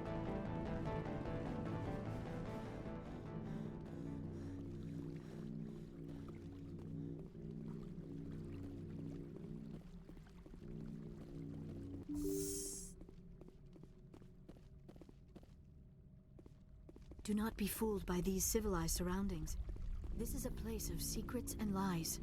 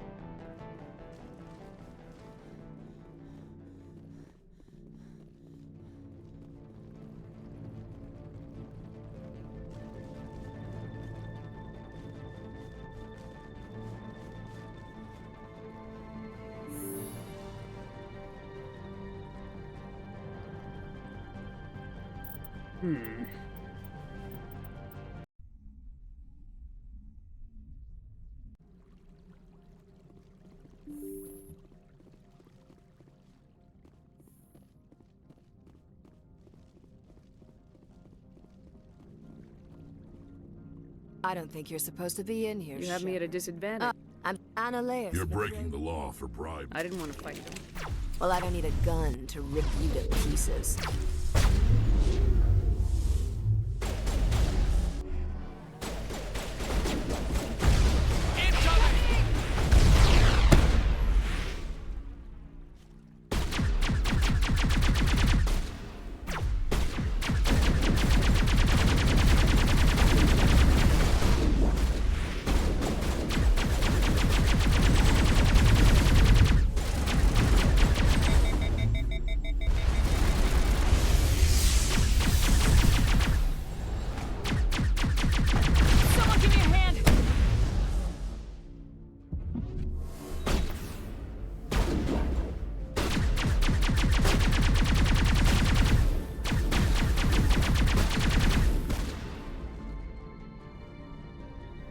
Okay, so I got something in my inventory.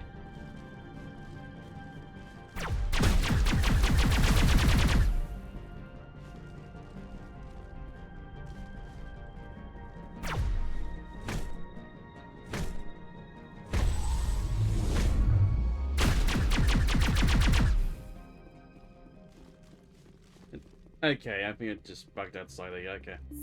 Right.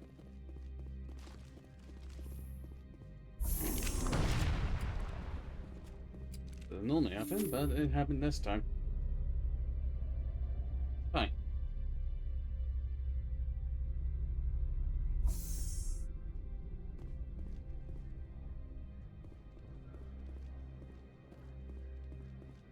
Commander, there have been reports of noise from the Synthetic Insights office. Would you know anything about it? It's probably Analeus' thugs ripping the place apart. Smartass, huh? That's fine. I can work with that. Meet me at the hotel for a drink before you talk to Keen. I'll be waiting.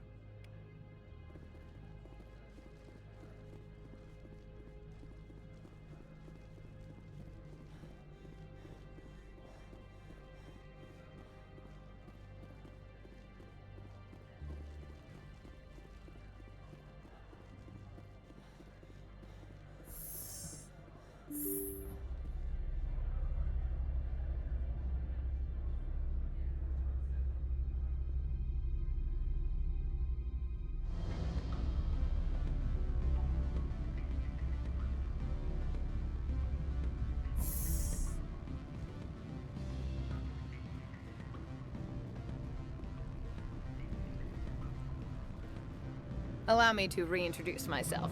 Parasini, Noveria Internal Affairs. Why is an internal affairs agent here? The executive board knows about Analeus' corruption. I've been undercover for 6 months. I want you to convince Keen to testify before the board. With his evidence, this planet can run profitably again. You work for Analeus. Can't you just take his records? He's a crook, not a moron. He doesn't keep logs on his computer saying, "This month I stole 3 million credits." Keen's testimony and records are everything I need to prove Analeus' guilt in one package. Why don't you ask Keen directly? I'm Analeus' secretary. You'd think he'd believe me? That he'd meet me in some dark alley with his evidence? Hey, fair enough. I thought corruption was the rule on Noveria. The rule is, don't rock the boat. Self-interest is tolerated if it doesn't interfere with business. Analeus is driving customers away.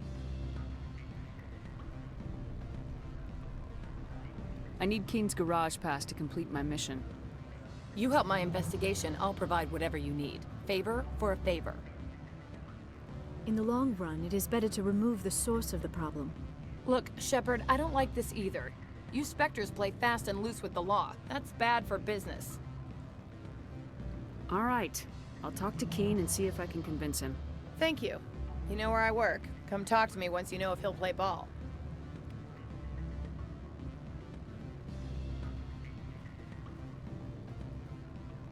Always a pleasure, Spectre. Any news on that matter I asked you to look into? I finished the job, but an internal affairs investigator contacted me. She wants you to testify against Analeus. Now that you have my property, you want to dictate how I use it? I have no interest in a public spectacle. Everyone on this station is chafing under Analeus' extortion. You might end up a hero. My employers rely on the goodwill of the executive board to work here. If these executives don't blame Analeas for provoking this, they're fools. You should eat them. All right. It is obvious that I cannot dissuade you. Very well. I will testify. Make whatever arrangements you need with your contact. I will wait here.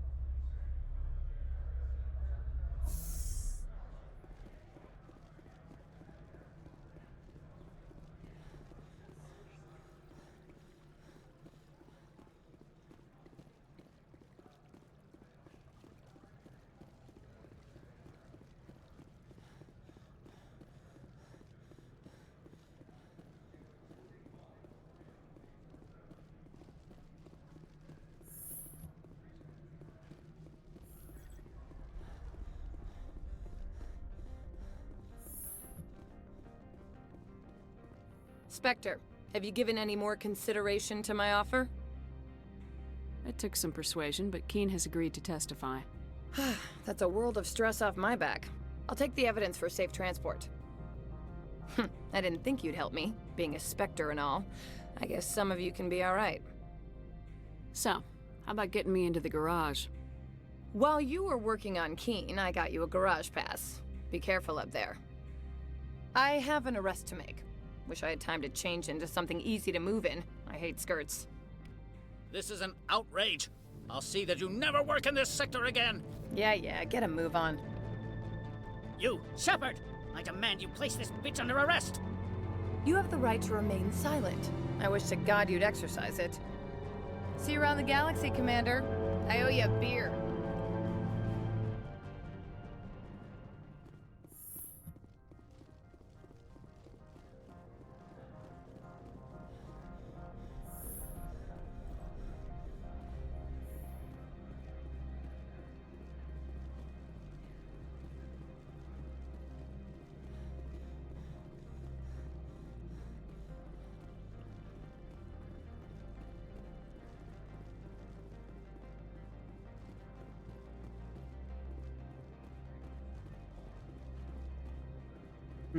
Well, this is probably going on quite a bit longer than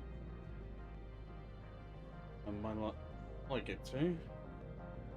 But then, words, whatever.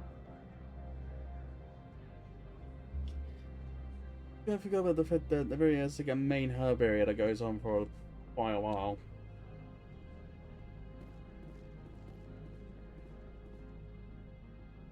Unfortunately, I think I'm going to save the rest for another stream.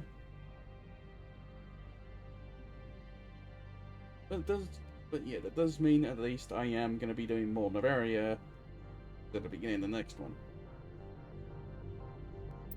So I'll be saving for now.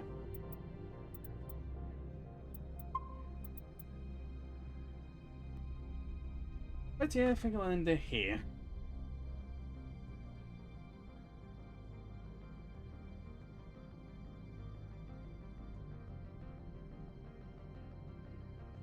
Hope you all enjoyed. Anyone will be watching the VOD later, hope you enjoyed too. And I'll be seeing you all over tomorrow for Madness Project Nexus, some more arena combat stuff. Eventually, always in you next week.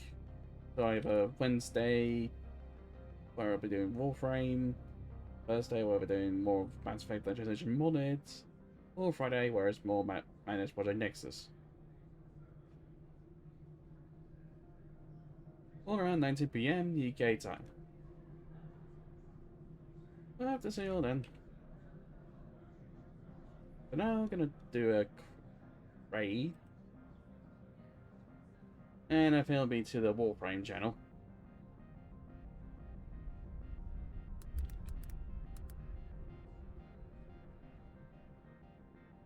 Starting the raids. Oh, I can't actually raid them. Shoot. How many people in chat? Okay, no one's actually in chat. Alright, so... yeah. Need to be honest, that might explain why I couldn't actually do that. Okay, so I guess I'll just end stream here, unfortunately.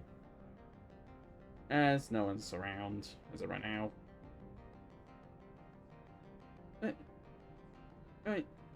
See you later, everyone. Goodbye. Hope to see you again. When we... sorry, words. When we come back to this, I'll finish up Noveria. And then do some random side stuff. Because we've been doing things a little out of order, but hey, whatever. Anyways, goodbye.